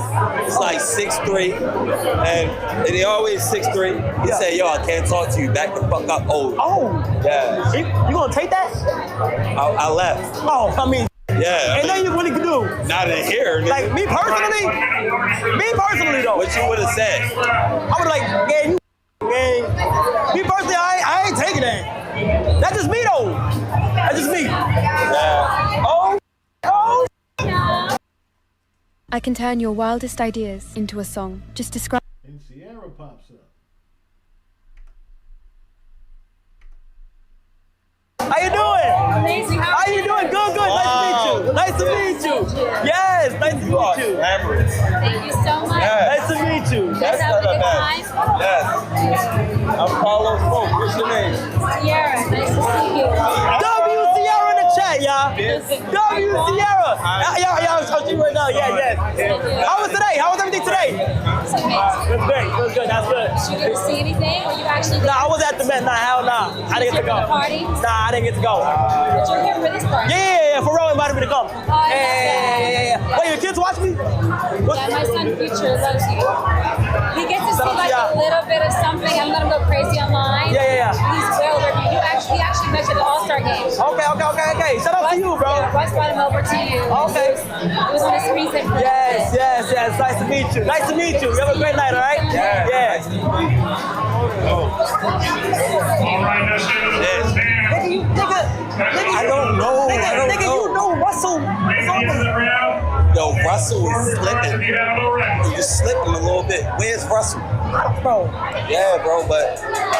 Pink Panthers! Pink Panthers! Hello! How you doing? Good! Wait, That was a liar! I'm sorry. Yo! Where you gonna get on Fortnite? I'm on Fortnite already! What do you mean, like my own skin? Like, your skin, because I know you like Fortnite, right? I love Fortnite. You gotta get your own skin. I want to get my own skin. Can you? Is you really a gamer? I don't even know about skin in there. I can't get in there. I am a gamer. I love Fortnite a lot. I'm in a league. No. Shout out to you. Went to the Met? You went to the Met? At the Met? No, I wasn't. Were you at the Met? How? Were you at the Met? Nah. Why I'm were here. you at the Met? Is she the only lit person in here? That's not true. There's someone else. No, ain't nobody. Everybody in here is like quiet and Don't be rude. There's the. That's not rude. That's facts. No, I'm not the little. There's someone else I saw that's later than me. Okay, my bad. You're later than me. My bad. Wait, so why you in the Met? Why wasn't I? Yeah. Because you know what? I can't pose on camera. I can't do it. Really? I can't pose. Oh, I'm really bad. Why weren't you there? You're the biggest streamer of all time. Bro, because I don't know. Probably next year. Do you want to? Would you go if they invited you? Hell yeah. I mean, okay. I got an invite, but like the brand that had to host me, I didn't really like, so I didn't go. The what? The brand? Yeah. So I ain't gonna be messy. Tell me in my ear. Tell me in my ear now. Tell me in my ear. No, I ain't gonna be messy. All right. Okay. I ain't gonna be messy. You feel me? But nah, yeah, I didn't go. Okay. Nice to meet you, Andrew. Is it your brand? Nigga, what the are you doing? Nah, I don't know him. Okay. What the hell? I know him. No, you don't. You don't know. Well, I do see what you're saying. Future has left the building. Future has left the building by now that Sierra has arrived. I do see what you're saying, though. I am onto what you're saying there, lovely. High school. Gay. And she do look scary as fuck there, too. Because I was saying to myself the same thing, like, all right, Sierra, you there, but you're also the music star. So, I mean, it makes sense for you to be there, but why isn't your husband there? Does that mean that you were accepted into the but you were accepted into the circle, if you will, early on, and your husband never was? Just saying. High school. I'm not gonna lie. I would never lie. But I promise you, everything's going well tonight. Okay. Yeah, all right. Have a good night, broski. Yes. I'm so sorry. Shout out. I should get out of here. Shout out Pink fucking Carly Panthers. You said what? I should leave you alone a little bit. Bro, you scaring them. You are dead ass scaring them, gang. Real nigga. I will attract them. Should I shift? I can shift the energy a little bit. You're scared of them. Hallie, how you doing? How you doing, Hallie? Nice to see you. You been good? I never met you. Yeah. Nice to meet you. Everything good? Nice to meet you. Yeah. Shout out Halo. Shout out Halo. How you doing? Everything good?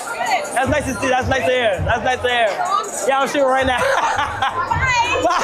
Now, that's Haley Bailey, not Holly Berry, but Haley Bailey, Chloe Bailey's sister.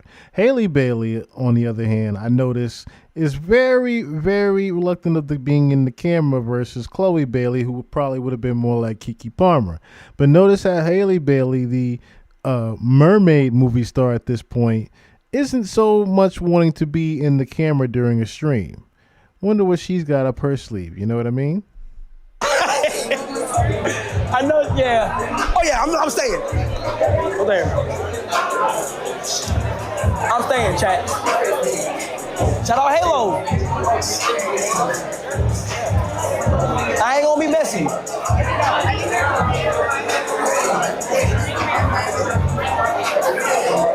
I ain't gonna lie, gang.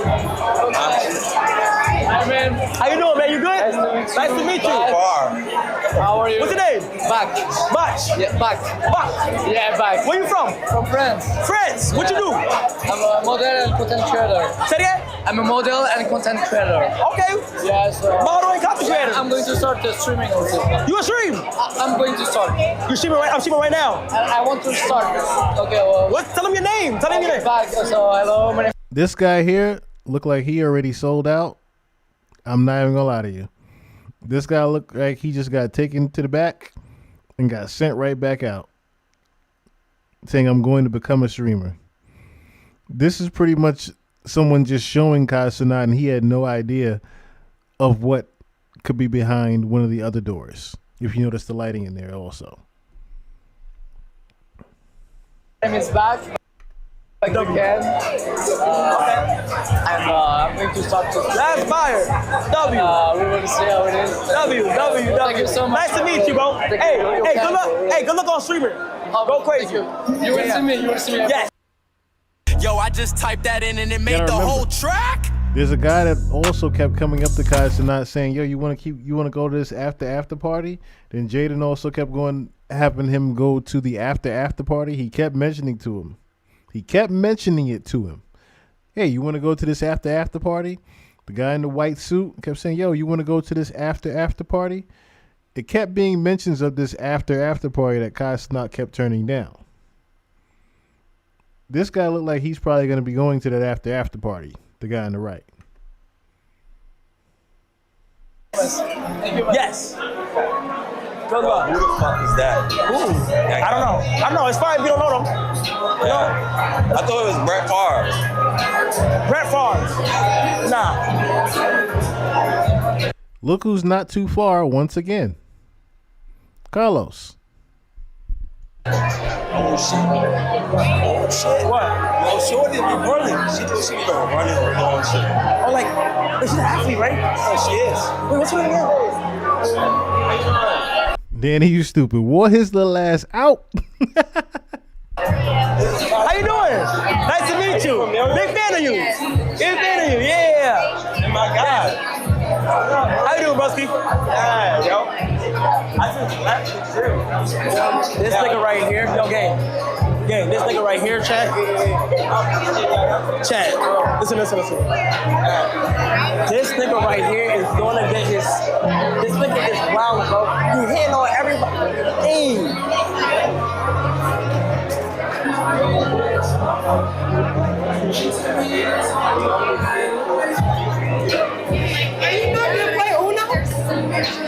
I'm trying to win a Richard Millie. They saying I gotta play the free to play. I can't play the actual one where you gotta win something. Listen, Rocket. Tell your pops to give me some Louis Vuitton. Listen. Tell your pops. Let me walk the runway. Say dad. Say look. Say dad. Kyle wanna walk the runway. Just tell him. I'm telling you, gang. But you literally heard him earlier say the reason why he didn't go to the Met Gala was because what? He didn't fuck with the brand. He didn't fuck with Louis Vuitton. But here you hear him asking about walking the runway and give me some Louis Vuitton. So again, I keep bringing this up to beg the real question. Why did Kai Cenat really not want to go to the Met Gala? Was it because the same scenario here where he knows they're trying to get him and he's just trying to avoid it, so he wasn't able to? Remember, he wouldn't have been able to go into the Met Gala streaming. So that's the real reason he didn't want to go to the Met Gala. That's why he showed up to the after party, because he was able to negotiate getting the cameras in there and being able to stream. He's still someone that's of high production. So he's able to bring his camera in certain places where some people might not be able to. It's Kai Cenat. Of course, the reason why it's so lit in there for him is because they are looking for him. Pretty much, as I said before, everyone's looking at him like a piece of meat. So Kai Cenat being able to stream in there, and they know that, again, this is their way of initiating him. Let him do what he does. We'll get him later. You gonna be the W-Mans! Please! I'll try. Yeah, hell yeah. Nah, it's good, bro. It's all good. It's fire, though. You enjoying yourself? Yeah. How old are you? 16. 16 with motion. You blessed, gang. You blessed. Oh, Chad. What that do, bro? Yo! Wait, what's your name again? I'm Carlos Pope. Nigga, you just having fun. Yeah, I'm in here, bro. You just having fun. Yeah, I don't know any of these people, bro. Like, most of these people, I don't even know them. Kim and Lala. That's Kim K. You ever met Kim K? You ever met Kim K? Hey, yo. What? You met him? Haven't met him? They go Sway. Hey, Sway. Sway what? Okay, listen. Go ahead. Relax, bro. Relax. Listen. I fuck with you, OD, but you're embarrassing yourself, nigga. Stop doing that. Just relax. And nigga, I'm not with you. You're right. We're not together. We're not. We're not. Kim! Kim, how you doing? You good? Yeah. Just chilling. How was the Met? The Met was fire? Good, yeah. That Mafia-thon 2 trailer. Yes, the one and all. Lala! How you doing, Lala? You good? You good? Chilling, yeah. Just enjoying myself. Ain't doing nothing for real. Right. Y'all just got here? Okay, that's good. How was the Met? It was fun. What is TubeBuddy? Now, Let's break it down Lala fast. and Kim TubeBuddy Kardashian is used by showing over- up tells you one thing here. Number one, Lala, of course, wouldn't have anything to do with it. But more notably, Kim Kardashian, who, if you remember, as he said before, Kim Kardashian showed the Mafia-thon 2. Kim Kardashian actually showed up quite a few times to Mafia-thon 3. That should tell you already what's going on. It's not every day that Kim Kardashian, Kevin Hart, and a few other, Selena Gomez, and a few other notable celebrities, LeBron James, to name a few, start just randomly showing up to your place. I heard what you said. what we filmed was funny. That's fire. Yeah. Right. Oh, yeah, come on.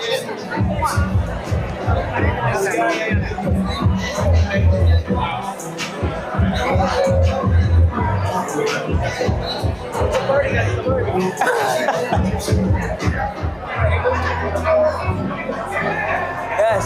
Enjoy your night. All right. Enjoy your night. Chat. All right, later. Oh, nigga, I was about to leave. This shit is motion in here. Alright.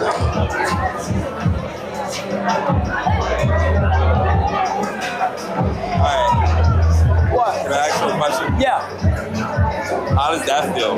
What? Like just taking pictures with Kim, Ciara, and Lala. Nigga, I don't know, nigga. You don't even take it. Nigga, I don't even know what the f going on, nigga. I believe you. Nigga, I am a dirty ass Bronx. How the f did I get in here? Nigga, bro, I don't know, gang. I don't know. I feel you. I'm from Baltimore. I know that. Kind of dirty, but I ain't gonna lie. He funny as fuck, Jack. Yeah. You are funny, gang. Not like that ass. I fuck with you, gang. Fuck with it. Yeah, I fuck with you. Yeah. That's crazy. He asked me. I just was like, yo, what the fuck, nigga? Yo, I didn't even know that was Sierra at first. I was like, oh, all right, Russell. All right. You know what I'm saying? How you doing, bro? You good? Nice seeing you, gang. Isaiah, your photographer. Yes. I was like, man, you gotta connect. Yes, I want to start car one day. Let me know. Let me get connect, gang. I had emailed you. Wait, hold on. Let me see your IG. Let me take a picture of your IG.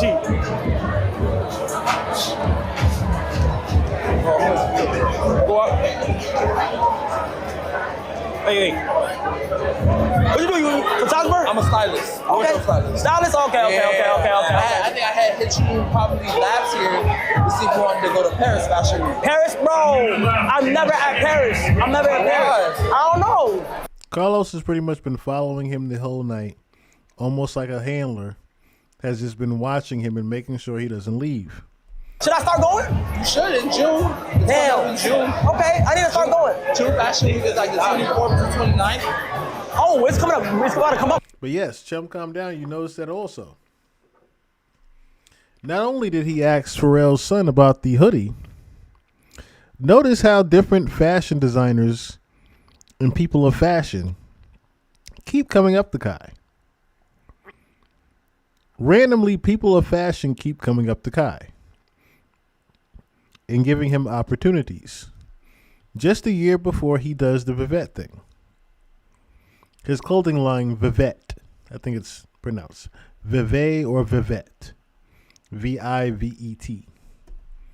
Right now? Yeah, next month. So I just finished Met. I'm about to start working on it on Monday. Okay. So I think you definitely tap in. Like I'm gonna try. Yeah. I'm gonna try. I'm gonna see. Sometimes I don't like to like step out and go. I don't know.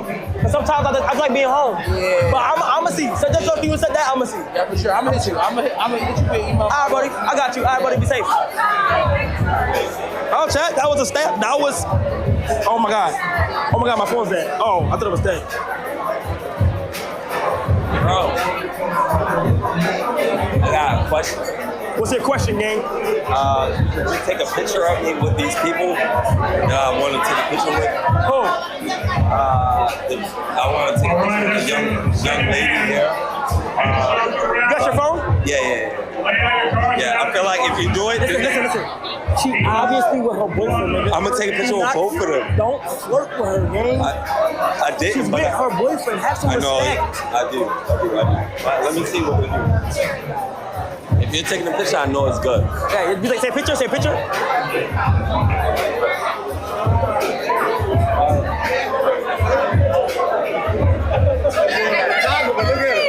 Me. Not me. Now, one part I did take note of, but I forgot to point out right here at the 43-minute mark. Did anyone notice what Cenat actually said to Lala when he asked him about the Illuminati? When he asked him about why didn't you go to the Met Gala? Nano Banana Pro. There was a certain thing he did when he shrugged his shoulders. I should say a certain thing he said when he shrugged his shoulders. You met him? Haven't met him? They go sway. Hey, sway. Sway what? Okay, listen. Okay, relax, bro. Relax. Listen. I fuck with you, OD, but you're embarrassing yourself, nigga. Stop doing that. Just relax. And nigga, I'm not with you. Pay attention here when Right. We're not together. We're not. I don't even... he didn't go to the Met Gala. We're not. Kim, how you doing? You good? Yeah. Just chilling. How was the Met? The Met was fire? Good, yeah. That Mafia-thon 2 trailer. Yes, the one and all. Lala! How you doing, Lala? You good? You good? Chilling, yeah. Just enjoying myself. Ain't doing nothing for real. Right. Y'all just got here? Okay, that's good. How was the Met? It was why you ain't come? Oh, no, I didn't. Illuminati. How you doing, Lala? You good? You good? Chilling, yeah. Just Just enjoying myself. Ain't doing nothing for real. Right. Y'all just got here? Okay, that's good. How was the Met? It was why you ain't come? Oh, you know I didn't. I heard what you said. I heard what you said.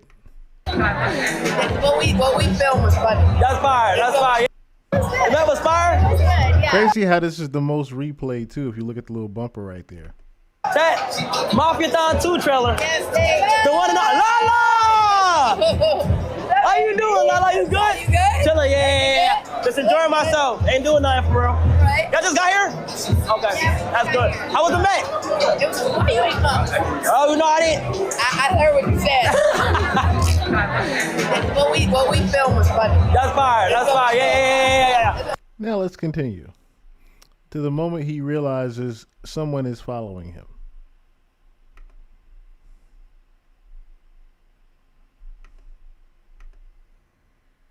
I'm glad I didn't leave, chat.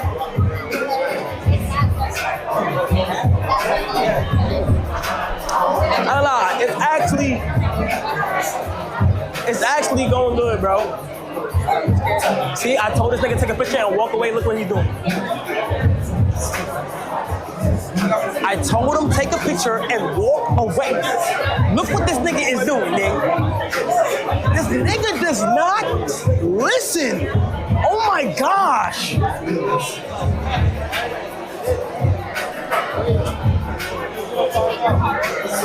Oh my God. Alright. Listen, nigga. Alright, I'm back. No, nigga, I told you to take a picture and relax. Get a whole convo. Oh, I wasn't supposed to talk to Read the room. Oh, she reads. Alright, yo, look. Go ahead, shoot your shot. Go ahead. No, I'm gonna shoot it for you. Shoot it for me. Nigga, I got a girlfriend, nigga. For real? Yes. Alright. Yeah. I didn't think that was real though. I just think everything in the media is not real. Sometimes it's not real, bro. Like you in love? Yeah, bro. I love her, bro. How? Yeah. Alright, what's your love language? I ain't gonna lie. It's an indescribable feeling like a love language. I always have to say physical and there's another. What's the 5 love languages? Physical touch. Physical touch. Acts of service. Acts of service. Y'all noticing what's happening here? Acts of queen. Come here, queen. What's the 5 love languages? It's physical touch. Acts of service. Oh no, I'm sorry. All right, come back. Come back. Yeah. All right, thank you. Physical touch, acts of service, gifts, going outside, taking them out to dinner. I like acts of service and physical touch. Right. That's more me. Oh, words of affirmation. Words of affirmation is fine. I ain't gonna lie. I'm a real lovey-dovey ass nigga. Like, for real? You gotta make your girl happy, bro. What kind of pillows you got in your house? Kind of pillows? From Target. Ugg pillows. That's not bad though. Ugg's not bad. What the f you mean? What type of pillows I got? Because. And that right there is when Kai realized this guy is a little bit, he's trying to get a little too close to me now. What do you mean? What kind of pillows do I have in my house? You went from asking me, what's my love language? Do I have a girl? What kind of pillows do I have in my house? What are you asking me right now, sir? Oh, hell nah. No. Not for me. Not for me. For your girl. For your girl, bro. Because, like, sometimes you need pillows that. Why are you asking me to cuddle and touch? I would like you to raise your hand. What if guy prior starts to Warren, you asking, had never sold what kind of pillows do you have in your house? And this is when I started to realize this guy has been following Kai around because they are trying to make him his handler. Of course, it didn't necessarily go that way, and Kevin Hart remained the main handler. But you can definitely tell there were signs of people trying to get Kai Cenat to do things that he wasn't necessarily wanting to do. He avoided drinking the alcohol. He avoided going to the after party. He said what he said about Nike just a month after this. He said what he said about Nike, that he didn't want to necessarily sign the $500 million deal. Then Mafia-thon 3 happens after Streamer University. Streamer University was pretty much where he had already gotten inducted, or should I say initiated, into the Boule. Pre-Streamer University is where he got inducted into the Boule. And that's when they pretty much sent him on the mission of inducting other people into streaming. But post him realizing that he had inducted so many people into what he was about to be put into, that's when Kai had the mental breakdown. What the that got to do? Bro, I just bought this pillow, and this lady was like, yo, you gonna get somebody pregnant? And I was like, wait, because of the pillow? She was an old head from the Bronx. Okay. So I was like, how old was she? She might be like 45, 58. You fucked her? No. She spent the night? No, she told me this in line at Burlington, East Flatbush. She's crazy. But, you know, but that's it. Yeah. So like you don't do like YouTube or like I'm working on something, bro. What you do? I be floating around. Yeah, I ain't gonna lie. Like no. I do content for Jess Hilarious. It's like my sister. Oh, shout out Jess. Okay. Earlier he said Charlamagne was his cousin. Now Nick Cannon is his cousin. Pay attention to that. I'm not gonna lie. Like you being yourself, yeah, you would be good as a content creator. Like you funny. I need a producer. That's what I'm thinking. Like you got him. He's not a fucking producer, but he's there. He's there. If he wasn't there, he'd be holding the shit yourself. Nigga, he's a videographer. All right, what's his name? CB. All right, CB. Who the? This nigga's out here with a light. Capturing you right now. Yeah, he's a GOAT. I believe it. He's a GOAT. Without CB, this shit wouldn't be getting caught. No, not at all. You know what I mean? No, I need that though. That's what I need. If you out there online. That's easy, bro. That's easy. All right, for sure. You can find what it is. What it is? Young really got a lot. How old are you? Nah, like you let us look like you 23, gang. Yeah. But I'm like double that. Cap. No, you 46. How old are you? Cap. All right, I thought that was Shorty from That's So Raven. She the girl. How old are you? I'm 34. Nigga, you look young, bro. Yeah. Told you, bro. That's fire. I'm a supporter, bro. I'm like that nigga for all because you're 34 don't mean you can't still do what you want to do. No, facts. You feel me? No, I'm working on it. But my whole thing is I just need a like him.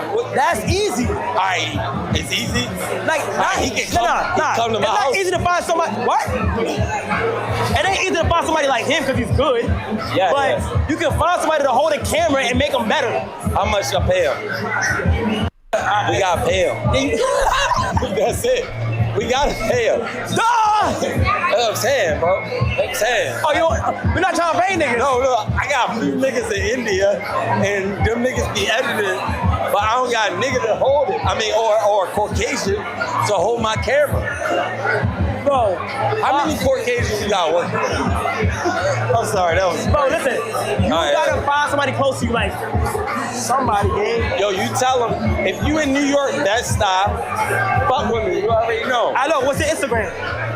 LOS work. LOS work. I've been doing this shit. Okay, so now somebody out there that's good with cameras is about to DM you.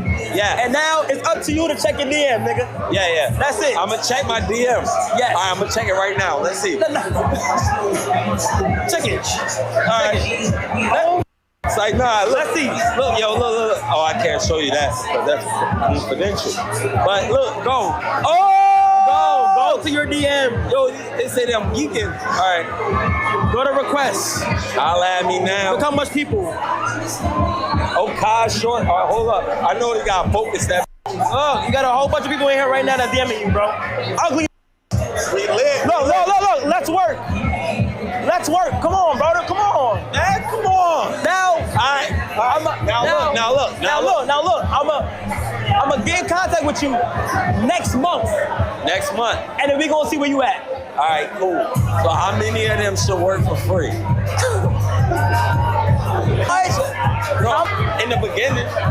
Oh. Yo, did you work for free in the beginning? Yeah, I had to. Oh shit, Coco Jones.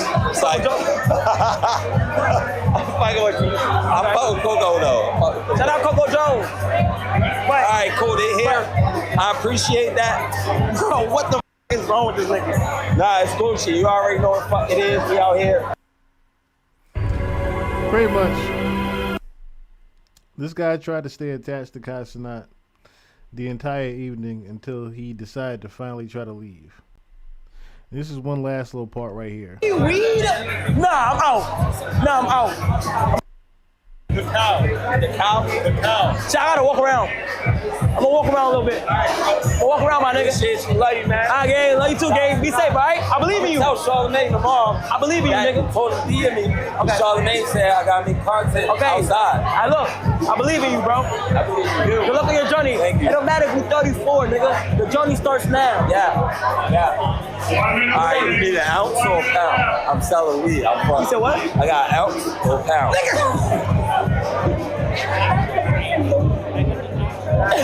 Did you just ask me if I need weed? Nah, I'm out. Nah, I'm out. Chicken and roll, bro. Hi, Richard. What up, bro? Are you streaming the final table? Where's the final table at? I just made it. You want the final table? So you can win. I could win. Notice how everybody is dressed to the nine in there. And here's the guy that's probably someone's rich kid's son with a white tee from the deli and some sweats and sneakers. Talking about some, I'm at the final table. And Kai Cenat, multi-millionaire, couldn't even get a fucking seat at the table. I need that RM. So you can win. I need that RM. Oh my God. Wait, what happened to like the Tiffany diamonds and I don't know. I'm just here to play it up. They're still going. They're still going. All right. I don't know about that table. If you moved on, before Bro, players are get that moving Richard. on, Get that Richie! in about 10 minutes. Just 4 of you. Damn. You're going to Chat. make it to the final table. Chat, I ain't gonna lie. I do not. Yeah, I gotta apologize to Summer, bro. I don't know where she at, but oh, my boy right here, my boy right here. What we got on today? What we got on today? What we got on today? What we got on today? What we got on today? What we got on today? What we got on today? What we got on today? Okay.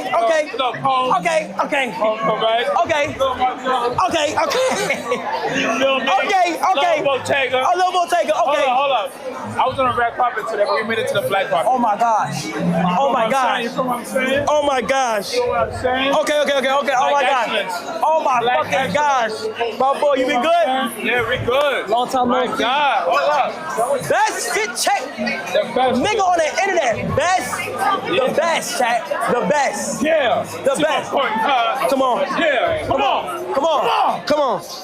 We got LV for the cardigan. It's not a regular white bun, no, this LV too. Damn, it's not a regular. LV for the jeans. LV for the jeans. LV for the shoes. Yeah. What the f you got on though, nigga?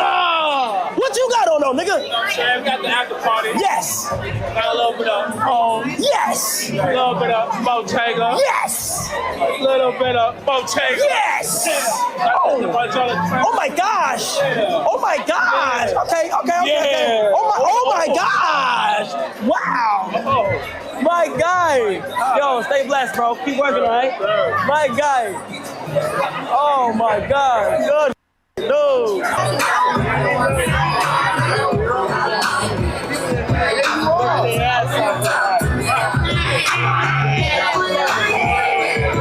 Yes, I want to go outside. Come on, yo. My bad. You just took me. My bad.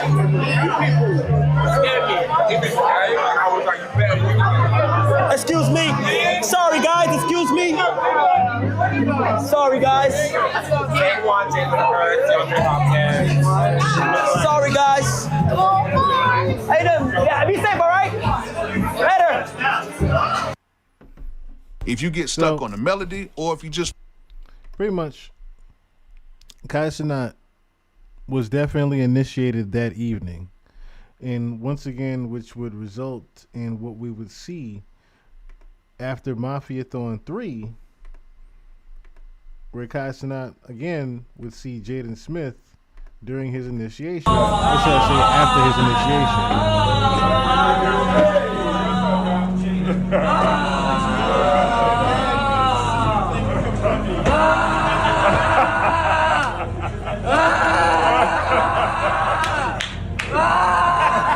Christian, this is Kai. How you doing?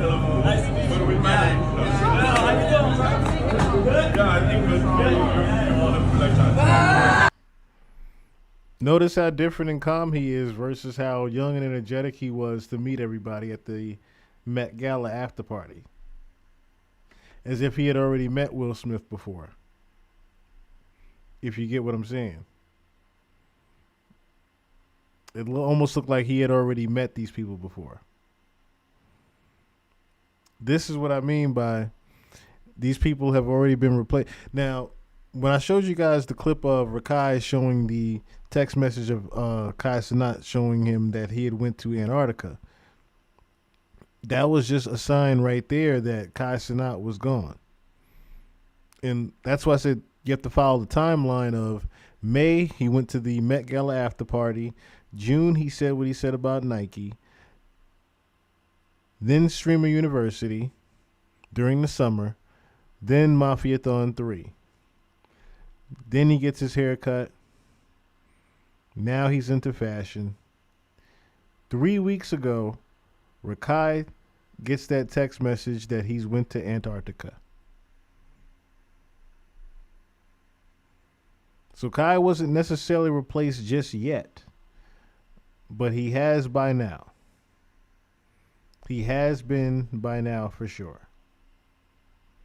That part is for damn sure.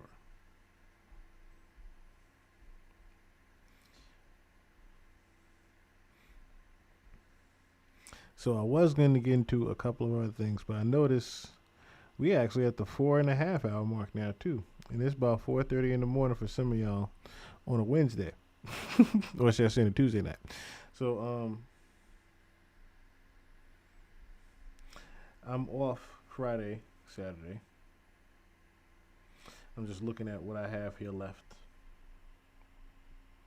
I want to do some more research on the supposed war that's going on. And I'll get back to you guys on that. I did go through JeffTube and there's a bunch of nothing burgers. But I do have that for y'all to go through still because I still want to show y'all a couple of things from that. And see if y'all see anything that I don't. Also have the Wicked Industry documentary I want to check out with y'all. And Sloan Bella's Michael Jackson. Because I wanted to couple that with the Michael Jackson album cover Dangerous. But I put it in the chat, but yes, we do have a small $50 goal we try to hit each week. Very small $50 goal we try to hit each week. If you guys would like to donate to the podcast, it's right there in the left-hand side of the screen, Chill Murray 1, or the PayPal at G-Class Music Group. You know what?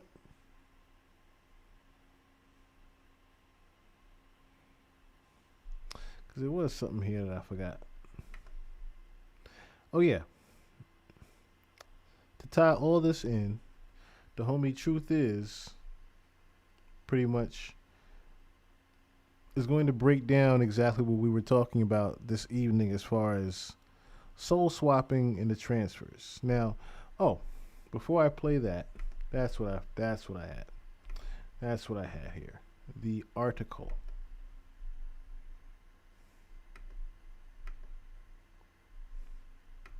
Oh, that as well. Okay, so a couple things I had dug up here.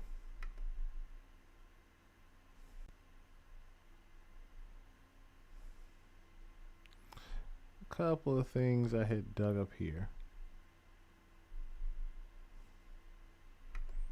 including, and I had mentioned to you guys this before on the pod, but there was an article recently about why so many influencers have been killed in 2025 so far. Now they chalked it up to pretty much just your average everyday people, having so many followers, and you never know who's following you and stalking you. And then they had the case of the one in Southern California where someone was shot in the face in plain daylight.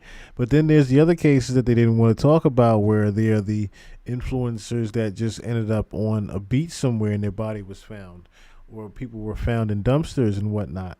They don't want to talk about those bodies that just washed up on the shore. No one wants to bring up those influencers that end up dying, or the influencer that was, is this that one right here? Oh yeah. So the one that got shot in the face, we saw that clip of the lady that was just sitting there in the store, and people were literally telling her that she should leave. And she had gotten shot in the face in the middle of the store during her stream. It's not a coincidence that a lot of these streamers that just pretty much either spoke against the regime or spoke against the elite, said something against Israel, or said something at Trump. It's not a coincidence that a lot of these streamers just ended up dying randomly. Some of them were locked in with cryptocurrency. But there is a such thing called soul swapping. And I noticed that someone had brought this up to me, actually, that very possibly Cenat's soul has been swapped with Virgil Abloh. Now, it's like I said, I looked up why he didn't want to be associated with Louis Vuitton, and it didn't have anything on that. But I also noticed that because he said that at the Met Gala, it was kind of funny that he ended up being viral, that he did walk up on Louis Vuitton, the actual Louis Vuitton, in Nigeria. Let me go. Well, not actual Louis Vuitton. He walked up on Louis Vuitton being sold in Nigeria. Louis! Femi, if you buy this Louis, police will arrest you. You are going to sleep in jail. He walked up on some fake Nigerian Louis Vuitton being sold on the street. And like I said, this clip is going viral now. Because this is the highest fake. Ask the price. How much? I'll give this one 80,000. 80,000 for a Louis bag, bro. That's 80,000? That's about $40 for a Louis bag. $14? Wait, hold on. For Louis? Wait, hold on. $14 for the Louis Duffy? Hold on. You're telling me? But it has the same design. So. Pre-haircut. But look at him after the haircut. At the Louis Vuitton Paris Fashion Week. Remember, this is the same guy that said he didn't want to be associated with Louis Vuitton. But he's showing up to Fashion Week.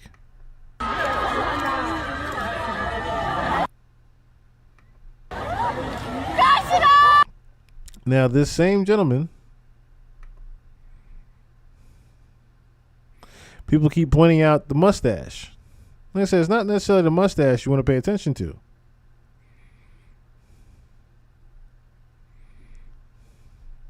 It's the whole demeanor that's gone.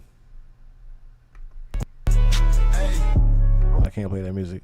It's the whole different energy that's gone from Cenat. He's not necessarily just, I'm just happy to be here at Cenat anymore. He's not the, I'm on stream trying to show my energy Cenat anymore. Not the smiling Cenat anymore. Super serious Cenat, if you will, right?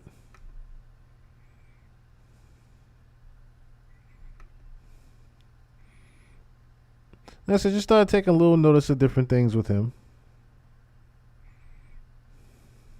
But one of the biggest things to point out was his idea book for Vivette. Looked very similar to Virgil Abloh's idea book. And remember, someone said, just pay attention if you see an idea book from Cenat. Here's an idea book he's showing of his Vivette. And here's Virgil Abloh's idea book.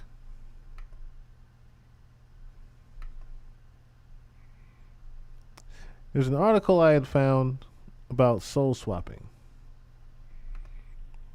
They call them walk-ins. Why some souls choose hand over the wheel. So while doing Akashic record readings, occasionally I came across a case where the client was born with one soul, but now there's a different soul in their body. Or to be more precise, the person's current soul, the being they are now, came into the body sometime during this life to replace the original natal soul. This is what we call a walk-in, soul shift, or soul swap phenomenon. I'm finding that for some reason the walk-in phenomenon is somewhat more common in the younger generations, especially folks under the age of 30, and even more so in those under 15. Most of my clients are adults, of course, but when asked to read for their children, I noticed that quite a few turn out to be walk-ins. So I thought I'd cover the topic of walk-ins in an article for the benefit of curious parents and anyone else interested in this fascinating phenomenon. There are a few walk-in scenarios that I've seen while doing readings, and a couple that I've heard about. Let's give some goofy names and talk about each one. So pretty much she's going to make up different names for what they are, but she's also going to have their main definition of what they are next to them, of course. So the oops, I changed my mind walk-in. This type of walk-in seems to happen most early in life during the first weeks to few months of a baby's life. The soul realizes that perhaps it's not ready, or it has taken on too much for this incarnation, and so it wants to go back into the spirit realm to revise its life plan and then try again. In a case where it would have been too disruptive to the life plan of the parents to lose their baby to a sudden death, another soul may volunteer to take over the incarnation. This type of walk-in is obviously not planned before birth. However, the two souls apparently do make an agreement to which places when the first one decides to exit. What will the parents notice in their baby when a soul swap occurs?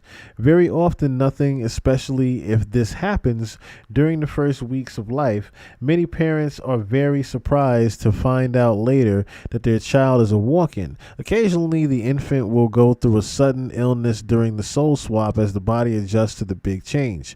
In some cases, the parents will notice a shift in the baby's physical appearance or personality.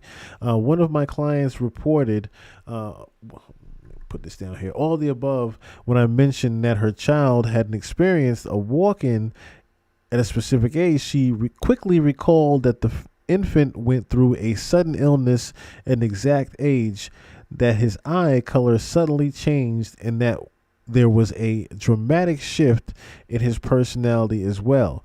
What will the walk-in person notice as he or she grows up? Often again, nothing, especially if the switch happens so early in life that the current soul number 2, had an opportunity to shape and mold the physical and emotional structures of the human to match itself. So pretty much it already gotten the chance to develop and match on to the original soul that was there in the first place, the original person. So you probably wouldn't necessarily notice the walk-in. That's what she's trying to say there. Now, it also brings me back to when Epstein was talking about neurology. And if you think about his fascination with babies and his also fascination with neurology, if you get what I'm saying here, that coincides with what we had found with they were doing these experiments. They said it in the Epstein files. They were pretty much just doing these experiments on babies. And what these experiments were about the soul swapping. Now, this is more evidence that proves that they were doing soul swapping on actual humans, or should I say actual adults as well as the children. So occasionally the person will feel uncomfortable in their own skin, or as if their body doesn't fit them very well. They may also feel like they don't belong in their family, like they're the odd one out, or like they're the odd one out. That's crazy. Who just can't bond with or find much meaning in their relationships with the family. It's kind of weird there. And that's because on a soul level, this family may be complete strangers to the being that walked in. what will soul number 2 inherit from soul number 1? This, I believe, varies in many cases. I've seen soul number 2 take over the original soul's contracts with the parents and even with the future life partner, but not the original soul's lesson plan, which is a set of experiences, learning, and growth that a soul chooses for a specific incarnation. I haven't seen soul number 2 purposely take on the original soul's karmic baggage. However, the new soul may inadvertently take on some challenges as a side effect of coming into a body created by someone else. That's because negative patterns and trauma tend to stick around in our energy field and in our mental, emotional, and physical structures, and it may take a while to rewire or transmute that inheritance. Now, this is the one that Cenat, I believe, is experiencing. It's called the Hold My Beer one, pretty much. So how they describe this walk-in is this scenario is similar to the one above, also unplanned. However, it happens for a different reason. The original soul has to leave the body because the soul is needed somewhere else in the universe. Perhaps it's given a critical mission to fulfill. Even though I've seen this one in practice, I suspect it's not very common because our souls are so large that they're able to spawn several parallel incarnations at the same time, different versions of themselves. See what I mean? Similar to what we looked up with Trippie Redd and Orlando Brown. It's possible that this type of walk-in can happen both in childhood and later in life. A change in the personality and the quality of connection with loved ones is possible. In this and the previous scenario, the switch can be such an urgent spur of the moment thing that soul number 2 won't have time to properly plan its upcoming journey. As a result, the person may feel a bit lost and directionless, not knowing what they're supposed to learn or do with their life. It's because they were pretty much pushed out onto the stage without a script and told to improvise. That's pretty much what's going on right now with Cenat. Pretty much she's been soul swapped, I think, with Virgil Abloh, who's already passed, which would also explain him being where? Louis Vuitton. After he didn't want to be associated so much with Louis Vuitton, all of a sudden he's at Louis Vuitton Fashion Weeks doing his own brand. If you get what I'm saying here. That's not a coincidence.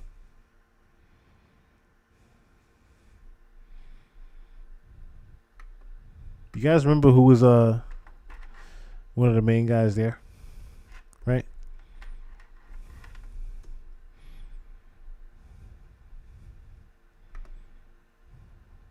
You guys remember that?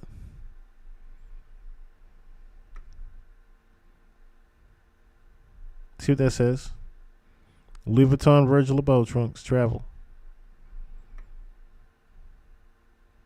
Like I said, at first I didn't necessarily believe the whole soul swapping thing until I actually started to do the research on it and realized that there could be a lot more truth to it than meets the eye.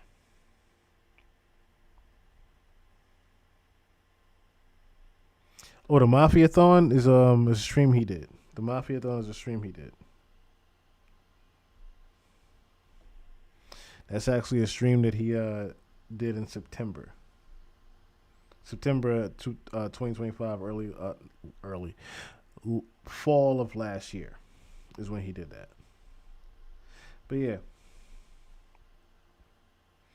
I think it's safe to say that Cenat definitely has been switched out by now. As far as his double is concerned, we will see that in the public probably within the next month or so, I want to say. Hell, we're probably already seeing his double. This clip I also wanted to share with you guys, which pretty much can help sum up what we're talking about here. It's Salt from Salt and Pepper talking about different rituals she's seen in the industry. think that you're crazy. So now we know Satanists and Luciferians run the world. 2 Corinthians, it describes that Satan is the god of this world. They own the government, politics, Democrats and Republicans, the court system, the education system, the banks, the Federal Reserve, real estate, farms, Hollywood, what we watch, music, what we listen to, media, what we believe, sports, big pharma, everything. We pay their taxes, we work their jobs, we buy their houses. We don't own anything really, because even if we paid for a house outright, if we miss paying taxes one time, they can take the home.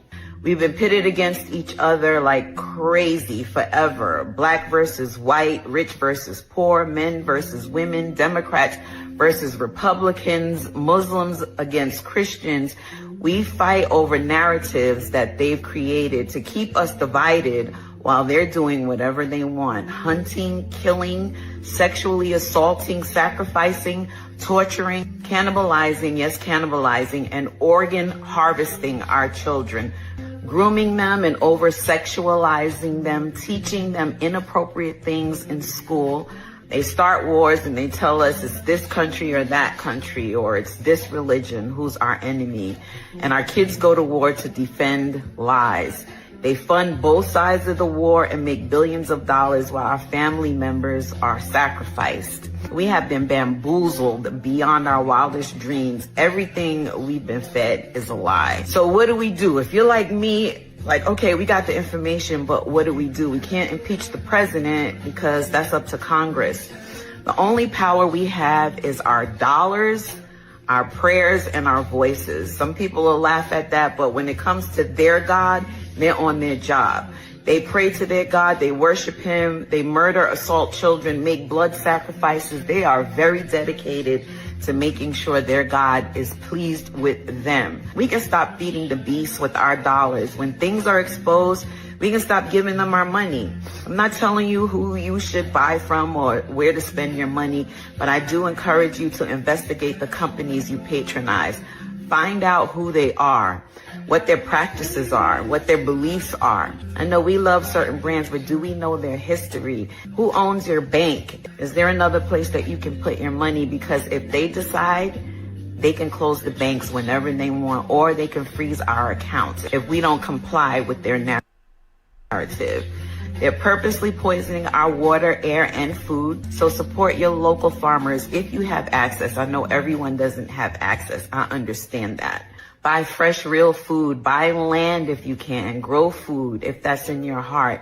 Even this information we've been exposed to, I think it's designed to see what we will do. This information can make us feel helpless and depressed and even more complacent, giving them even more control to usher in their new world order, their one world government, one currency, one world dictatorship where we have no rights at all. So we can refuse digital ID, we can support smaller venues, we can spread and share information. If we can homeschool our children. Support local farmers. It's healthier, it's cleaner. Get back to eating whole foods. If you can, try and go direct to consumer. And according to Revelation, yes, we are being led to a choice, right? It talks about the mark of the beast in Revelation 13:16. Reminding y'all, she was about to remind y'all too what they talked about the second coming, the fake second coming that's coming. And one of the last things I wanted to share with you guys is this right here from Truth Is, who pretty much breaks down what really happened to Jim Carrey in a nutshell here. Jim Carrey just set the internet ablaze, showing up to the 2026 Caesar Awards in Paris looking completely unrecognizable. Look at the hair, look at the jawline, and even the eye color. The change is so drastic that the comment sections are already convinced the real Jim Carrey is gone. They're saying he was swapped out for a copy after speaking out against the industry, disposed of and replaced by a vessel that looks and acts nothing like the man we knew. But is this what's really going on? Or is there a much darker explanation for this? What I've discovered suggests that while the body might be the same, the man inside has undergone a deep mythical transformation that is literally rewriting his biology. Today, we're revealing the truth behind Jim Carrey's transformation, and by the end of this, you will never see him the same way again. They're all characters that I played, including Jim Carrey, including Joe Barish, including any of those things. They're all characters. You know, Jim Carrey was a less intentional character because I thought I was just building something that people would like, but it was a character. There's no meaning to any of this, so I wanted to find the most meaningless thing that I could come to and join, and I'm very well aware of my camera, and I have no idea what's going on with it. But I'm going to play that video from here.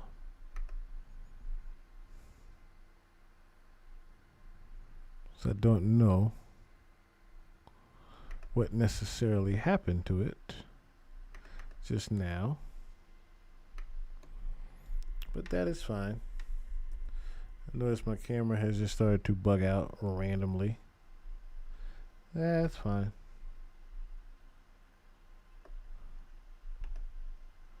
That's fine.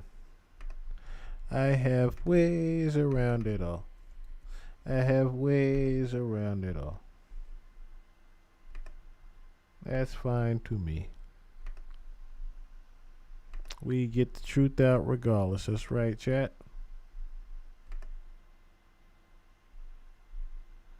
We get the truth out regardless.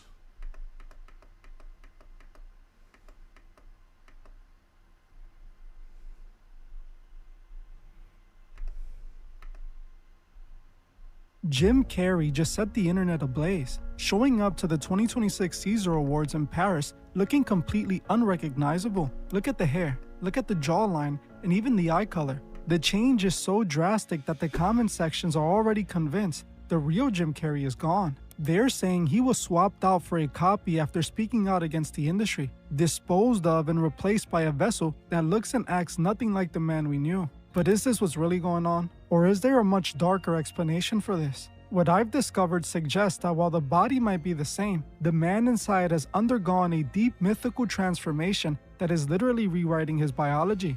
Today, we're revealing the truth behind Jim Carrey's transformation, and by the end of this, you will never see him the same way again. They're all characters that I played, including Jim Carrey, including Joe Barish, including any of those things. They're all characters. You know, Jim Carrey was a less intentional character because I thought I was just building something that people would like, but it was a character. There's no meaning to any of this, so I wanted to find the most meaningless thing that I could come to and join, and here I am. What do you believe in icons?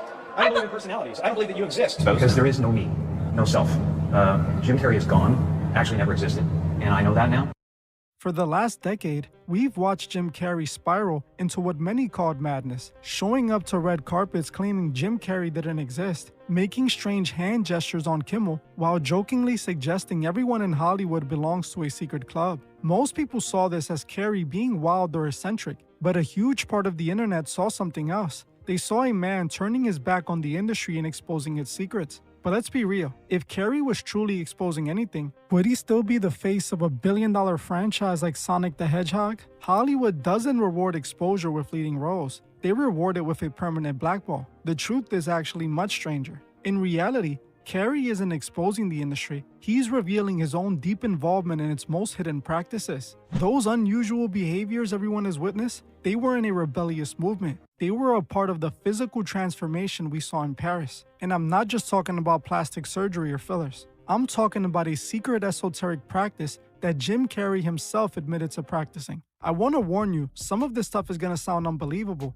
That's why I suggest you stick around to the very end and hear the full story before you flat out reject it. There is no way you can deny that Jim Carrey has gone through a complete facial transformation. If we back, the inconsistent that was nowhere to be seen in 2020 and wider, creating that puffy or pillowy effect that was nowhere to be seen in 2024. His jawline, once rugged and chiseled, now looks feminized. The transition from his ear to his chin is smoother, less aggressive, and almost porcelain. Then These are all the things that I pointed out to you guys about the facial structure of certain things. But this is what we are digging into in detail now. 2024. His jawline, once rugged and chiseled, now looks feminized. The transition from his ear to his chin is smoother, less aggressive, and almost porcelain. Then we have to talk about his eyes. Carrey has famously dark, prominent brown eyes, but in the 2026 Paris footage, they appear light hazel, gray, or even green under the stage light. Combine that with his shoulder-length jet black hair and his sudden ability to deliver a 14-minute speech in fluent French, and you have a man that claims to be Jim Carrey, but physically is unrecognizable. Now, the skeptics will say it's just Botox and fillers. They'll just say he just bought new contacts and a bottle of hair dye. This wasn't random nonsense. It was actually a clue to decoding all of this. To understand what's really happening, we have to go back to when his death actually started, and the secret esoteric practice Jim admitted he was deeply involved in. Jim Carrey has openly admitted to being deep into the esoteric side of Gnosticism. Now, many people hear him talk about Jesus and assume he's following modern religion. You made the decision to walk through the gate of forgiveness to grace, just as Christ did on the cross. He suffered terribly, and he was broken by it. But they're wrong. Carrey is into an ancient esoteric form of Christianity that goes back centuries. The core of this belief is that a human can become a transcendental perfected being through a process called the Great Work. And Jim didn't just study this, he admitted to practicing the most secretive part of it, the sacred secretion. In a rare interview, Jim describes a monthly psychological process where a seed, an internal oil called the chrism, is released from the brain and travels down the spine. The goal of this is to save this energy through voluntary abstinence and specific tantra techniques. If you don't waste this power, it returns to the pineal gland, decalcifying the third eye and literally recharging the biological body. About alchemical sexual alchemy. Do you know that the story Jesus, how it's been altered in certain ways? I mean, yes, there's a guy, yes, there was teachings, all that stuff, but there's 33 vertebrae in your spine. There's 33 years in the life of Jesus. Okay, there is a substance or liquid or a substance that comes from your medulla, which is basically completely looks like the Ark of the Covenant. Has angel's wings around it, the whole thing. The medulla shape. Now, is this what? So this substance comes from your medulla, makes the trip down your spine to your sacrum, which is Christ coming down into human form. You hear that, Cherie?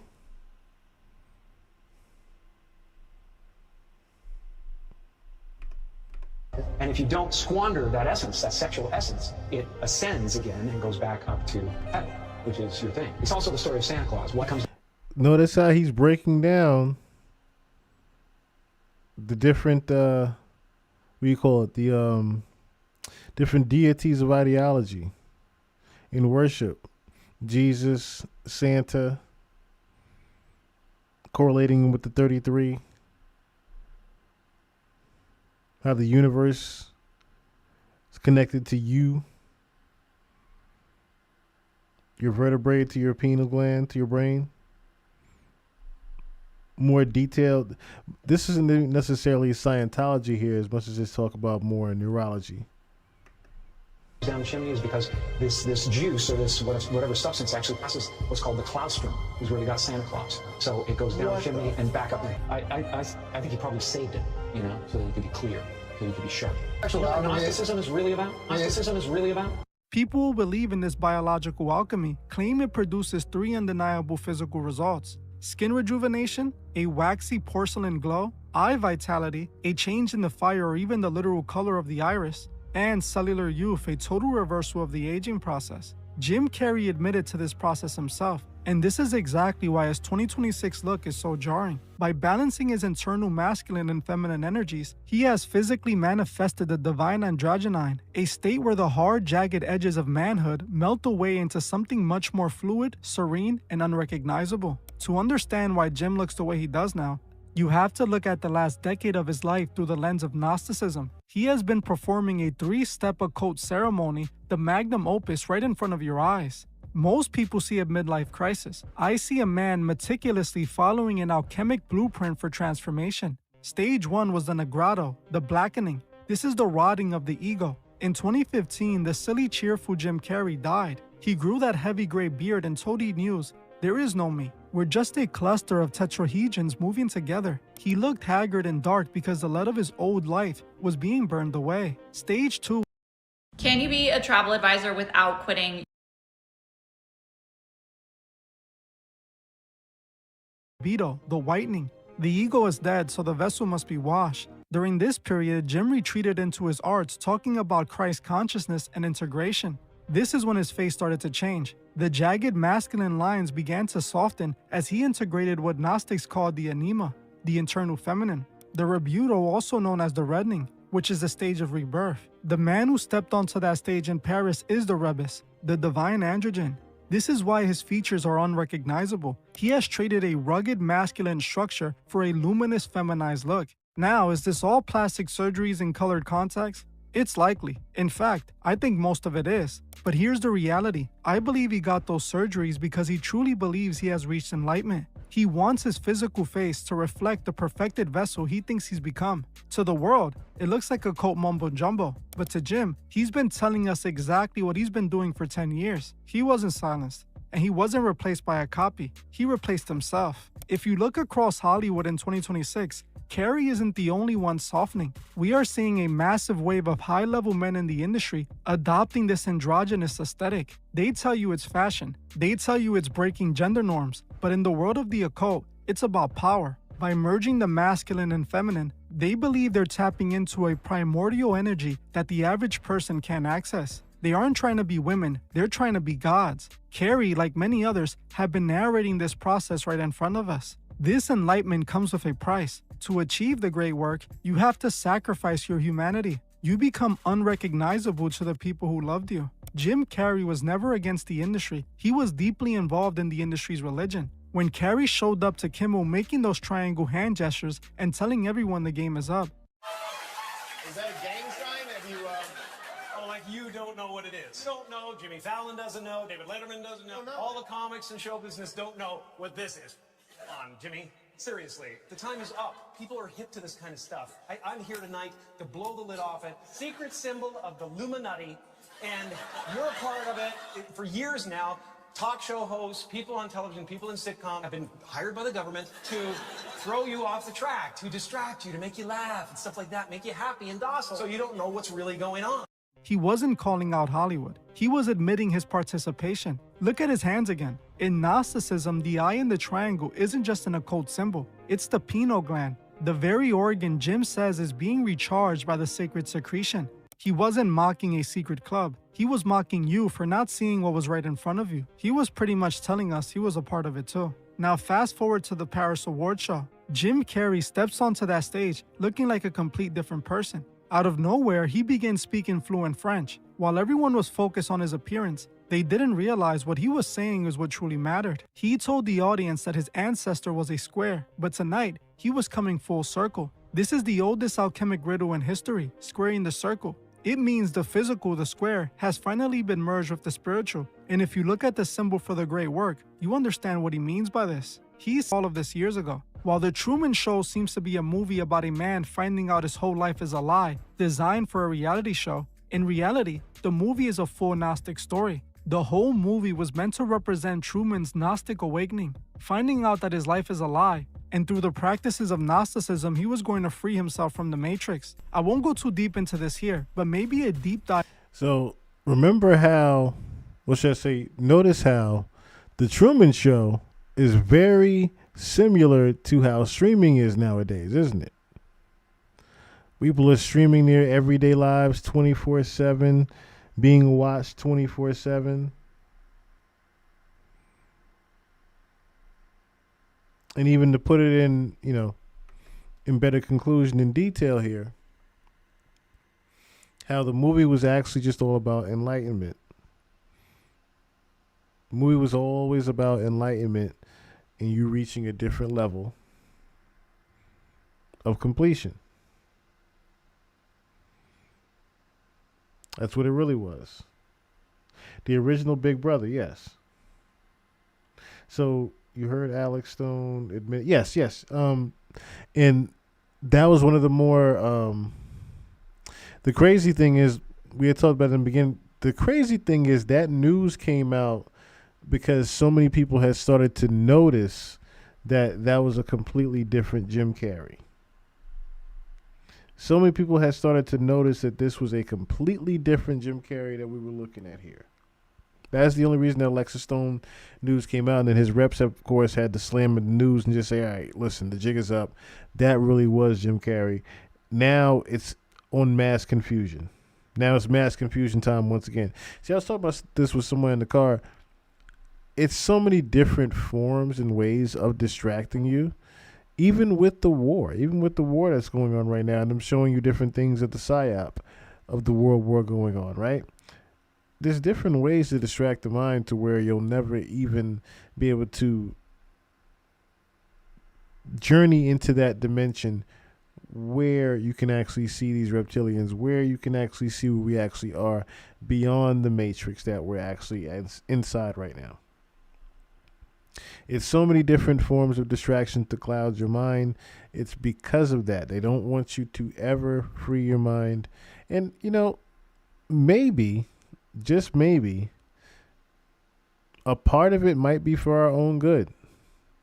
Because what if we were able to see beyond the matrix, and we were able to see these reptilians, and we were able to see other things in the universe? To some people, their minds aren't ready to be free.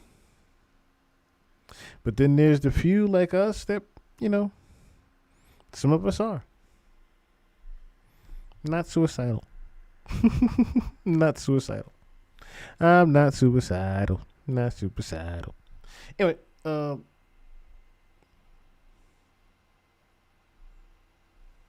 yes, I'm still up. The mind's out. What's going on? But I'm taking my ass to bed. I know it's 5 o'clock in the morning for some of y'all. It's 4 o'clock in the morning for me. I gotta go to work soon. Once again, if you guys would like to donate to the podcast, the Cash App is there, Chill Murray 1. Any and everything is appreciated. God bless you guys. I love you guys. Keep your third eye open and your head on the swivel. Fact is never motherfucking fiction. And we're going to leave on out same way we came on in. Really do.